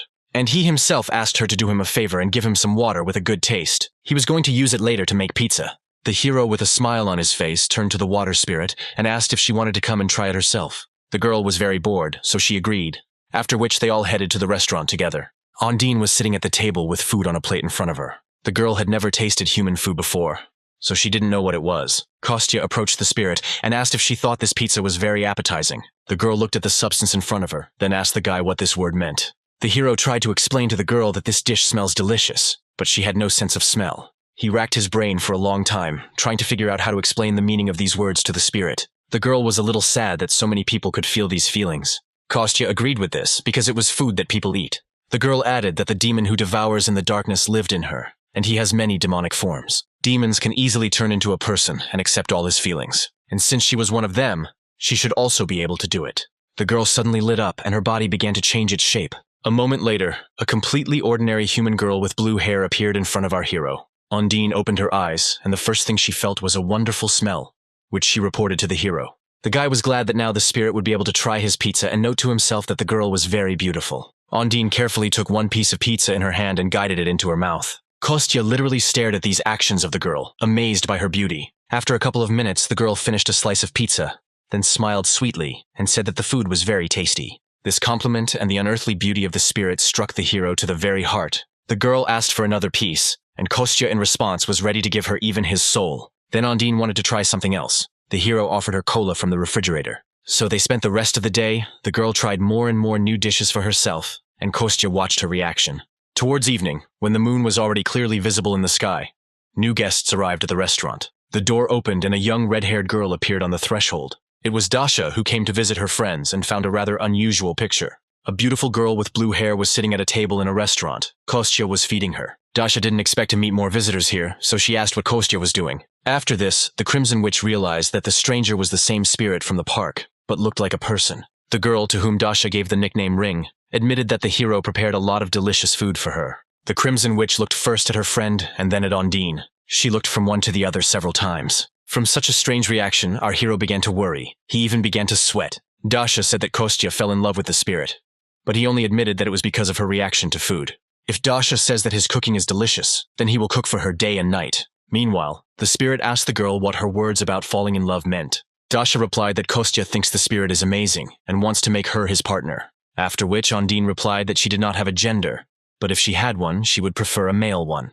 She greatly amused Dasha and shocked Kostya, who both did not expect such an answer.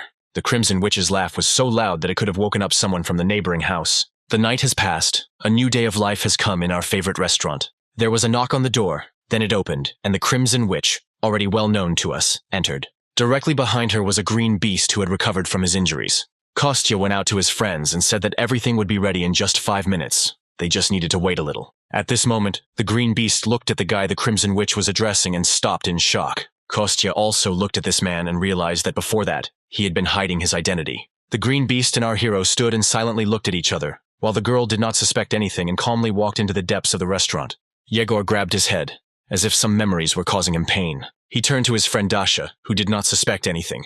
He asked her in a whisper what her friend did for a living. The girl loudly replied that he was an ordinary slacker who suffers from nonsense all day long. In response to this, Kostya added that Dasha is his crazy friend.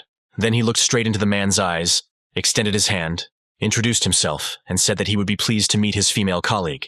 He added that he disappeared 10 years ago and returned only recently. These words struck the green beast, because this happened even before the start of the Great Cataclysm. Yegor pretended that this was the first time he had met such a person, so he simply shook the hand extended to him. Kostya admitted that he was very surprised when he returned back to this world. When he woke up, 10 years had already passed. Seoul was completely destroyed. The guy heard that many people were injured or died during the Great Cataclysm. Thanks to this, I didn't have to make much effort to restore my personal information, even though he showed up 10 years later. He noted that if someone who was counted among the dead returned after a few years, this would invalidate their status. In any case, it wasn't every day that someone like him, an ordinary person, met such a celebrity as the Green Beast. Yegor was grateful that the guy acted as if he didn't know him at all. However, what bothered him was how this guy was able to hide his energy. After all, last time he had just an incredibly huge amount of mana, and at this new meeting of theirs, he looked just like an ordinary person. Yegor decided to leave these thoughts aside for now, instead asking Dasha when Jenny should join them. The girl replied that she had received an urgent call, so she would quickly sort it out and come. She would be about 30 minutes late. However, before she had time to speak this phrase, another pretty girl ran into their restaurant. It turned out to be Jenny, who was supposed to be late. The girl immediately threw herself on Yegor's neck because she was very bored. She really didn't want the rest of their group to join them. The Supreme Sword and the Sun God hovered around and politely refused. Serena simply said that she could not come because of work at headquarters. Yegor carefully removed the girl from his neck and said that he would still like to listen to their opinion. Jenny was still hanging in his arms. She didn't want to tear herself away from him. She had already heard that Yegor witnessed an artificial dungeon. The guy was silent for a while, then answered in the affirmative. The truth was that even the smartest people on Earth were gathered there, but they could not find out how the dungeon gates opened, what conditions opened them, or the logic behind it. But this makes sense, because someone can still skip this whole process and immediately create a dungeon. The girl finally sat down on a chair and said that this story was hard to believe. Yegor agreed with this remark, because only he saw all this and could not obtain evidence. However, Dasha immediately noticed that they still believed their friend. Jenny also added that they were all here today only because of his words. When it comes to people's safety, Yegor could always be trusted. The other members think the same, because if it weren't for digging into the situation, they would have happily joined them at the restaurant. Yegor noticed that when he returned, the Black Sky shelter was already empty. Now that the appearance of an artistic dungeon has surfaced, they must be busy looking for the next hideout. The man didn't think they would clean up so well before leaving. He replayed the memories of that day in his head over and over again. After waking up, the man first wrote and submitted his report. The authorities carefully read this report and called him to their office. They told him they couldn't investigate the case without clear evidence. Jenny remarked that it sounded too suspicious, and everyone else agreed with her. Dasha even had the feeling that their superiors were openly hiding this. Since everyone in the world is hunting for this knowledge, it can be said that it is worth an astronomical amount. If a group of people attracts attention, it will be difficult for them to monopolize the creation of artificial dungeons. Based on this situation, it can be rightly said that the government is already involved in this, in which case the remaining members of the group will find it difficult to help the heroes since they belong to the headquarters. Therefore, the assembled trio, who are freelancers, must first figure this out on their own. An artificial dungeon must first be activated before it can become a resource. Yegor plunged into memories and noted that the artificial dungeon he saw was at the level of a disaster of such magnitude that they would have to sacrifice one city, even if there were 3 of them. Many people can die so many because they entered. Because it is such a valuable resource, the government will take the position of sacrificing many for the common good. Therefore, to stop this, they need to make the knowledge of the artificial underground public. The girls supported their friend's idea and said that it sounded very exciting. Kostya heard absolutely every word they said and was not entirely happy about it. He didn't understand why the guys were talking about such important things here. The guy didn't want to attract attention to his restaurant at all and dreamed of just living in peace. A few days later, when there was the same beautiful sunny weather, it happened at one of the Seoul subway stations. Somewhere in the depths of the depot, where it was dark and damp, gray rats were running. There, among the dirt and fetid odors, a detachment of elves passed. Their new commander-in-chief asked his subordinates how far they had come. The creation of the dungeon gate had finally stabilized. The efforts of about 50 dwarves who had been working on it for 2 months had finally yielded some results. The commander did not understand at all how they could belong to the same race, if it takes as many as 50 to catch up with the work of one person. Now that Raisa was dead, they could no longer rely on Philip. However, they were able to somehow compensate for this huge difference. The new commander-in-chief tiredly leaned his hands on his waist and sighed heavily. He then slowly turned to face his subordinates. The dark elf clapped his hands to attract the attention of everyone gathered. He spoke loudly and asked everyone to pay attention to certain details.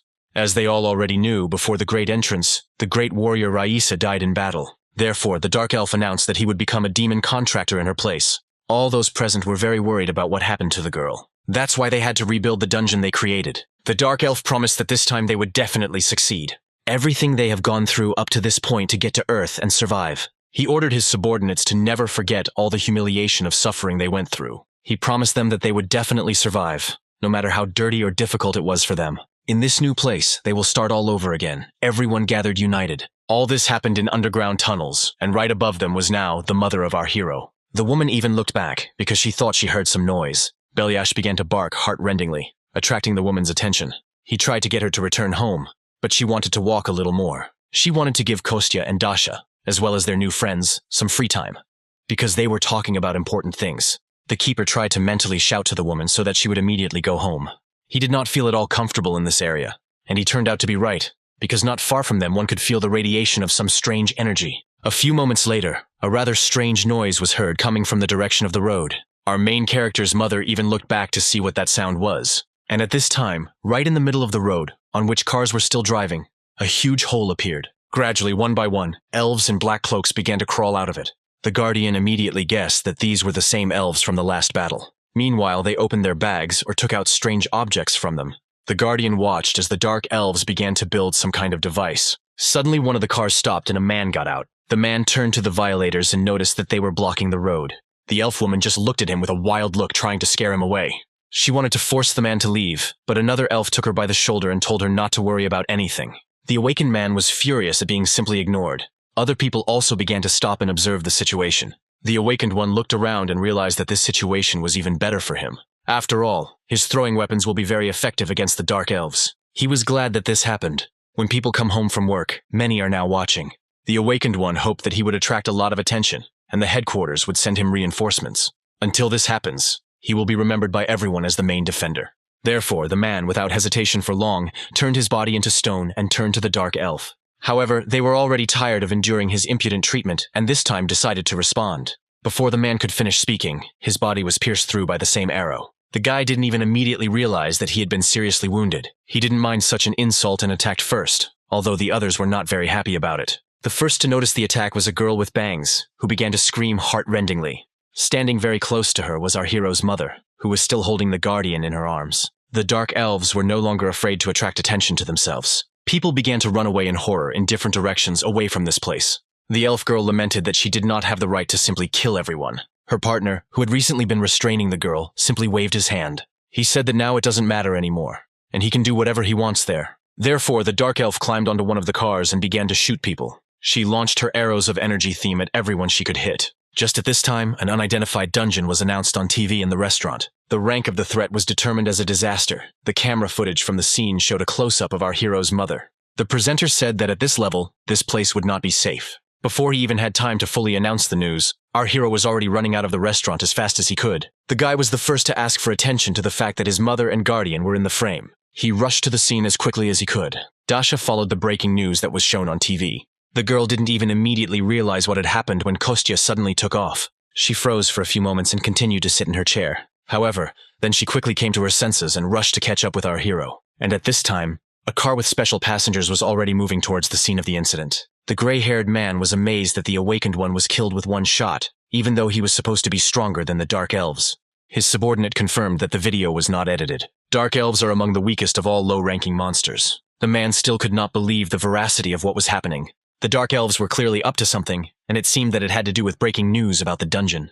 The chief was furious with the realization that they had been outwitted by some elves. He looked at the photo, which was taken just a few minutes ago at the scene, and decided to be more careful. If this corresponds to what the Green Beast was talking about when he claimed that an artificial dungeon had been successfully created, even though he told him back then that they couldn't investigate without any evidence. However, the man did not expect that his story would be true. In any case, he needed to personally appear at the scene and inspect everything. The car arrived at its destination and stopped. The chief got out of it first. Something incredible was happening right in front of him in the middle of the road.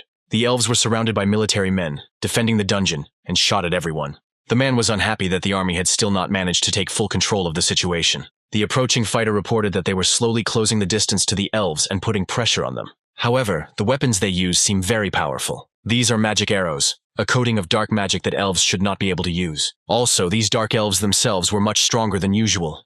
They were better with a bow. They also have a 120% increase in the sensitivity of their 5 senses during combat. The commander was annoyed by such a leisurely conduct of the battle and the fighter's report. He even asked for forgiveness for the fact that they could not suppress some dark elves. The boss noticed that they appeared out of nowhere in such a crowded place, which means they had prepared in advance for this. Therefore, the next step he ordered was to double the strength of the human army. And at this time, a terrible hand began to crawl out of a huge portal that hung in the sky. Then a second similar palm appeared.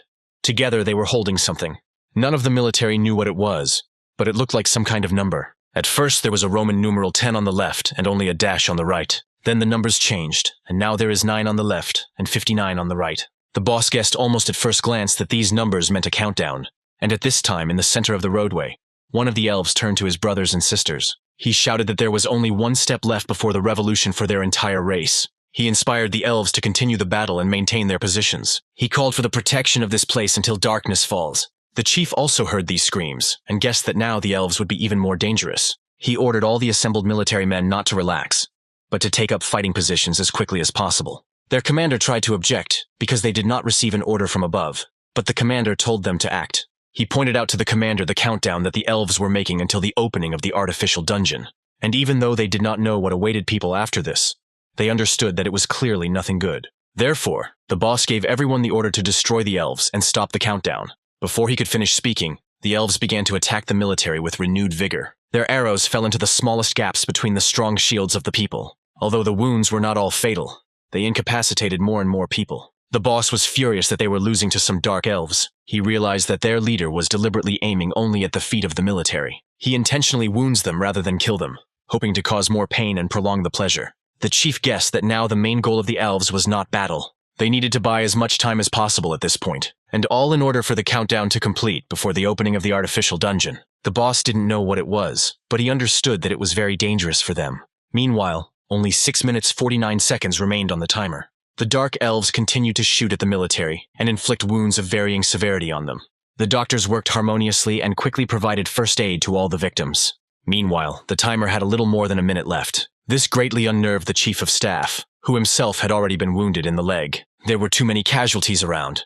The commander asked the man to give the order to retreat. He even said that it might be better to declare an evacuation for the entire city of Seoul. The commander confirmed that the evacuation order had recently been issued, but there would be no order to retreat. The detachment commander and the doctors standing nearby were shocked by this decision, because there were a lot of wounded. However, the commander did not want to retreat even a meter, forcing the soldiers to hold the line. The Dark Elves looked at the people who still continued to resist, and the chief shouted that the lives of the people of this country rest on the shoulders of the soldiers. He didn't believe that they became soldiers of this country with such weak determination. Now it's time to prove that although they are not awakened, they can still protect their side. Even if the damage is small, they must do this even if things go very badly. May all the injuries, efforts, and sacrifices of their comrades be worthy. With one speech, the chief inspired the soldiers not to give up and continue to defend the city. The elves were angry because the resistance was dragging on, and they had less and less strength. They were annoyed because they expected people to give up quickly. In response to this, the Dark Elves began to shoot the military with even greater force.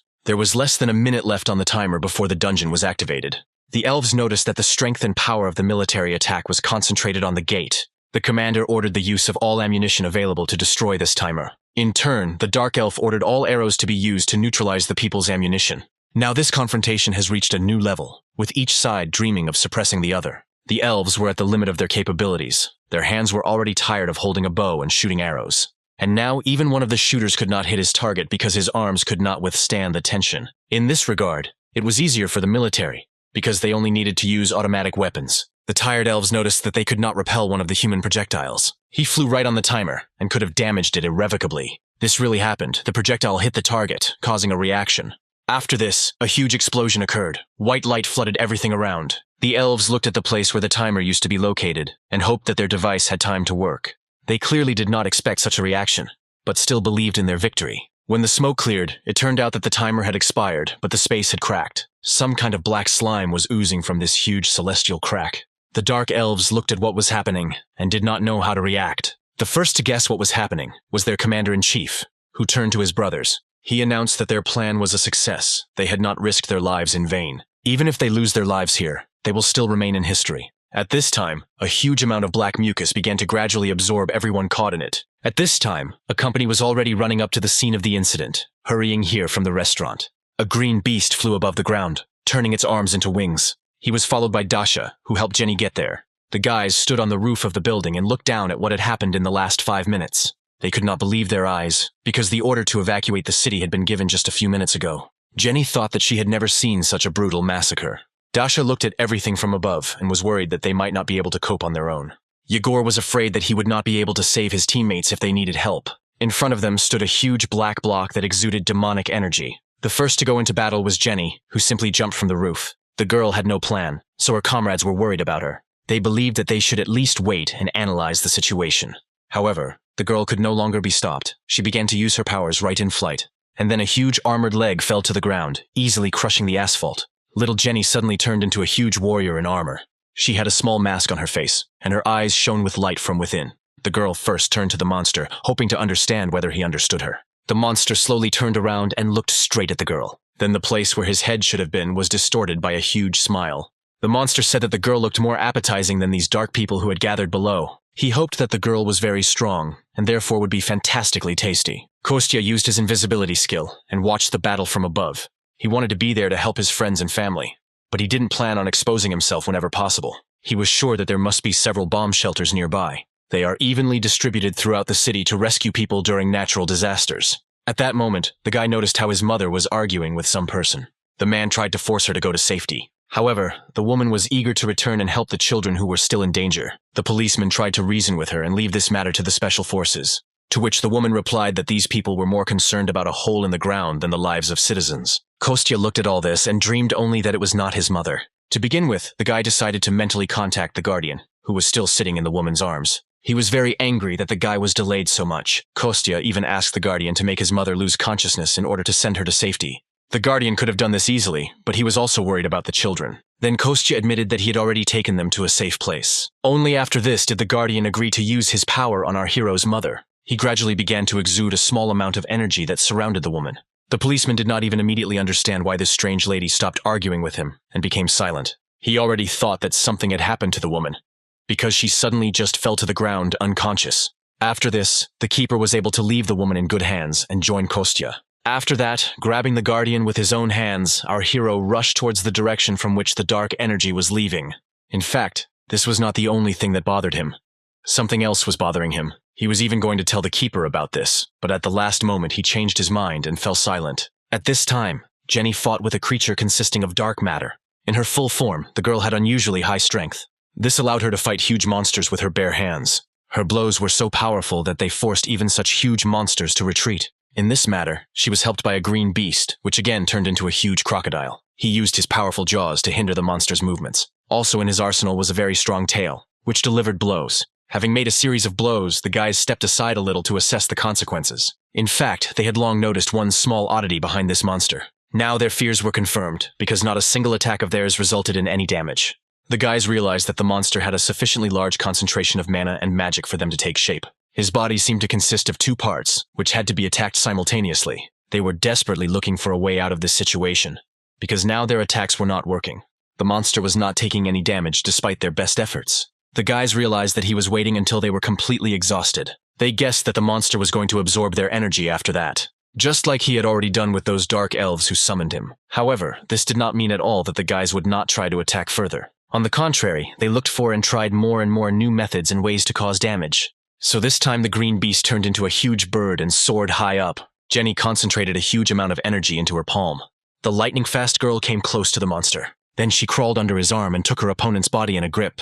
The girl again used her serious physical strength. The monster of the earth tried to tear it off. At this time, Yegor flew high enough to then deliver a crushing blow. Jenny knocked her opponent over her shoulder, slamming him hard onto the asphalt. A second after that, Igor struck from above with a powerful blow. Jenny barely managed to roll to the side to avoid being attacked. Then the girl got up from the floor and began to call her friend the Green Beast. She made it possible for him to survive after such a strong blow to the ground. Finally, the smoke cleared, and a not very pleasant picture appeared before the girl. Her friend managed to turn into someone from the cat family and calmly landed. However, the monster managed to pierce his entire body with its spikes. From these blows and wounds, the green beast lost consciousness and turned back into a human. Right now, the monster opened its huge mouth and intended to devour him. Jenny was horrified by what happened and wanted to stop this monster. The girl rushed forward in desperation, hoping to make it in time. Jenny was called the Gold Giant and was a former member of the youth judo team. Thanks to her abilities, as well as her friendly and fair character, she became popular among the Rainbow Six Circles and beyond. However, the girl was still the youngest member of this team. Due to her age, she was quite rash and eccentric. The girl could commit rash acts if she believed that they were justified. Now, hoping to save her friend, Jenny rushed straight into the monster's mouth. The girl hoped to save her comrade, but did not calculate her strength. The monster's mouth began to grow and became even larger than it was before. It seemed that a little more and the monster would be able to swallow the girl whole. However, it was definitely not Jenny's plan to give up so early. She had to use all her remarkable strength just to get out of the trap. Literally at the last moment, the girl was able to catch her hand on one of the monster's teeth and push herself out. The huge jaws closed, almost snatching off a piece of her leg. We can say that Jenny literally miraculously managed to avoid death. The girl even herself was shocked by the danger she managed to avoid. However, this was far from the end, because the monster's body began to shoot sharp needles. They were directed exactly towards the young awakened one. The girl again had to use her strength in order to jump to the side and not get hit. At the same time, she did not forget about her friend the Green Beast during her escape. Jenny reached out and grabbed her friend, who was still lying unconscious on the ground. She did it just in time because the monster's body literally turned into a cluster of sharp spikes that hit the ground. Even taking into account her incredible strength and speed, the girl barely managed to escape. Jenny turned to Dasha and asked how much time she still needed to prepare. Their task was to distract the monster, but the Green Beast was already wounded. And at this time, Dasha still continued to stand on the roof where they had all arrived together recently. It took the girl some time to gather all her energy into one ball. Now he had reached an incredible size and Dasha was holding him above her head. The people gathered below were amazed at how huge it was. Even the ball of the earth was distinct and unified, and its power was amazing. Concentrating such a large amount of energy required Dasha's enormous strength. She would like to help her partner now, but first she needed to finish the technique. The girl could only watch as her friends fought the monster below. With all her desire, she could not drop everything and go to their aid. Seeing that the Green Beast had not yet regained consciousness, Jenny had to take matters into her own hands. If she couldn't escape from the attacks, she had to fight. The girl only hoped that Dasha would finish the technique as quickly as possible and come to their aid. Even though the giantess could not do any harm to the monster, she could still delay him. This is exactly what was required of her now to gain some time. Therefore, the girl endured the pain and continued to fight no matter what. And at this time, the magic ball that Dasha created became larger and larger. Even the monster felt the approach of a huge cloud of energy and was distracted by it. Finally, Dasha's technique was completed. A staggeringly large stream of energy rained down on the monster from above. There was an explosion of enormous force, which caused a large shockwave. It seemed that even the air around him became somehow hot after the impact. And at this time, Dasha fell on one knee on the roof and tried to catch her breath. The girl had used the strongest of her skills, so now she prayed that it would work. This idea was suggested by the green beast, when he noticed that the monster was entirely made of mana and had no tangible flesh. However, they see it with the naked eye due to the high concentration of energy and water vapor, just like during the formation of clouds. This was just his guess. So the guy decided to go back for Jenny and check it out. Even if the guy knew he was making a mistake, he still had to end the monster before it grew in size. Now Dasha looked at the results of her work, and could not believe her eyes. At that time, Kostya was in another place and stepped into some kind of slurry. The guy was clearly pleased with such a mess, and decided to go down the stairs next time rather than jump. However, even despite this dirt, he was pleased with what he found here. There was a real summoning machine in the air right in front of him. It was a strange installation that looked like a huge wooden cube. The guy immediately felt that the main energy was coming from another place, so he left his comrades to fight the monster outside while he went in search. Having reached the goal, Kostya finally released the guardian and put him on the ground. He immediately guessed that the guy was going to give him the artifact and go down alone. The hero was again unhappy that the guardian could easily read his thoughts. However, even so, his decision was no longer possible to change. Therefore, the guardian began the formation of a small red ball, which was an artifact. Kostya said that his friend Dasha is taking over the case. Then everything will be fine. The guardian felt a strange energy underground, but did not dissuade the hero, since his nose was now like stone. Belyash took on his true form and carefully touched the tip of his nose to our hero's head. Every time he did this, it seemed to Kostya that he looked like a real keeper, to which he irritably replied that he was the real keeper. The hero knew that both of them were connected with the earth by special warm feelings. The guy sincerely admitted that he would prefer to die on Earth. However, he added that it would be even better to stay here forever with his family. While they were talking, the guardian climbed into the red bubble that was supposed to protect him. Kostya looked at his friend and smiled as if he had seen him for the last time. Literally a moment later, the guy pushed off the ground with force and ran away. At this time, a black executive car was standing a little behind in a traffic jam. Its passengers saw in the news that their road was blocked ahead. Diana looked out the window and thought she noticed something strange. Sergei noticed his secretary's confusion.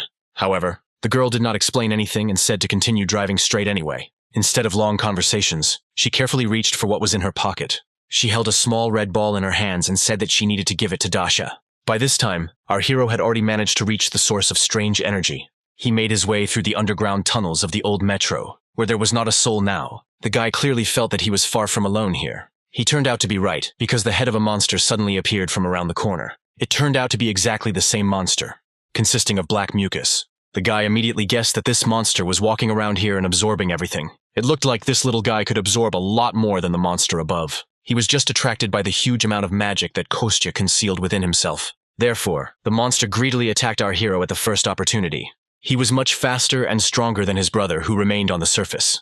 Our hero barely had enough time to summon his favorite sword from his inventory. Only thanks to his great skill was he able to repel the monster's attacks. He noticed that the giant outside was slower and less aggressive. This could only mean that the first one was a fake, and the monster with whom Kostya was now fighting was real. Thanks to his strength and speed, the guy had no difficulty cutting off the monster's sharp thorns. They constantly fell behind him one after another without ceasing.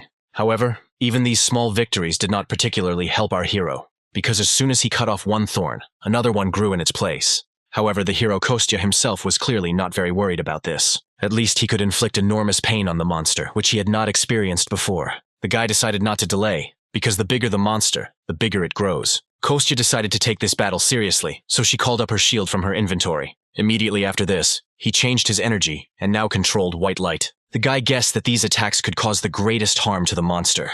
These changes also took place internally, because they allowed us to control more energy. This was also reflected in the appearance of our hero. His hair became white. The guy realized that the monsters were not even close to the third rank. His speed increased many times, allowing him to instantly get closer to the monster's body. The monster clearly did not expect this, and did not even have time to react as it should.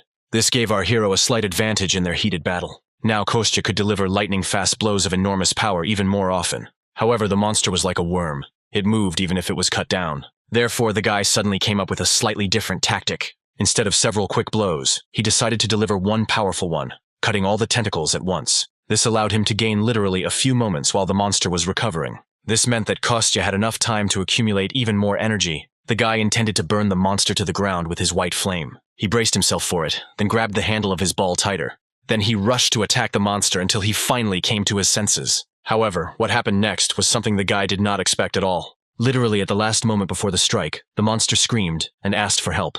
Our hero was surprised by this behavior of the monster, but did not have time to do anything. With one strong blow, he cut the monster in half, and that childish voice did not come from his head.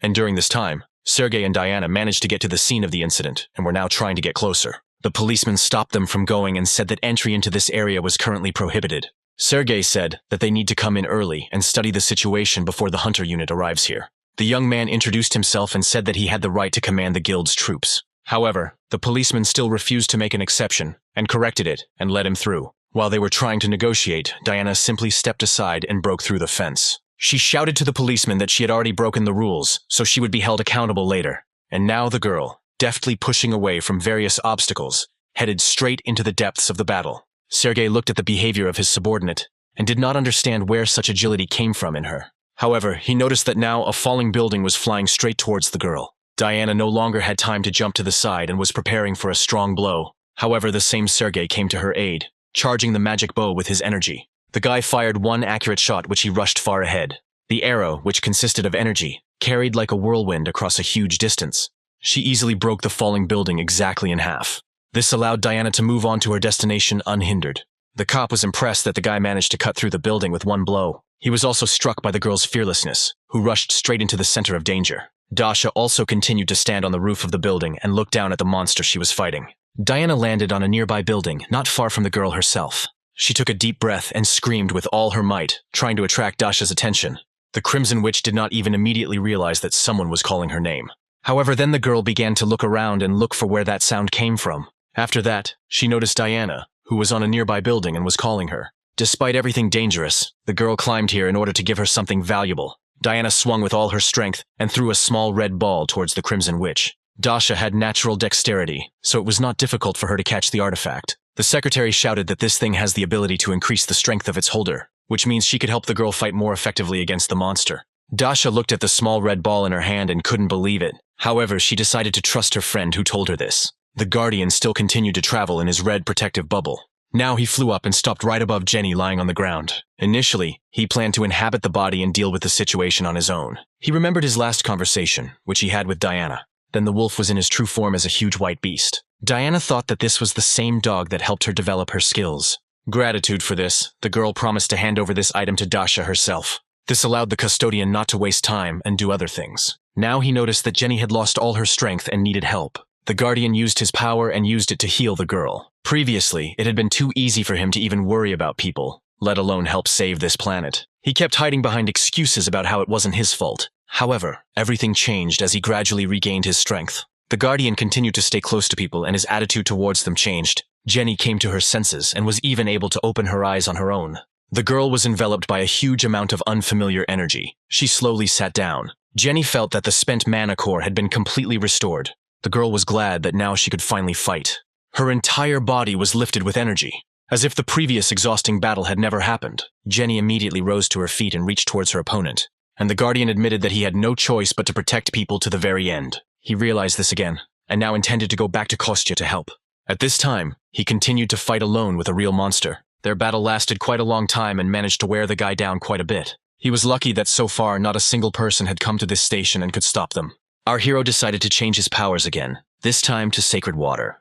Immediately after this, all his weapons were covered with a thin layer of water. The course of the battle changed a little after Kostya first heard a human voice from the monster. So he tried to reach his consciousness and talk to the monster. First of all, he was interested in whether he really devoured all the dark elves that were in this place. The monster didn't answer him, just smiled bloodthirstily. Kostya was amazed that the monster had the audacity to laugh right in his face. The monster found this situation very funny and did not see any problems. He explained to the guy that the dark elves themselves voluntarily became part of him. He also said that they had one last wish at that moment. They begged him to give eternal torment to those people who did not accept it. The monster found it funny that Kostya himself rejected the elves, and now he was worried that they had been devoured. The guy admitted that dark elves are different from ordinary elves. Dark elves mainly worship, deify, and present their wealth to the demon. And the problem is that in the process there is not enough land and wealth. Therefore, the souls of other times or all their lands are sacrificed. Therefore, if their ways of existence do not change, then they will be welcome neither on this planet nor anywhere else. Plus, they didn't ask the young children's consent when they chose this path, so he no longer intends to protect them. Immediately after this, the hero pushed off the ground with force and headed towards the monster. He moved his hand with the sword in it back, intending to strike. The monster clearly did not intend to sit idle and responded by attacking the guy himself. However, even this was not a particular obstacle for our hero. He just grabbed his sword more comfortably in his hand and promised to burn the monster from the inside. Kostya was heading straight into the middle of the monster's mouth, which was preparing to swallow him. Right before this, the guy managed to use his power of the sacred fire. Therefore, he fell straight into the monster's mouth and immediately released all the accumulated energy. The monster was clearly not wildly delighted with this situation. Kostya was amazed that this monster managed to devour his flames. He didn't understand how this happened, because the attribute of darkness was supposed to be weak against white flames. However, instead, the monster only began to attack our hero with more and more tentacles. But this time, the guy barely managed to put up a shield to protect his face. After the attack, some strange spots remained on the surface of the metal, which gave our hero an idea. He realized that he was fighting against a leech spirit because he had encountered one before. One of them just stuck to his shield and didn't want to fall off. While the guy hesitated, more and more spirits attacked him from above. Kostya had to use all his internal energy to create a protective field around himself. The hero quickly realized that he must not give this parasite the opportunity to spread. Therefore, he will decide to absorb everything spiritually, and the energy that is here. At the same time, he still needed to continue to fight off the monster's attacks. The guy barely had enough strength to do several things at the same time. He had to put more and more effort into this each time. One of the monster's severed tentacles ended up right behind our hero. He had a mind of his own, so he tried to detain the guy. However, the hero was not so simple and used his power of white flames to free himself. All this time, he also did not forget to absorb the energy released here. The monster looked at his opponent and was truly amazed at his durability. Even he thought this guy was too reckless to be human. Kostya had already managed to stand up during their battle and was now breathing heavily. The boy noted that if this battle was intended to slowly drain his stamina, then it was quite successful. However, this did not mean that the guy was going to give up right then and there. He still continued to bravely fight alone against the monster. However, he missed the moment when one of the spirits managed to attach to his leg. Immediately after this, a huge amount of strength left the guy at once, forcing him to fall to his knees. Kostya couldn't believe that he had made such a stupid mistake and fallen into a trap. The monster looked at his opponent and smiled bloodthirstily. As soon as he saw the guy, he immediately smelled the blood of his people. He admitted that he could exist here as long as he had enough wealth and a catalyst. However, judging by the smell of the guy's blood, the wise decision for him would be to run away from here. However, now the hero looked different than then, so the monster began to absorb him. His entire structure was much higher than that of a human.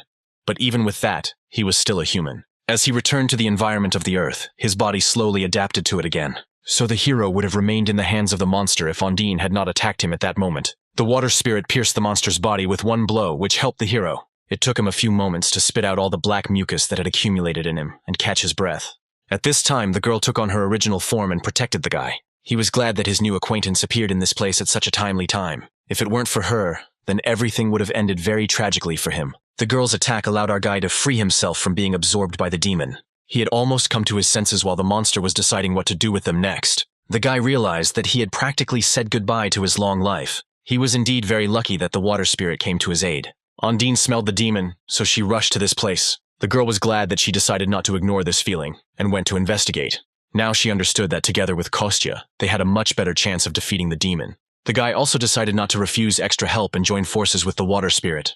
The monster, meanwhile, did not relax either, but quickly found its bearings and attacked the guys, forcing them to separate. Kostya shouted that demons are much weaker against high-frequency flames than against water. Using water at high frequency also helped, but was not very effective. However, this thought prompted the guy to try another new method.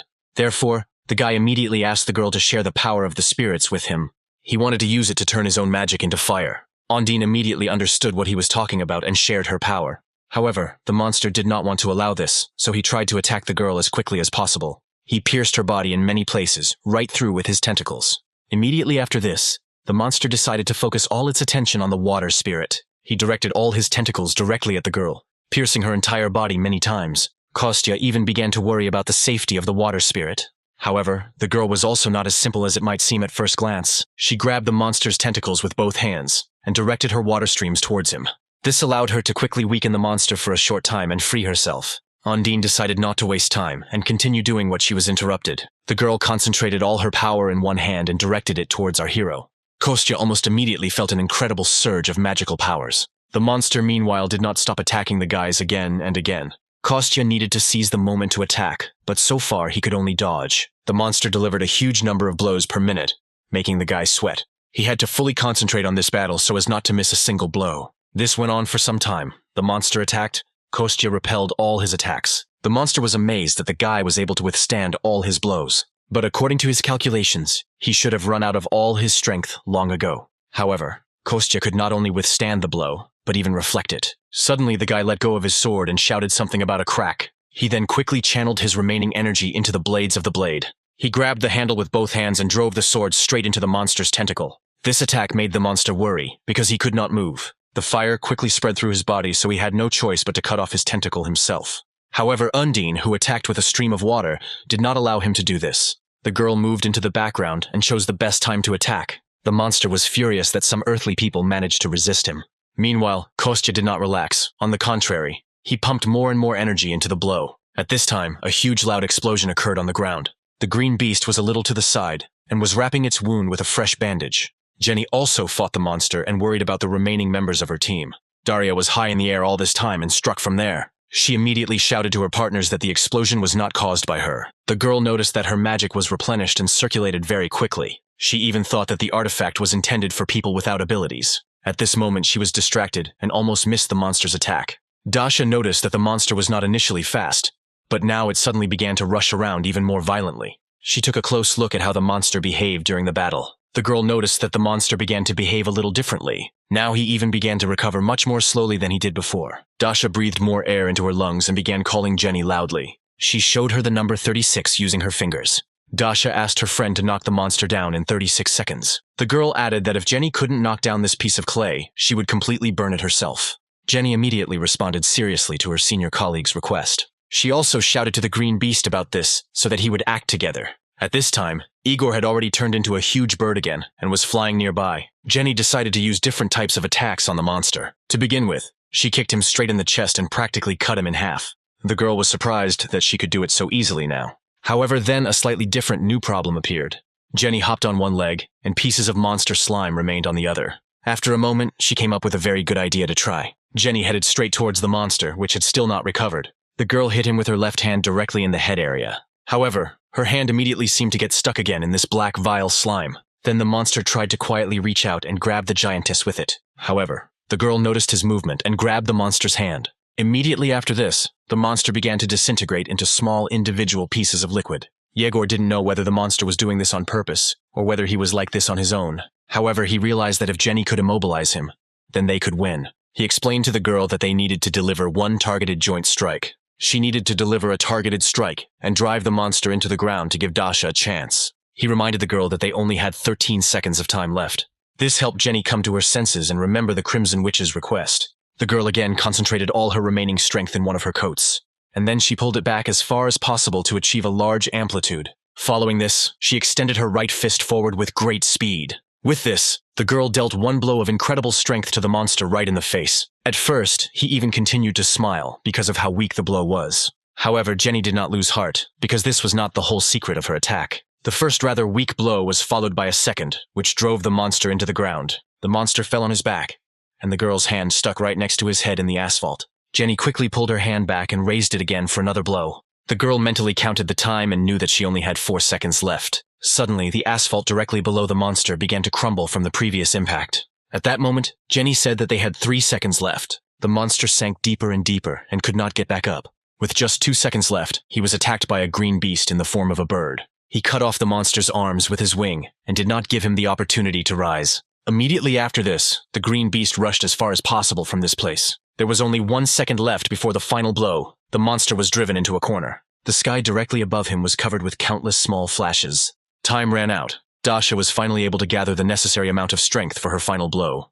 Immediately after this, a huge amount of flame fell directly into the pit where the monster was located. Another new calm and quiet day has come in the life of a cute restaurant. Kostya slowly opened the door to the kitchen and walked out of his room barefoot. He turned to his mother and asked her if it would be possible for them not to receive visitors for a while. His mother and assistant Maria were very happy about the appearance of our guy. The woman asked her beloved son about his health and wounds, and the assistant was cursing because the guy was so unfortunate in spilling boiling water on himself. This really happened at the wrong time, because thanks to Dasha, they had a lot of visitors. The guy didn't understand why there was so much interest in their small restaurant. Masha said that the newspapers wrote that their food had increased magical powers. They say that if you eat the same food as those who have magical powers, then others can have them increase. After what happened with the Dark Elves, the Rainbow Six gained many fans. That's why all the restaurants they go to are crowded with people. They don't even need to spend money on advertising, which gave the owner an idea. She turned to her son and assistant and asked if they should consider expanding the menu.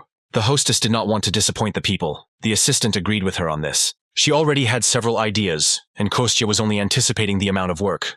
The guardian listened to everything and was glad that all the dangers were behind.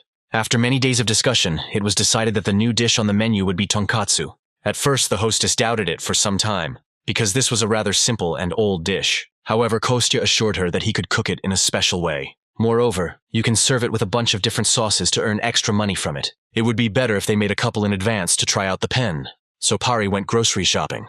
And at this time, the Crimson Witch was at home with the artifact. The girl sat in front of a large red stone and looked at it from all sides. She recalled how she used to always refuse to purchase an artifact. She even claimed that their use was only for weaklings. However, now she was using it herself, so her pride was truly hurt. But since she had acquired an artifact, she needed to find a use for it. The only problem was that her class was more of a warrior than a magician. Therefore, now the Crimson Witch was spinning this ball in her hands and looking for a use for it. She noticed that the artifact was so huge that it could have killed someone itself. Right while she was thinking, the girl's phone rang in her hand. Without thinking, the Crimson Witch picked up the phone and brought it to her ear. However, the girl almost went deaf from how loudly they screamed on the other side of the line. Dasha even dropped her new phone on the hard floor and it cracked. The girl was annoyed that because of her interlocutor, she would have to repair her device. Kostya asked not to pay attention to extraneous sounds and asked what she needed. Dasha threatened that if he spilled the beans that she was asking him for help, then something bad would happen to him. The guy was silent on the phone, so the girl had to make a threatening voice and force him to agree. Kostya himself was no longer happy that his old friend offered his help. The girl turned to him because she needed the help of the gnomes, and the guy communicated with them.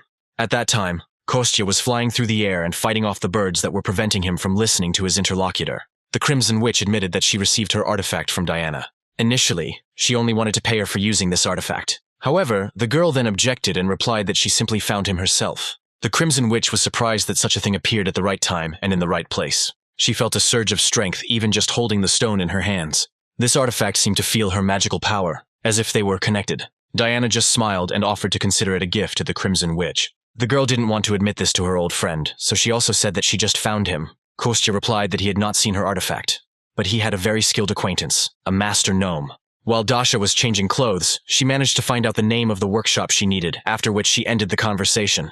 Kostya was glad that now he did not need to create the appearance that he was just going out shopping. However, he was that the girl, as usual, hung up and didn't even say goodbye. The keeper asked to stop because this method of moving made him sick. Kostya thought that this great beast looked like a puppy that had been walked all day. He was amazed that the Crimson Witch decided to hand over the artifact instead of using it herself. Therefore, the guy decided to visit the workshop himself later. In the meantime, he looked around in search of the ingredient he needed. Finally, the guy saw a huge desert alligator, which was right below him. Meanwhile, someone was barely dragging their feet and breathing heavily after each step. This creature was completely smeared in mud. Its body was covered in wounds. The little gnome walked forward with all his strength and thought that he did not want to die. He walked, and all those moments when he was beaten before surfaced in his memory, or those when his friends died from exhaustion without food or water. Having experienced so much danger in his life, the guy did not want to give up just like that. And at that moment, a huge white beast flashed right above him. The boy raised his head up and thought that his days were now numbered. And meanwhile, a huge white beast landed on the ground right in front of him. The dwarf fell to his knees and began to beg the monster not to eat him. At first, the huge beast seemed very scary to him, because the sun blinded his eyes and prevented him from seeing. However, it turned out to be not a monster, but Kostya, who was surprised to meet a gnome in these places. The boy also did not expect to stumble upon an ordinary person here. He bowed his head forward and began to tell what he got confused in these places. However, the guys didn't trust him at all, because they noticed something strange. From under his clothes, a special black mark could be seen on his left hand. It absolutely meant that this dwarf had entered into a contract with a demon.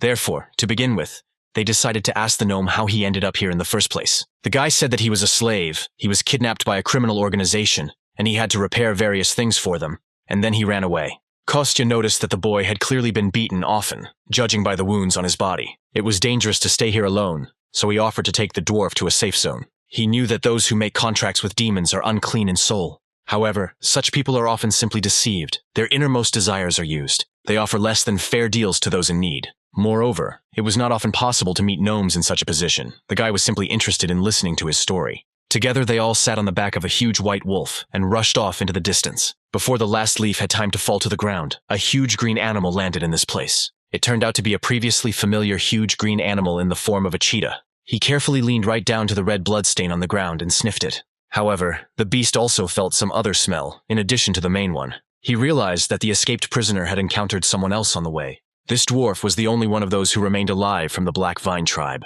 Therefore, the cheetah needed to find him at all costs. At this time, Kostya, the guardian, and the little gnome came to the gnome's workshop. The old man was just sitting and dealing with the artifact at the table in his office. He was very surprised by the sudden appearance of his old acquaintance. Kostya introduced him to Petya, whom he found in the Dark Zone. He was kidnapped by a criminal organization. However, mentally the guy conveyed to his friend the information that this gnome had entered into a contract with the demon. The old man was horrified that such a gnome appeared in his workshop.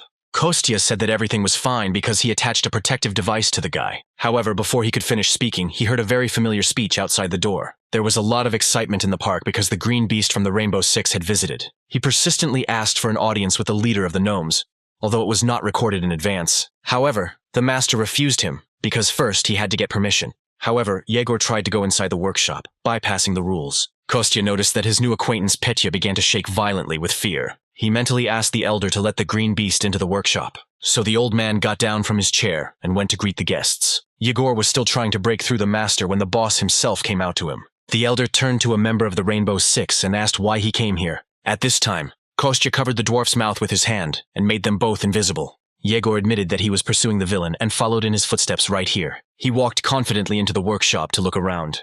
The man walked through the doors and stopped right in the center of the room.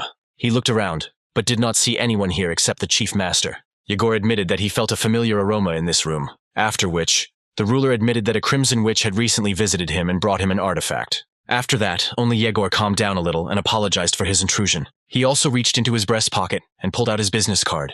The villain could be nearby, so Yegor asked the foreman to tell him if he noticed anything suspicious. Immediately after this, the green beast again turned into a huge bird. He thought that he had completely lost the trail and flew away from this village. Immediately after this, Kostya was able to remove his invisibility mastery. He released the poor gnome to the ground and asked if he would tell them the truth. The old man was also not delighted with such lies to the awakened hunter. Kostya ordered the gnome to tell him why he is considered a villain and is being pursued by the Rainbow Six. The guy looked very sad, but did not look like a villain at all. He decided that he no longer had the slightest opportunity to hide the truth. Petya began to slowly unbutton his overalls and took off his shirt. Only after this, Kostya and the elder noticed that the guy had a soul stone in his chest. Our hero was amazed at this discovery, because he did not expect such a turn of events. With tears in his eyes, he begged not to extradite him, because he only had 6 months to live.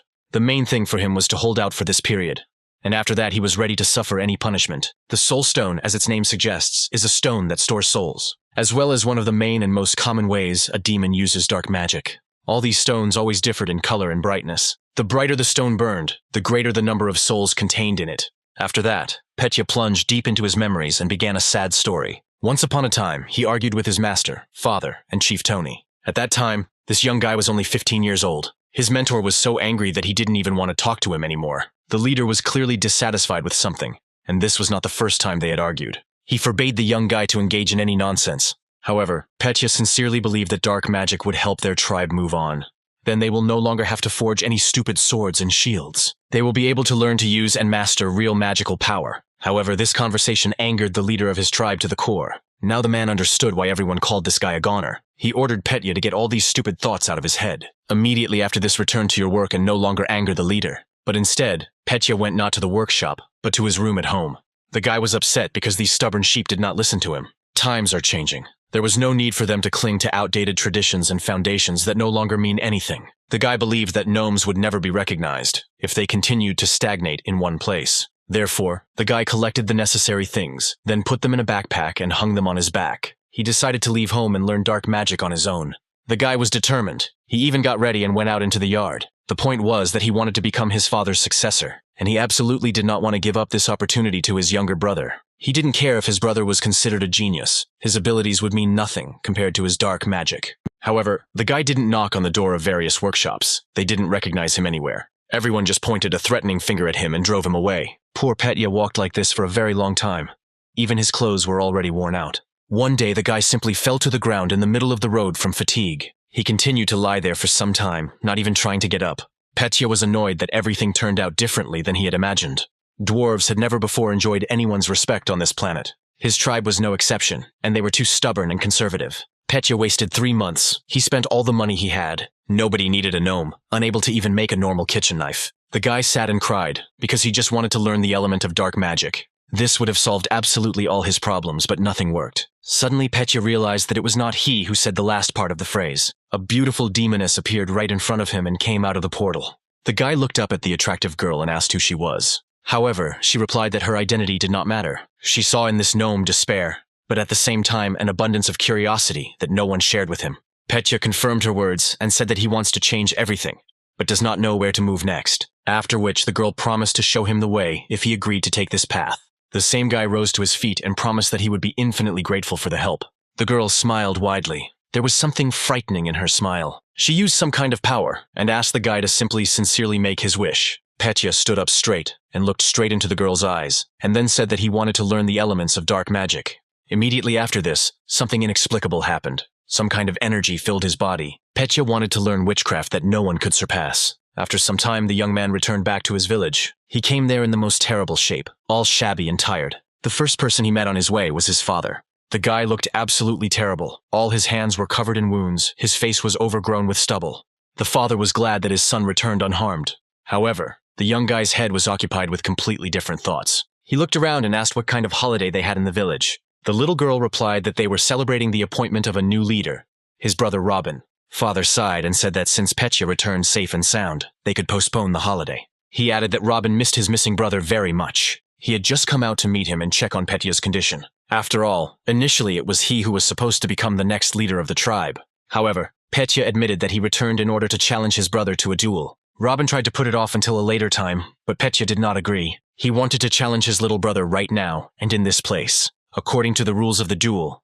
they both had to forge their own swords, then clash with them in battle to prove whose blade is stronger. Robin agreed to his brother's proposal, surprising their common father. The guy looked straight into Petya's eyes and said that he accepted his challenge. The village masters gathered in front of the table to evaluate the 2 swords that the 2 brothers had made. In this case, the craftsmen unanimously decided that Petya's sword looked much worse than the second. Compared to his brother's beautiful, successful sword, Petya did a rather poor job. However, the gnome objected and asked not to judge his work only by its appearance. He added that everything will be seen only after the battle, whose work was better. Robin confirmed his brother's words and suggested starting the fight. The guys approached the table and each took in his hand the sword that he himself had made. Then they went to the center of the square and stood exactly opposite each other. After that, the guys announced the start of the fight and clashed in the first blow. Petit's sword looked much worse, but in the battle it shone with a special light. Everything that happened looked as if strong magic was sewn into it from within. Without much effort, this weak-looking sword cut through Robin's weapon. The guy was only left standing alone with a broken weapon in his hands. Petya had absolutely no plans to continue the battle any further, so he stopped. He was only glad that everything ended so quickly in his favor. However, what happened next was something the guy never expected to see. The sword dealt 1,000 crushing blows with its magic, cutting Robin into small pieces. At the same moment, a portal opened in the square and the same demoness appeared from it. She turned to Petya and said that it was his turn to pay his debts. Using her magic, the girl inflicted serious injuries on everyone present. The villagers were cut into small pieces in a second. Petya was on his knees, and with tears in his eyes begged for mercy for his family and friends. They didn't do anything wrong, but the girl didn't care. Petya sobbed and said that everything that happened was only his fault. The demoness agreed with the little gnome because he was too greedy. Now that he got what he wanted, it was time to pay with what was most dear to him. The guy was horrified by the realization of the disaster that had come to their village. The girl was going to take him and his fellow tribesmen to hell, but she offered another option. She gathered the souls of all the gnomes she killed into one and invited Petya to serve her for 10 years. She promised that if he was obedient, she would free the souls of his relatives. She shouldn't have made such concessions without Lord Amon's knowledge, but he might even like it. Petya got down on one knee and said that he was ready to serve for this entire term. The demoness smiled, and her smile was again truly creepy. She placed the soul stone into the dwarf's body and declared that their contract was concluded from that moment on. Kostya knew that Amon was the name of one of the 7 main demon lords.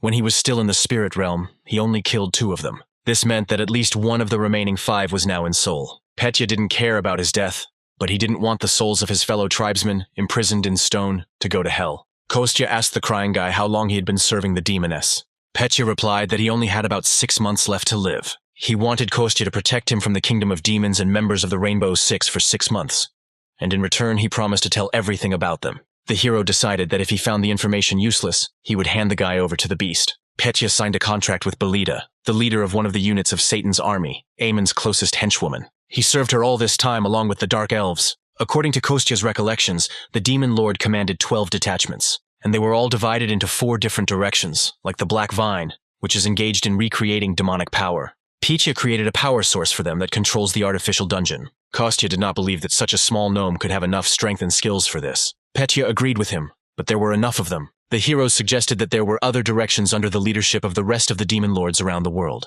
He thought that they were scattered across different countries, but the dwarf said that they were all in Korea. Kostya at first thought that he had heard this answer. However, then he realized that the dwarf was clearly not joking and was telling the truth. The guy was amazed that they all gathered on such a small piece of land. The dwarf added that he heard from someone that a divine revelation had come to the rulers. It said that a warrior would appear in Korea who would save the entire earth. That is why all the rulers were now searching for this very hero. Petya learned all this information when he sometimes drank with the demoness Belita. However, the guy added that this was all the information he had. However, Kostya admitted that even this was enough for them. An elder intervened in the conversation and said that he had a proposal. He asked the hero if it would be normal to arrange for Petya to work in his workshop. The dwarf was amazed that this old man was ready to accept him into his team of masters. The elder had a lot of work, so he believed that Petya could be useful to him. Kostya could not refuse his old friend when he smiled so sincerely. Night had fallen in Seoul. Only the moon shone lonely in the firmament. 2 men in black suits with weapons in their hands walked through the back streets and killed the living creatures they encountered. The subordinate was unhappy that they opened a headquarters in a government-declared danger zone. The boss replied that because of the monsters, there weren't many places they could do business from. Any enterprise on a common territory was doomed to failure from the very beginning. He also reminded his subordinate not to forget his manners. After all, they were not going somewhere now, but to talk with their leader. Diego was the boss of Korea's largest gang, Dongchun, and the leader of the Blue Sky Syndicate. The men came into his office, bowed, and began to report on the dungeon. It may have been fake, but the dark demonic energy was amazing. It couldn't compare to the energy of a real dungeon, but everything worked perfectly. Diego was unhappy that such a stupid gang took the place of the leader. His right-hand man and chief assistant handed over an important document to his boss. He reported that their red candy project was rejected. Diego was not happy about this news, but he initially suspected that he was doomed to failure. However, the secretary added that the blue candy project has already prepared its first prototype. It was a small blue capsule, which consisted of 2 parts. Diego was pleased and clarified when it was made, after which he wished to immediately go and check out this project. He was interested to know about all the results of this experiment. So the men got together, got into their cars, and went to the base in the middle of the night. It was a closed training ground, surrounded by a high fence on all sides. Security was at a high level. Sleep inside was only possible through massive doors. Diego, surrounded by his assistants, calmly passed the security point and got inside. There, a laboratory assistant ran to meet him, getting dressed as he went. He suggested that Mr. Chairman conduct an inspection of the base. The company moved deeper into the structure, and Diego asked the researcher about the results obtained. He answered something that it would be better for a man to see everything with his own eyes. He read that no report can fully convey the complete picture. Diego was in the laboratory, and right in front of him hung a huge beast connected to various tubes. The man was pleasantly surprised by the werewolf he saw. The laboratory assistant explained that about 12 minutes had passed since he ate the blue candy. He decided to demonstrate the difference between the blue and red prototypes clearly. The man walked up to the dashboard and began to turn some sensors and press various buttons. Diego walked up to the laboratory assistant and looked at the graphs and diagrams that he displayed on the screen. It was obvious to him that 100 mana growth and physical strength were far superior to the red candy. A werewolf could remain in this state for an hour, and then he would lose his mind, fall into madness, and die. Diego put his hand on the researcher's shoulder and said that his result was simply excellent. The guy even managed to rejoice at his boss's reaction, but that was not all. Mr. Chairman forcefully released his hand on the laboratory assistant's shoulder. He announced that their next prototype would have to last at least 3 hours. The guy was truly horrified by the atmosphere that surrounded his boss. He still remembered how the last time he grabbed his predecessor in this position by the throat. Diego simply threw the guy into the sewer when he didn't meet his demands. Now it dawned on him that now he himself found himself in the place of that unfortunate man. The researcher did not want to end his life the same way, and fell to his knees out of fear. Now all responsibility for this project lay solely on his shoulders. And at this time our hero Kostya was in a hurry somewhere with all his might. He didn't keep track of time at all, and was now terribly late. The guy was lost in thought when he heard that Dasha would use the artifact that the Elder and Petya were now working on. It was already late at night when the hero reached his favorite restaurant. He went inside and immediately apologized to his mom for being late. He wanted to add something about the ingredients for tonkatsu, but he was not allowed to say. The firecracker exploded loudly, and cheerful laughter was heard. Kostya's mother and assistant congratulated the guy on his birthday, holding a cake in their hands. The guy fell a little into a stupor because he did not expect such a reception. He completely forgot that today, the 1st of May, was his birthday. After all, Over the past 10 years, he himself has never celebrated it. Kostya's mother replied that until last year she missed her son every day, and now she finally had the opportunity to congratulate him. She threw herself on her son's neck and thanked him for growing up so good. At first, the hero was a little embarrassed by this manifestation of feelings. However, he then hugged his mother back tightly and pressed her closer to his chest. He thanked the woman for his birth and asked her to always remain healthy and never leave him. They stood there hugging each other for several minutes, still unable to let go of each other. The guardian tried to mentally call our hero, but he did not even answer him right away. He drew the guy's attention to the emergence of a new quest. It was his own wish that his beloved mother would make a full recovery. It was necessary to ensure that the woman, who, due to prolonged 10-year stress caused by her unlucky son, began to recover. If her condition improves by 10%, then 10 million karma will be awarded, and 100 million for complete recovery. The guardian still could not believe that such a good-for-nothing son had become the protector of the earth. Kostya wanted notifications about quests to be shown to him themselves, because due to the guardian, he often finds out about them only after completion. This happened last time, although the guy would have gone to the right place anyway because of his mother. In any case, the guardian's level has now increased significantly, and the mother's health has improved. Kostya didn't know that it was fashionable to put some kind of sound on notifications. He didn't understand at all why such a highly developed intellect needed any alarm clocks. The keeper asked not to belittle his merits, but still complied with the guy's request. But instead of a melody, he left a very loud and nasty sound. Dasha's voice resounded in the hero's head, and ordered him to urgently get out and complete the quest. Kostya didn't understand why Belyash chose the girl's voice for this role. They mentally continued to swear. The hero stopped watching his facial expression. His mother noticed this, and asked if he was okay. She offered to open the gifts that she and Masha had prepared for him. Kostya suggested in response to this that they start preparing a festive dinner. The assistant was annoyed, and asked the hero if he even knew how to cook. The guy immediately rushed towards the kitchen, all inspired. He said that a trial tonkatsu would pass for a holiday dinner, and for now Mom could rest. He knew that the troubles associated with the holiday were difficult, so he decided to take on the food himself. Masha admitted that she used to consider him a good-for-nothing son who had been sitting on his neck for 30 years. The guy didn't answer anything and just went to the kitchen to cook. The girl believed that such a guy would also turn out to be a good-for-nothing chairman. Kostya's mom didn't understand what she was talking about, but supported the idea. Their conversation sounded like complete nonsense, but the hero was happy to see his mother smiling. The first thing he did was open the refrigerator and take out a loaf of sliced bread. Then the hero carefully put some of it into a bowl and put the rest back in its place. He decided to lay out the base for the dish from breadcrumb. Then he called from his inventory the meat of a wild animal he had recently caught, added some Epsom salt and pink pepper to the boar tenderloin. Then he threw a piece of meat on the table and coated it thoroughly in spices. I beat it a little for softness and cut it shallowly with a mesh. After which, the ordinary piece of meat took on a rather appetizing appearance. The guy poured oil into the pan and also prepared a batter from beaten eggs. Then I went straight to layering the various ingredients. I rolled it in batter, then in breadcrumbs, and sent it to fry in hot oil. After some time, a very pleasant aroma of ready-made food began to be heard from the kitchen. Kostya served small dishes with his new menu item and went out to the tables. On a plate he brought out festive tonkatsu for his beloved mother. The dish looked so delicious that even Masha was pleasantly surprised. The guy also prepared the sauce, but asked me to try it without it first. He carefully cut the dish into several parts and allowed the first sample to be taken. The assistant and the hostess simultaneously put a piece of tonkatsu into their mouths. They simultaneously turned to each other and admired his refined taste. The guy was pleased that he had proven to Masha his ability to cook.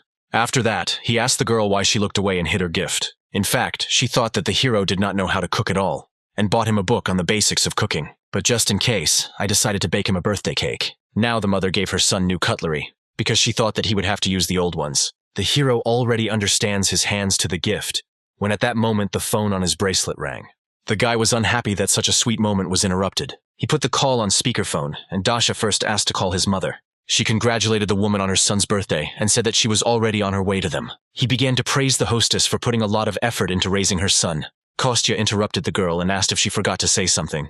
For example, congratulate him on his birthday, since she called his phone. The Crimson Witch's voice changed after these words. She congratulated her friend with displeasure and asked him to smoke some snacks with his beer. Kostya was dissatisfied that the girl had the impudence to ask him to leave after such a solemn congratulation. He announced that they had tonkatsu, and therefore he was not going to go anywhere. The hostess added that they still have a cake that Masha prepared.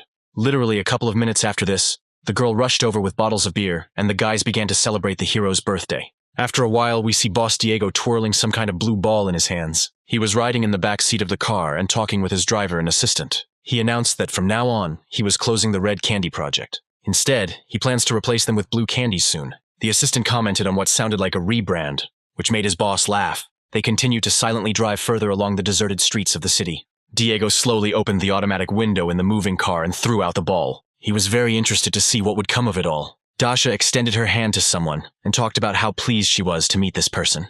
Ondine looked at the girl with an expression of complete incomprehension on her face. The water spirit did not understand why the Crimson Witch was suddenly behaving this way. Kostya mentally asked him to meet the girl halfway and pretend to be someone else. He noticed that it was better for her to hide her spiritual essence on Earth. People like her are not treated very well here. Many consider spirits to be evil. The guy explained that this gesture is called a handshake among people. Ondine should take Dasha's hand and shake it a little, which she did. She called Wun by her new name, so Kostya had to intervene and say that she was a foreigner. Misha even joked that only there could a guy dig up such a beauty. Wun wanted to say that she was 3,700 years old, but stopped in time. She thought for a moment and replied that she was now 38. Masha was amazed at this, because she believed that they were about the same age. Kostya was glad that the spirit realized in time not to reveal her real age. Masha immediately began addressing her new friend in a more respectful tone. This is how their first acquaintance took place during the celebration of the hero's birthday. The girl said she came to this place because she really liked the cheesy food.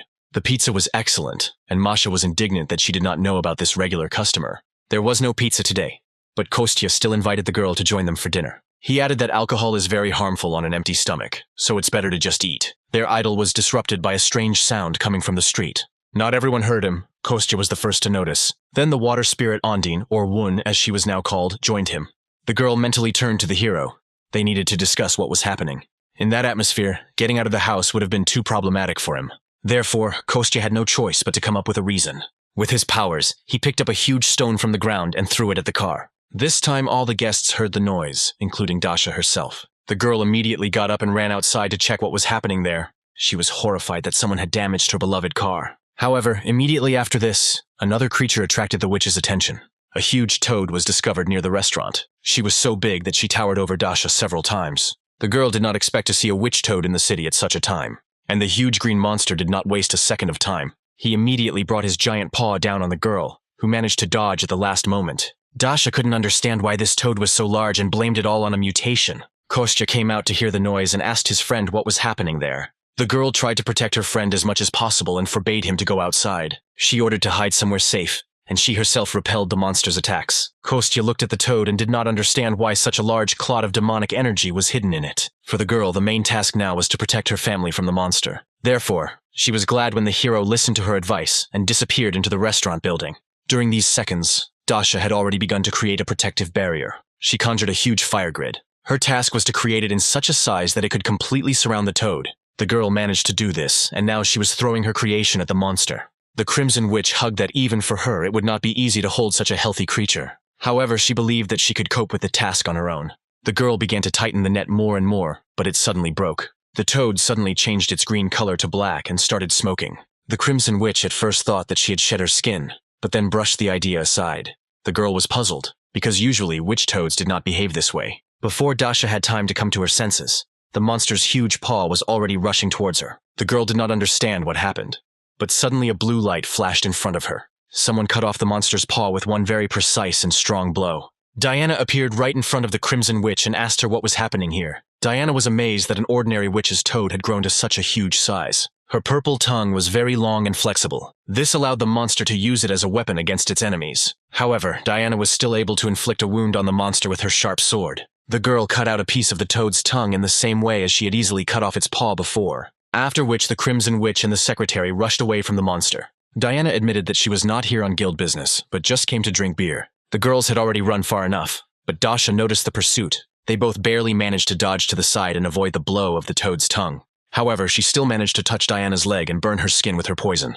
The girl mentally cursed because she had forgotten about this feature of the monster. However, something strange happened, and clean water suddenly appeared at the site of the wound. It came out of nowhere and helped clean the burn from the remnants of the monster's poisonous saliva. Ondine had regained her water spirit form and was observing the situation from above. While Diana was recovering, the witch distracted the toad and fought it alone. For some reason, fire techniques did not work on the monster the way they usually did. With each blow, Dasha had to use more and more of her strength. The girl regretted that she had not taken a new artifact with her, and asked Diana to distract the monster for a while. The secretary already felt quite well, and immediately understood the witch's idea. The Rainbow Six member stepped away from the battle and began casting a special spell, and the vine forcefully pushed off the ground with its good leg and rushed at the monster with a sword. They worked very harmoniously, as if they had been members of the same team for a long time. While one was preparing to deliver a crushing blow, the second at that time served as bait for the monster. Diana did not waste any time. Even distracting the toad, she managed to inflict damage on it. The biggest problem was the monster's quirky tongue, and the girl found a solution.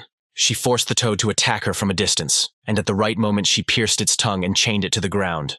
After which, the secretary looked at her partner and nodded to her as a sign of her readiness. The Crimson Witch realized that it was now her turn to act. The girl immediately released all the energy accumulated during this time. She brought down a huge fiery cube directly on the toad, pinning it to the ground.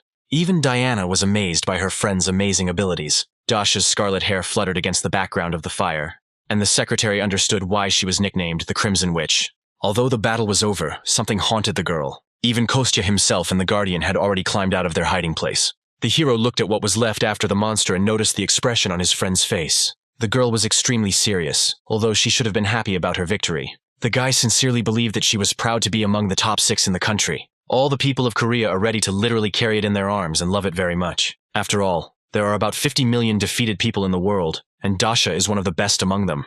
The witch was aware of her strengths, but believed that she still had room to grow further. Kostya knew perfectly well what she was thinking about now, so he loudly thanked his friend for saving her. He realized that he was too deep in his thoughts and wanted to distract the girl from them. Dasha seemed to wake up from a dream and asked to repeat what he had said earlier. Kostya admitted that if it weren't for her, they would all have died, and the restaurant was not damaged. If Dasha had not been here, the hero's birthday would have turned into the anniversary of his death. The girl was pleased that her close people recognized her strength, so she just smiled broadly and made a victory sign with her fingers. After that, everyone turned their attention to Diana's sudden appearance. The Guardian was truly amazed that the Crimson Witch was becoming stronger every day. The entire company, consisting of the hero's family and friends, went back to the restaurant. Dasha finally let go of her sad thoughts, and the girl had fun from the bottom of her heart. The assistant reported to Diego the first results of the blue candy test. They placed 10 samples in the sewer, but only 9 were later discovered. The boss ordered to look further, because they should have figured out earlier, as fashionably, whether this was a defect. On the table in front of the man were 9 different reports about 9 mutants that had appeared. His attention is drawn to one of them, which featured a witch's toad. The object managed to mutate twice, after which it was immediately eliminated. This was done by the Crimson Witch, one of the members of the Rainbow Six. Diego noted that after such news, the scientific department would definitely have more work. No matter how strong the witch was, they needed something that would be able to withstand her. He indicated that the witch toad incident was a priority from now on. He didn't need half measures, so Diego ordered the science department to continue working. Kostya traveled through the world of spirits with his dragon friend. Suddenly the guy stopped and looked at the picture that lay at his feet. The world said that this is a herd of low-level monsters called 3-hoofed bison. The hero was surprised by such a strange animal, but something couldn't get out of his head. The guy looked at the bison and could not take his eyes off them. The dragon hoped that Kostya was not going to exterminate all the bison, like the horned boars before. The hero turned to face his friend, and he saw that the guy was already drooling down his chin. Kostya wanted to try the meat of these monsters. Pork and beef were so different. As soon as he got permission to hunt from the dragon, the hero immediately disappeared. Kostya found out that Sergei wants to organize a corporate evening in their restaurant. It was supposed to be dedicated to the completion of the guild headquarters in a week. The hero wondered how they were all going to fit into such a small establishment. Although Sergei admitted that this was only an excuse to meet his friend, the hero realized that he and the head had not really seen each other for a long time. Although he didn't follow the news, he knew that their guild was very popular. The guy was afraid of the influx of people, because they had just gotten rid of the consequences of Dasha's action.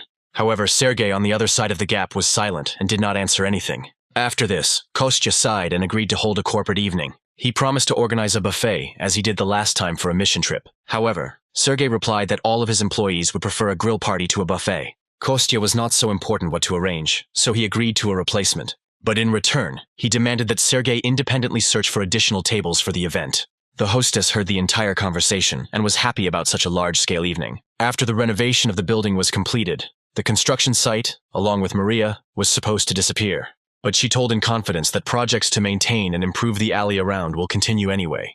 And her brother also told her that he was also going to build a school for hunters. By that time, the restaurant will have already grown, although Kostya thought that this was a one-time event. The woman hardly believed in such a scale, but she was not against making something like a business trip buffet. Masha had some other information that had not yet been officially confirmed. If the construction of the school is approved, the company will open restaurants and cafes in this alley, turning it into a gastronomic alley. And I will turn their restaurant into the main attraction. Kostya was angry, and his mother believed that they would not be able to afford such financial investments. The woman was already pleased with how things were going, and she was also completely satisfied with the flow of clients. But she wasn't sure that the restaurant could last that long, and she wouldn't be able to open a new one. However, Masha added that their guild will be involved in the project and will take full responsibility for all finances. The restaurant has already been verified. They will only need to make a good impression. Kostya didn't understand who cared about their old restaurant, but Masha called him stupid. In the old days, the quiet alley of restaurants was empty, but suddenly a crowd of people suddenly rushed there. For any place to become profitable, you need something to lure customers there. Kostya guessed that they would be lured to the new alley with a restaurant. The chairman himself would be attending this corporate event, so they needed to stand out and make a good impression. The girls suggested adding a twist to the grill party to make the event memorable. Kostya was amazed that Masha came up with this whole plan after the conversation she had just heard. The girl believed that they should thank her for such a first-class idea. The hero decided that there was logic in the girl's words, so he accepted her offer. He announced that he would take over the corporate evening and headed off somewhere. He said that he would go for groceries, and at the same time we would take a walk with the puppy. The guardian knew where the three-hoofed bison lived, so he could take the hero to them. Kostya asked to remind him to take rock salt, after which he grabbed the puppy and ran away. The guy turned around the corner of the restaurant, where no one would have noticed him, and jumped high into the air. Moving through the air at great speed was his favorite. It allowed him to get to the place he needed in the shortest possible time, although the keeper did not like it, and now the hero quickly reached the desired location and looked around in search of bison. A few minutes later, he found a whole herd of animals in a field nearby. However, among these ungulates, there was also one unusual abode. On the ground in a small nest sat a yellow little chick called Peng. The guardian did not feel the energy of a divine being in him, but only a mystical creature. Kostya did not think that he would meet a mystical creature on Earth. He wanted to save the chick from evil monsters, so he used his energy. Thanks to this, he created a huge fire whirlwind and threw all the bison away. The guardian only sighed heavily, looking at such arbitrariness of the hero. And at that moment the chick noticed our guy and called him Mom. Kostya did not expect such a turn of events at all, so he froze in one place. Our hero did not at all expect that the chick would consider him its mother. After some time, when the guy dealt with the bison, he had to return home. The restaurant owner did not expect her son to return so early. The guy appeared at the restaurant's door, carrying several bags with him. In his left hand he was holding something very heavy, and the woman did not understand what it was. Kostya said that he bought the stone marble from the elder, and that it was made from salted ore. Now you don't have to suffer, but simply take pieces of meat and rub them with salt. He also took samples of such meat with him. He will try it in the evening and see. Masha was glad that she too could try this unusual dish. The guy was talking further about all his purchases when a strange sound came from his pocket. The hero did not expect that the little yellow chick would make itself known so early. The owner of the restaurant also heard this sound and was surprised by it. Masha also realized that she had misheard herself, so she demanded an explanation. While the hero went hunting and then visited the gnome's workshop, evening fell outside the window. The little yellow chick of the divine bird Peng was placed on a small gray pillow. Masha believed that her boss acted like a junior school student. He explained that the chick had lost its mother and was crying, so he took it. The restaurant owner was unhappy that her son brought a bird to their home. She ordered it to be sold at the market, because if the chicken is left without a mother, it will be very lonely and die. The woman hit her son on the back and reminded him that in elementary school he also brought home a chicken, and it died. The owner was also worried that their puppy might eat this chick. He was afraid that the chick would turn out to be a spirit or an intelligent being. Over time, when he grows up, he may well become a golden phoenix. Guardians theorize that this chick is a descendant of the creature that once protected Joseon. At some point he simply went blind, then left one egg and disappeared. The keeper decided to attract the owner's attention, so he approached her and began to bark. The woman realized that the puppy clearly wanted to be held. She carefully picked up the fluffy animal and slowly brought it to the chick. The owner was worried that he might eat him, but the keeper only licked the yellow baby. Kostya was happy with this reaction and promised to build a chicken coop at the back entrance. The woman didn't know what to do with the 35-year-old little boy, so she allowed it. Kostya was so happy about this that he even clenched his fist in honor of the victory, that if he doesn't forget to grow up with them, he can become big and strong. Perhaps even more powerful than his ancestor. The guy was already anticipating that the chick would grow up and be the best of the best. However, the guardian noted that it takes about 300 years for a golden phoenix to mature. The man was covered in sweat with fear and shouted something about a mistake. He was hung by his feet right above a barrel of wastewater. Researchers claimed that the effect of blue candy can last up to 10 hours. Diego smiled and said that such a smart guy could not live in exile. He added that if a guy doesn't understand anything when someone tells him something, then he should just listen. The boss promised that he would find out how he died only in the other world. The researcher begged to give him a little more time and promised to make the perfect medicine. He added that even the lowest beings can evolve and destroy. Eventually, the man noticed that his wife and little daughter were waiting for him at home. However, Diego was not so easily moved to pity by bitter tears. He raised his finger to his lips and ordered the laboratory assistant to shut up and listen carefully. He recalled that the previous scientist's accident was not due to shortcomings in his research. In this case, the guy did not understand at all why they wanted to kill him now. Diego replied that one must be careful with secrets. There is no other way except the death of a person who is no longer needed. He asked the laboratory assistant not to be offended, because now he knew the reason. The boss asked the scientist if he had heard a rumor that he was making deals with the devil. The guy remembered that he himself had previously suppressed such conversations in the laboratory. However, his boss said that they were truthful and began to unfasten his cufflinks. He showed off his black mark, which was the distinctive symbol of the devil. However, the man noticed that the devil was not trying to destroy the earth. He added that the devil loves to eat human souls. He especially loves tormented souls, because various trials make a person stronger. In addition, the devil is pretty tired of running the farm alone, so he enters into contracts. That is why Diego became his deputy, who makes human souls stronger and runs the farm. Tests harden people, which is why blue candy was invented. In any case, the boss no longer needed the researcher. He felt sorry for the guy, because he never received the Nobel Prize. The scientist at least asked to protect his family, because they thought that he worked in an ordinary pharmaceutical factory. The boss smiled and noticed that he was a very loyal and devoted person. The scientist was glad that at least his family would be safe. However, Diego then smiled bloodthirstily and said that his wife and daughter would die too. The man was horrified by such news, but did not have time to do anything. In one of the quiet night corners, something strange was happening. Some gray creature with spikes on its tail walked and killed its relatives. It had already reached incredible sizes.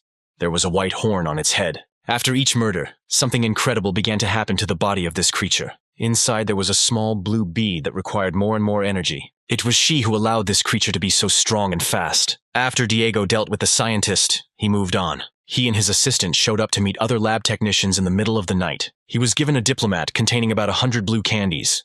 All the corpses of the test subjects were found in the black zone underground. They were piled in one place. Diego praised the workers and asked about the whereabouts of the lost blue candies. The laboratory assistant was horrified and shook, but wanted to answer the man something. He failed to do this because a hole opened right below him, from which a monster emerged. The assistant wanted to protect his master, whose suitcase was cut open and fell open. All the medicines from it fell to the ground in the most chaotic order. Diego noticed that this huge rhinoceros mole was looking right at him. The creature was simply incredibly huge in size, which was unusual for him. Without much hesitation, the monster reached back towards the man. Diego barely managed to dodge the monster's attack at the very last moment. He guessed that it was this creature that swallowed the lost blue candy. The man was not a weakling, so he ordered his assistant to join the fight. The secretary hesitated a little at first, but then understood his master's order. Diego was powerful and controlled the overwhelming power of pure ice. His assistant used twin daggers coated with an electrical charge. A huge enraged monster was now acting against these two people. His main weapon was his spiked tail, which had to be stopped first. That is why the boss's assistant began to surround the creature with chains. Finally, he managed to catch one of the daggers on the monster's tail. Immediately after this, the man activated his ability to manipulate electricity. The charge was transmitted along a metal chain to the creature and caused it to struggle in agony. However, even this was not enough to stop the monster. Then Diego himself entered the game, directing his ice blocks downwards. The man turned the entire space under the monster into one continuous skating rink. The creature's paws were frozen, which allowed it to be immobilized. Diego was sure that the monster was not alone here. He informed his assistant that they could not let the monster escape. Immediately after this, the chairman pushed off the ground and headed into battle. Ice blocks and sharp daggers could no longer restrain the monster. Therefore, the assistant decided to return his weapon and attack again. But this time he decided to use not one blade, but two at once. The man spun them with all his might and directed them towards the huge monster. The daggers sank deep into the creature's face, right next to its huge horn. Immediately after this, an electrical discharge was sent directly to the brain. After the creature was completely immobilized, it was Diego's turn. The man went into a trance and used his power of submission against the monster. This allowed him to quickly get close to this huge creature. For a few moments, absolutely nothing else happened on this quiet street. At this moment, Diego mentally fought with the consciousness of the monster. The man definitely emerged victorious, so the monster's eyes dimmed. After the battle was over, both men began praising each other for a job well done. The secretary came closer and tried to pull his daggers out of the monster's head. However, for some reason he failed to do this. It was extremely strange. But before the long-haired man could do anything, the monster attacked him. He shook his head and threw the man up when he was not expecting it, after which the monster opened its mouth very wide and swallowed the guy whole. From the smile on Diego's face, one could guess that he did this on his orders. The man once again proved that for him there are no irreplaceable people. The garden behind our hero's restaurant was beautiful. The little beetle, guardian of the tree of the world, was surprised by his new neighbor. He had beautiful sparkling yellow wings, which he was just showing off. Kostya named the chick Kolben, which translated as a debilitating chronic disease. The guy believed that it would be useful for the chick to gain strength from a large tree. He would like the chick to grow up in a normal environment, so he asked for the help of the spirit. He was not going to refuse, but did not understand how he should be raised. At that moment, something incredible happened. The roots of the tree began to move. The little yellow chick was completely surrounded by young shoots. Kostya sincerely did not believe that if the little bird had been a little bigger, he would have been able to control life on the entire planet. The guy looked at the cage of bars and realized that Kolben was in the right place. A large light truck drove up to a restaurant we knew and stopped. Kostya ran out of it immediately to meet the guests who had arrived. At the wheel of this truck sat an elder dwarf, his old friend. First of all, the guy apologized to the old man for asking him to lie for him. The man noticed that the artifact was finished anyway, and was just asking to use it in business. He noticed that Petya unexpectedly had more talent than he initially thought. Lately, the guy has lived up to expectations, and there's almost no trace left of his gloomy look. Kostya was happy about this, and promised to find time later and bring a bunch of delicious ribs. The elder's mouth watered at the mere memory of those beautiful ribs they ate in the spirit world. At that moment, the guy was asked about something from the restaurant, so he got distracted. The elder walked around the car in a circle and asked where he could stay.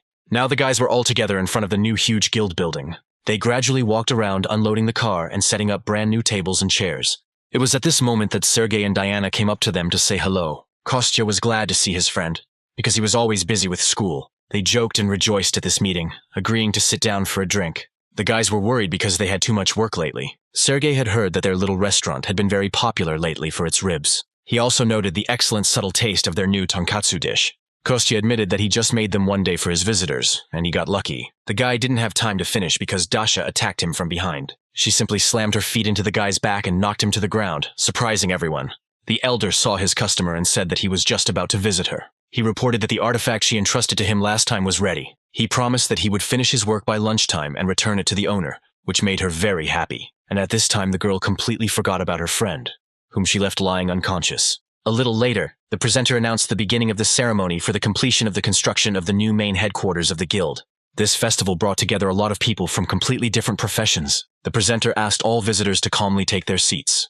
It was time for Sergei to go on stage, so he said goodbye to his friends. The guy was glad that he had chosen a day with such good weather for the ceremony. However, suddenly a very loud and scary squeak was heard from somewhere. It was through the city system that they announced an emergency in their area. The announcer said that a monster of an unregistered species had appeared, and a high level of power was observed. The Crimson Witch was puzzled by the fact that this was not an ordinary alarm, but a signal about a monster. However, it was our hero Kostya who was most irritated from this company. The guy didn't like the fact that the appearance of monsters always happened so suddenly. To this, the Crimson Witch answered him that they were in the middle of an unstable zone. The ground shook under the guy's feet and they saw a huge creature appear from afar. Neither Kostya nor Dasha had ever seen such a strange monster before. It was the most ordinary rhinoceros mole, but of absolutely incredible size. The Crimson Witch was worried that she might not be able to cope with him alone. She was about to call for help when the elder called the girl. He threw her a small staff to which her artifact was attached. The girl caught him, after which Dasha pointed her finger at Sergei and called him. She ordered the guy to gather people from the guild and run away with them immediately while she distracted the monster. Sergei immediately realized that it would be better for him to listen to this girl. After this, the Crimson Witch immediately turned to face her friend Kostya. She told the guy to take his mother's hand, prepare dinner, and wait for her. Immediately after this, the girl jumped into her white sports car. She pressed the gas pedal to the floor with her foot and abruptly jumped out of her parking space. The girl was in a very big hurry, so she allowed herself to break traffic rules. Only this driving style allowed her to quickly reach the monster's location. Suddenly, Dasha heard whose voice it was, which said that the girl would die here. A man was waist-deep with a huge monster and was on his head. He knew that this girl was a Crimson Witch from the Rainbow Six. The huge monster immediately attacked Dasha with its tail with sharp spikes. The girl barely had time to dodge and realized that she had seen this man before. He turned out to be the most wanted man in all of South Korea, Diego. The man was even a little pleased that the girl was able to quickly remember him. Dasha immediately admitted that she did not understand what was happening here at all. However, she promised the criminal that she would not leave him and his pet just like that. The monster's strength was so great that after each of its blows, dents were left on the ground. Even Dasha, with her unusually high speed, found it difficult to keep up with dodging.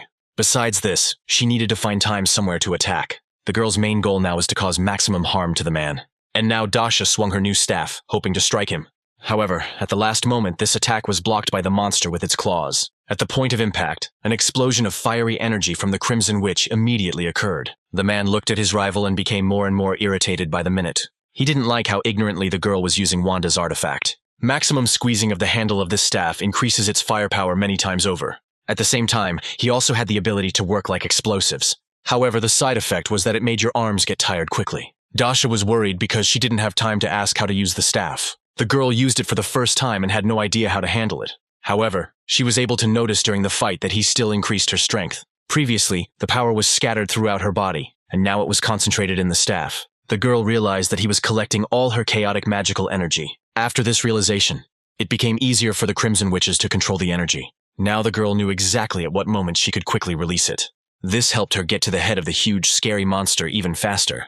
However, because of the monster, the girl completely forgot about another of her rivals. After all, the most wanted criminal in Korea could also use magic. This was an outstanding confrontation between two very powerful battle wizards. Diego's crystal-clear ice collided with Dasha's hot flame in one battle. The grown man was very annoyed at one point. He was also an extremely rare awakened person in the entire world of the highest S-class, but such an absurd difference in their strength made him very nervous and infuriated. Meanwhile, our witch Dasha tried not to be distracted by anything.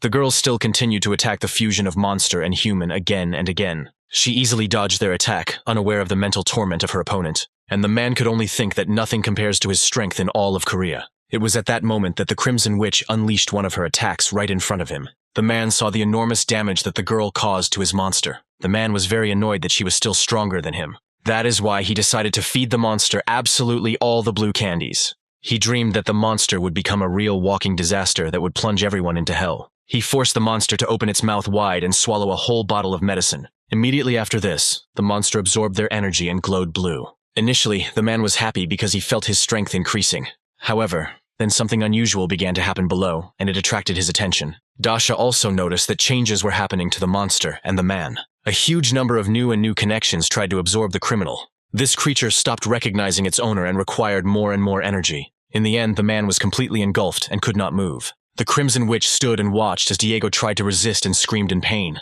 After some time, the man's voice completely disappeared, and there was silence. Dasha even thought that he had finally been completely swallowed up by the monster. The girl suddenly realized that the magic all this time was not for him, but she was on the side of the spirits. Immediately after consuming its host, the monster transformed into its next version. Now there were even more thorns on his body. His claws became larger, longer, and sharper. All this was filmed and broadcast on television by local media. Kostya realized that the strength and size of this monster was in no way comparable to last time. He knew that all he could do from this monster was turn around and try to escape. However, the guy looked at the TV screen again and realized that not everyone thought so. Instead of attempting to escape, the Crimson Witch took her magic to an even stronger level. The hero realized that his dear friend did not see any obstacles in battle. The remaining consciousness in the monster's body suddenly sensed a high level of danger.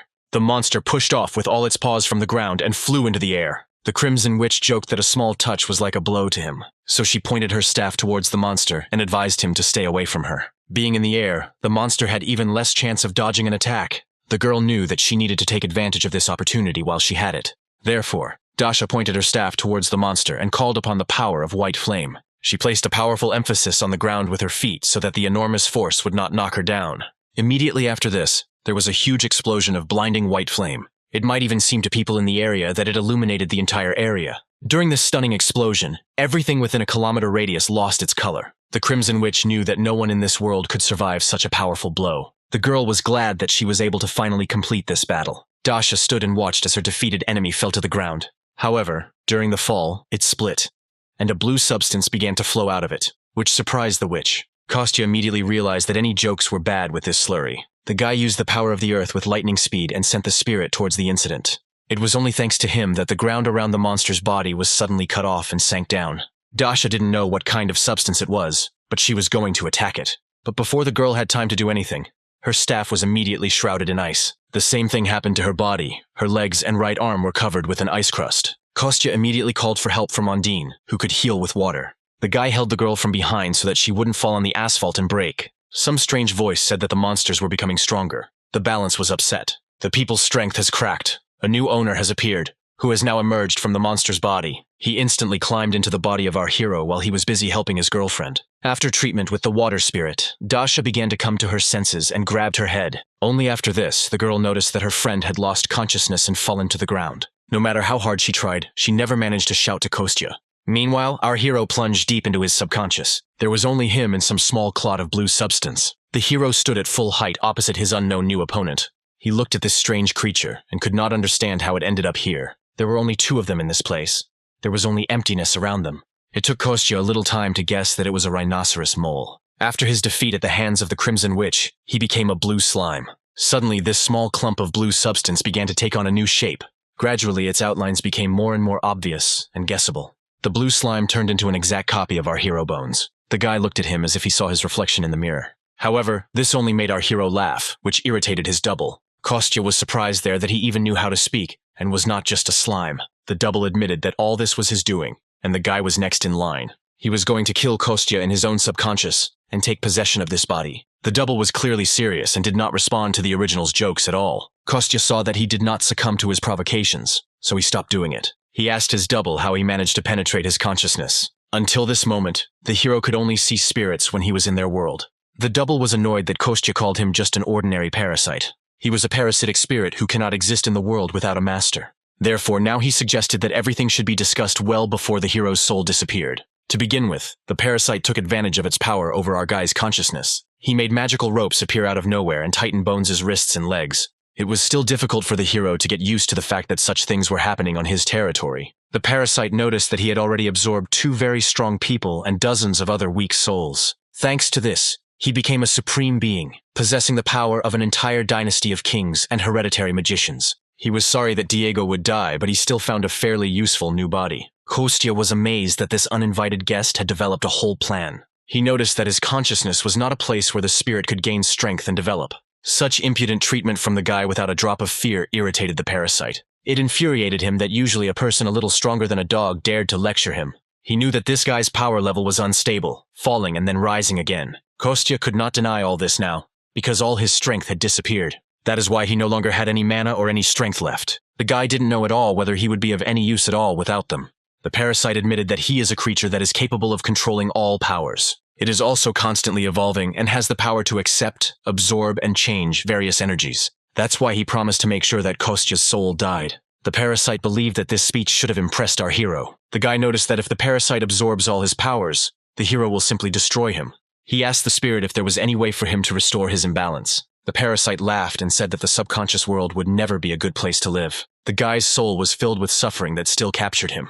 Besides, he did not understand how the hero was going to destroy him with his hands and feet tied. Kostya did not understand what kind of tied hands and feet we were talking about, if he could easily remove the ropes. The parasite fell into a stupor that the guy managed to free himself from control so easily. Moreover, Kostya noticed that he had not suffered at all before, as his double believed. The guy replied that his soul is his real fortress, because he is a man. The world of knowledge is just a place that was completely immersed in darkness. It is always and for everyone located approximately somewhere between consciousness and subconsciousness. This is a place that has its own laws of space and time. This is the same world that is completely different from reality. But even in such a complex and secret place, there are absolute laws. These were the laws of imagination, the laws of concentration, and also the laws of faith. The parasite did not understand how an ordinary person could move in the world of the subconscious. He was still trying to resist our hero, being in his body at that time. However, the strength of the parasitic spirit was not enough for this, and the world of the subconscious began to collapse. Dasha bent very low over her friend and tried to shout to him. Kostya came to his senses, lying surrounded by his friends from the world of spirits and people. The guy slowly tried to take a vertical position and rise. The hero tried to laugh it off lightly, but Dasha was frightened by his fall. Kostya felt pretty good and was going to tell his friend about it. However, suddenly a terrible sharp pain pierced his entire body. The world around him seemed to have lost all its colors and suddenly became gray. The keeper said that the guy's hearts should be wrapped in some kind of blue clot. He doubted it would start beating again and looked sad about it. The hero looked very shabby and very quietly called the guardian by name.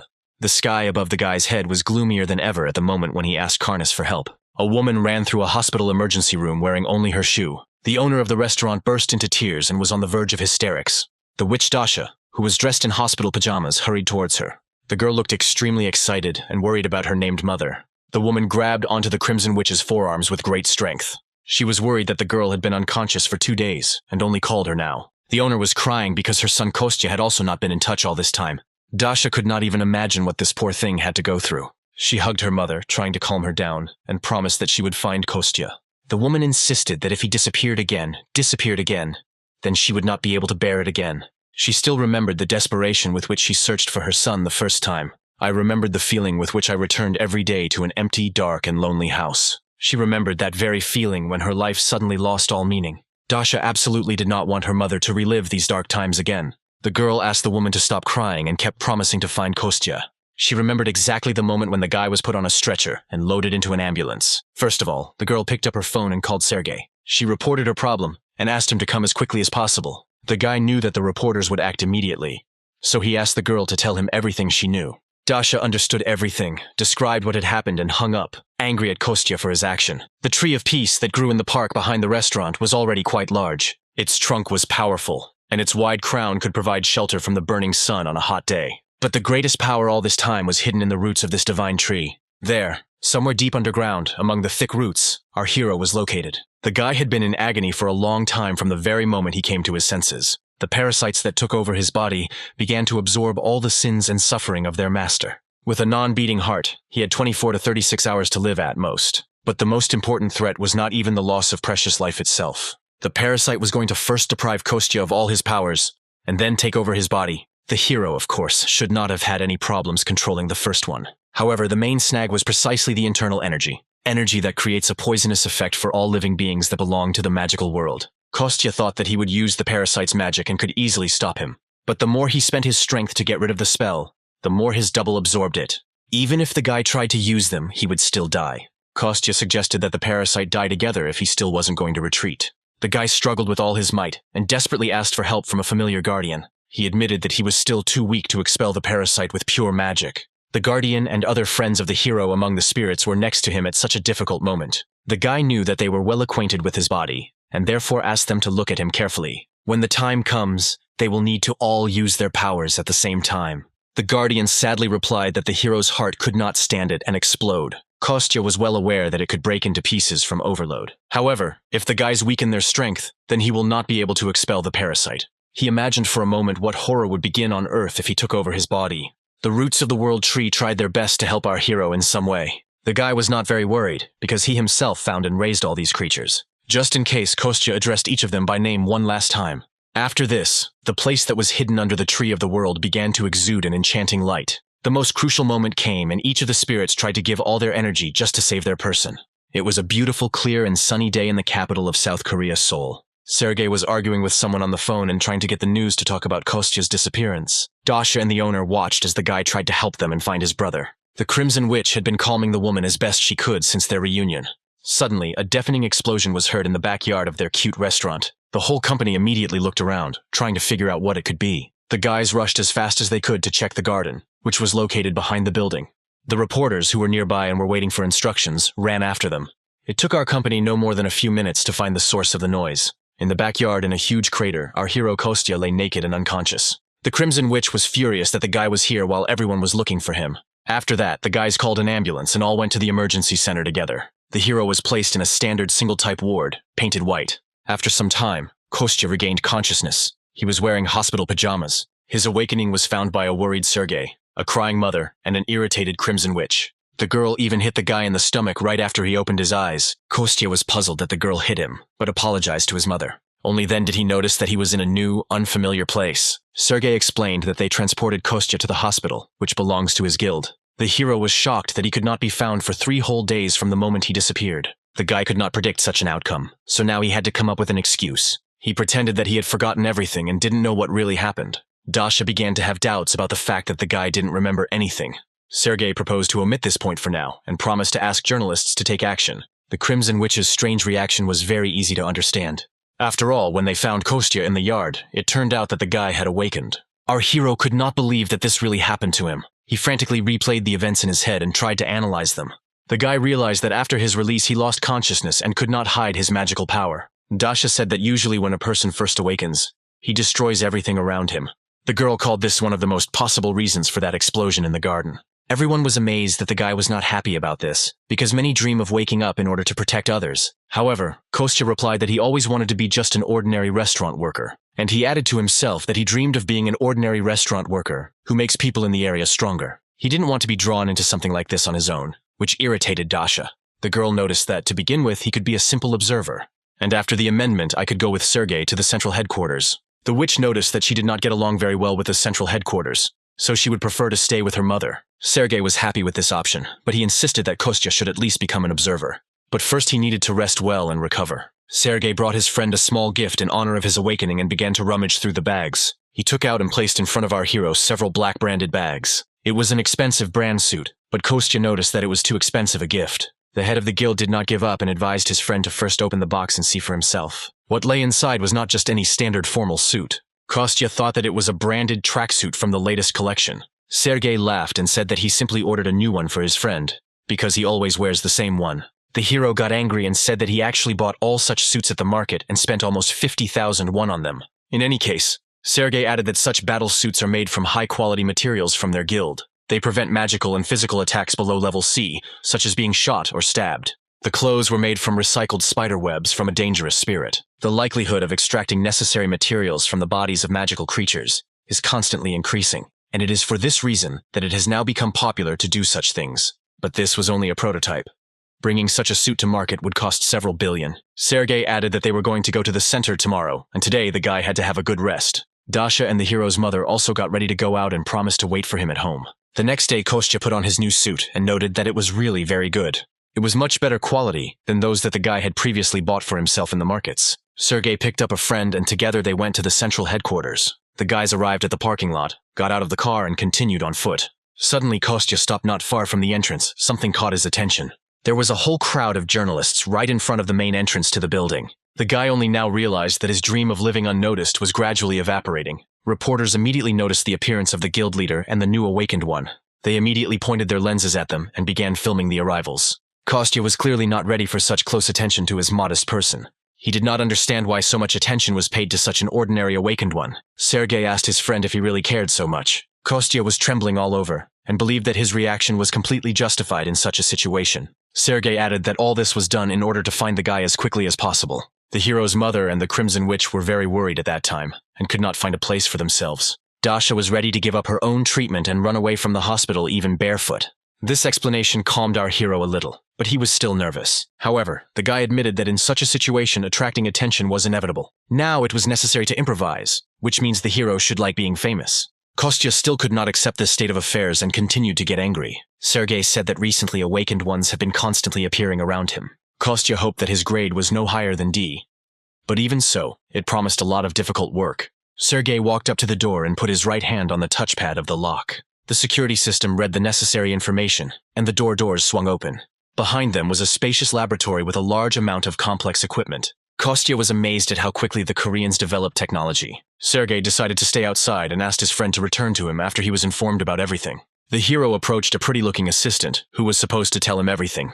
The guy had to change clothes and undergo several examinations using the most advanced technologies. He put on a black suit, which was stuffed with all sorts of sensors. In it, he needed to complete several not very difficult tasks. He admitted that all of these technologies were state-of-the-art, but still useless in his situation. His scan data was gradually replenished and uploaded to the server. This took a total of several hours of fruitful work by researchers. Sergei and Diana were amazed that their friend had achieved an A-level rank. They could not believe the results, because even such a rank was considered extremely rare in the modern world. Kostya was in prostration, because he had only closed some hole with magic. He sincerely believed that he had invested too little of his magical powers to achieve such a high level. Sergei believed that his friend should have been happy with this result and considered himself special. He turned to the assistant and asked what the level of the guy's other characteristics was. The level of magical power reached rank D, the level of mana E, the magic circuit as much as S, and Kostya's specialty was telekinesis. He even asked if such results were erroneous, but he was assured of their accuracy. Kostya asked the reason for such a violent reaction from his dear friend.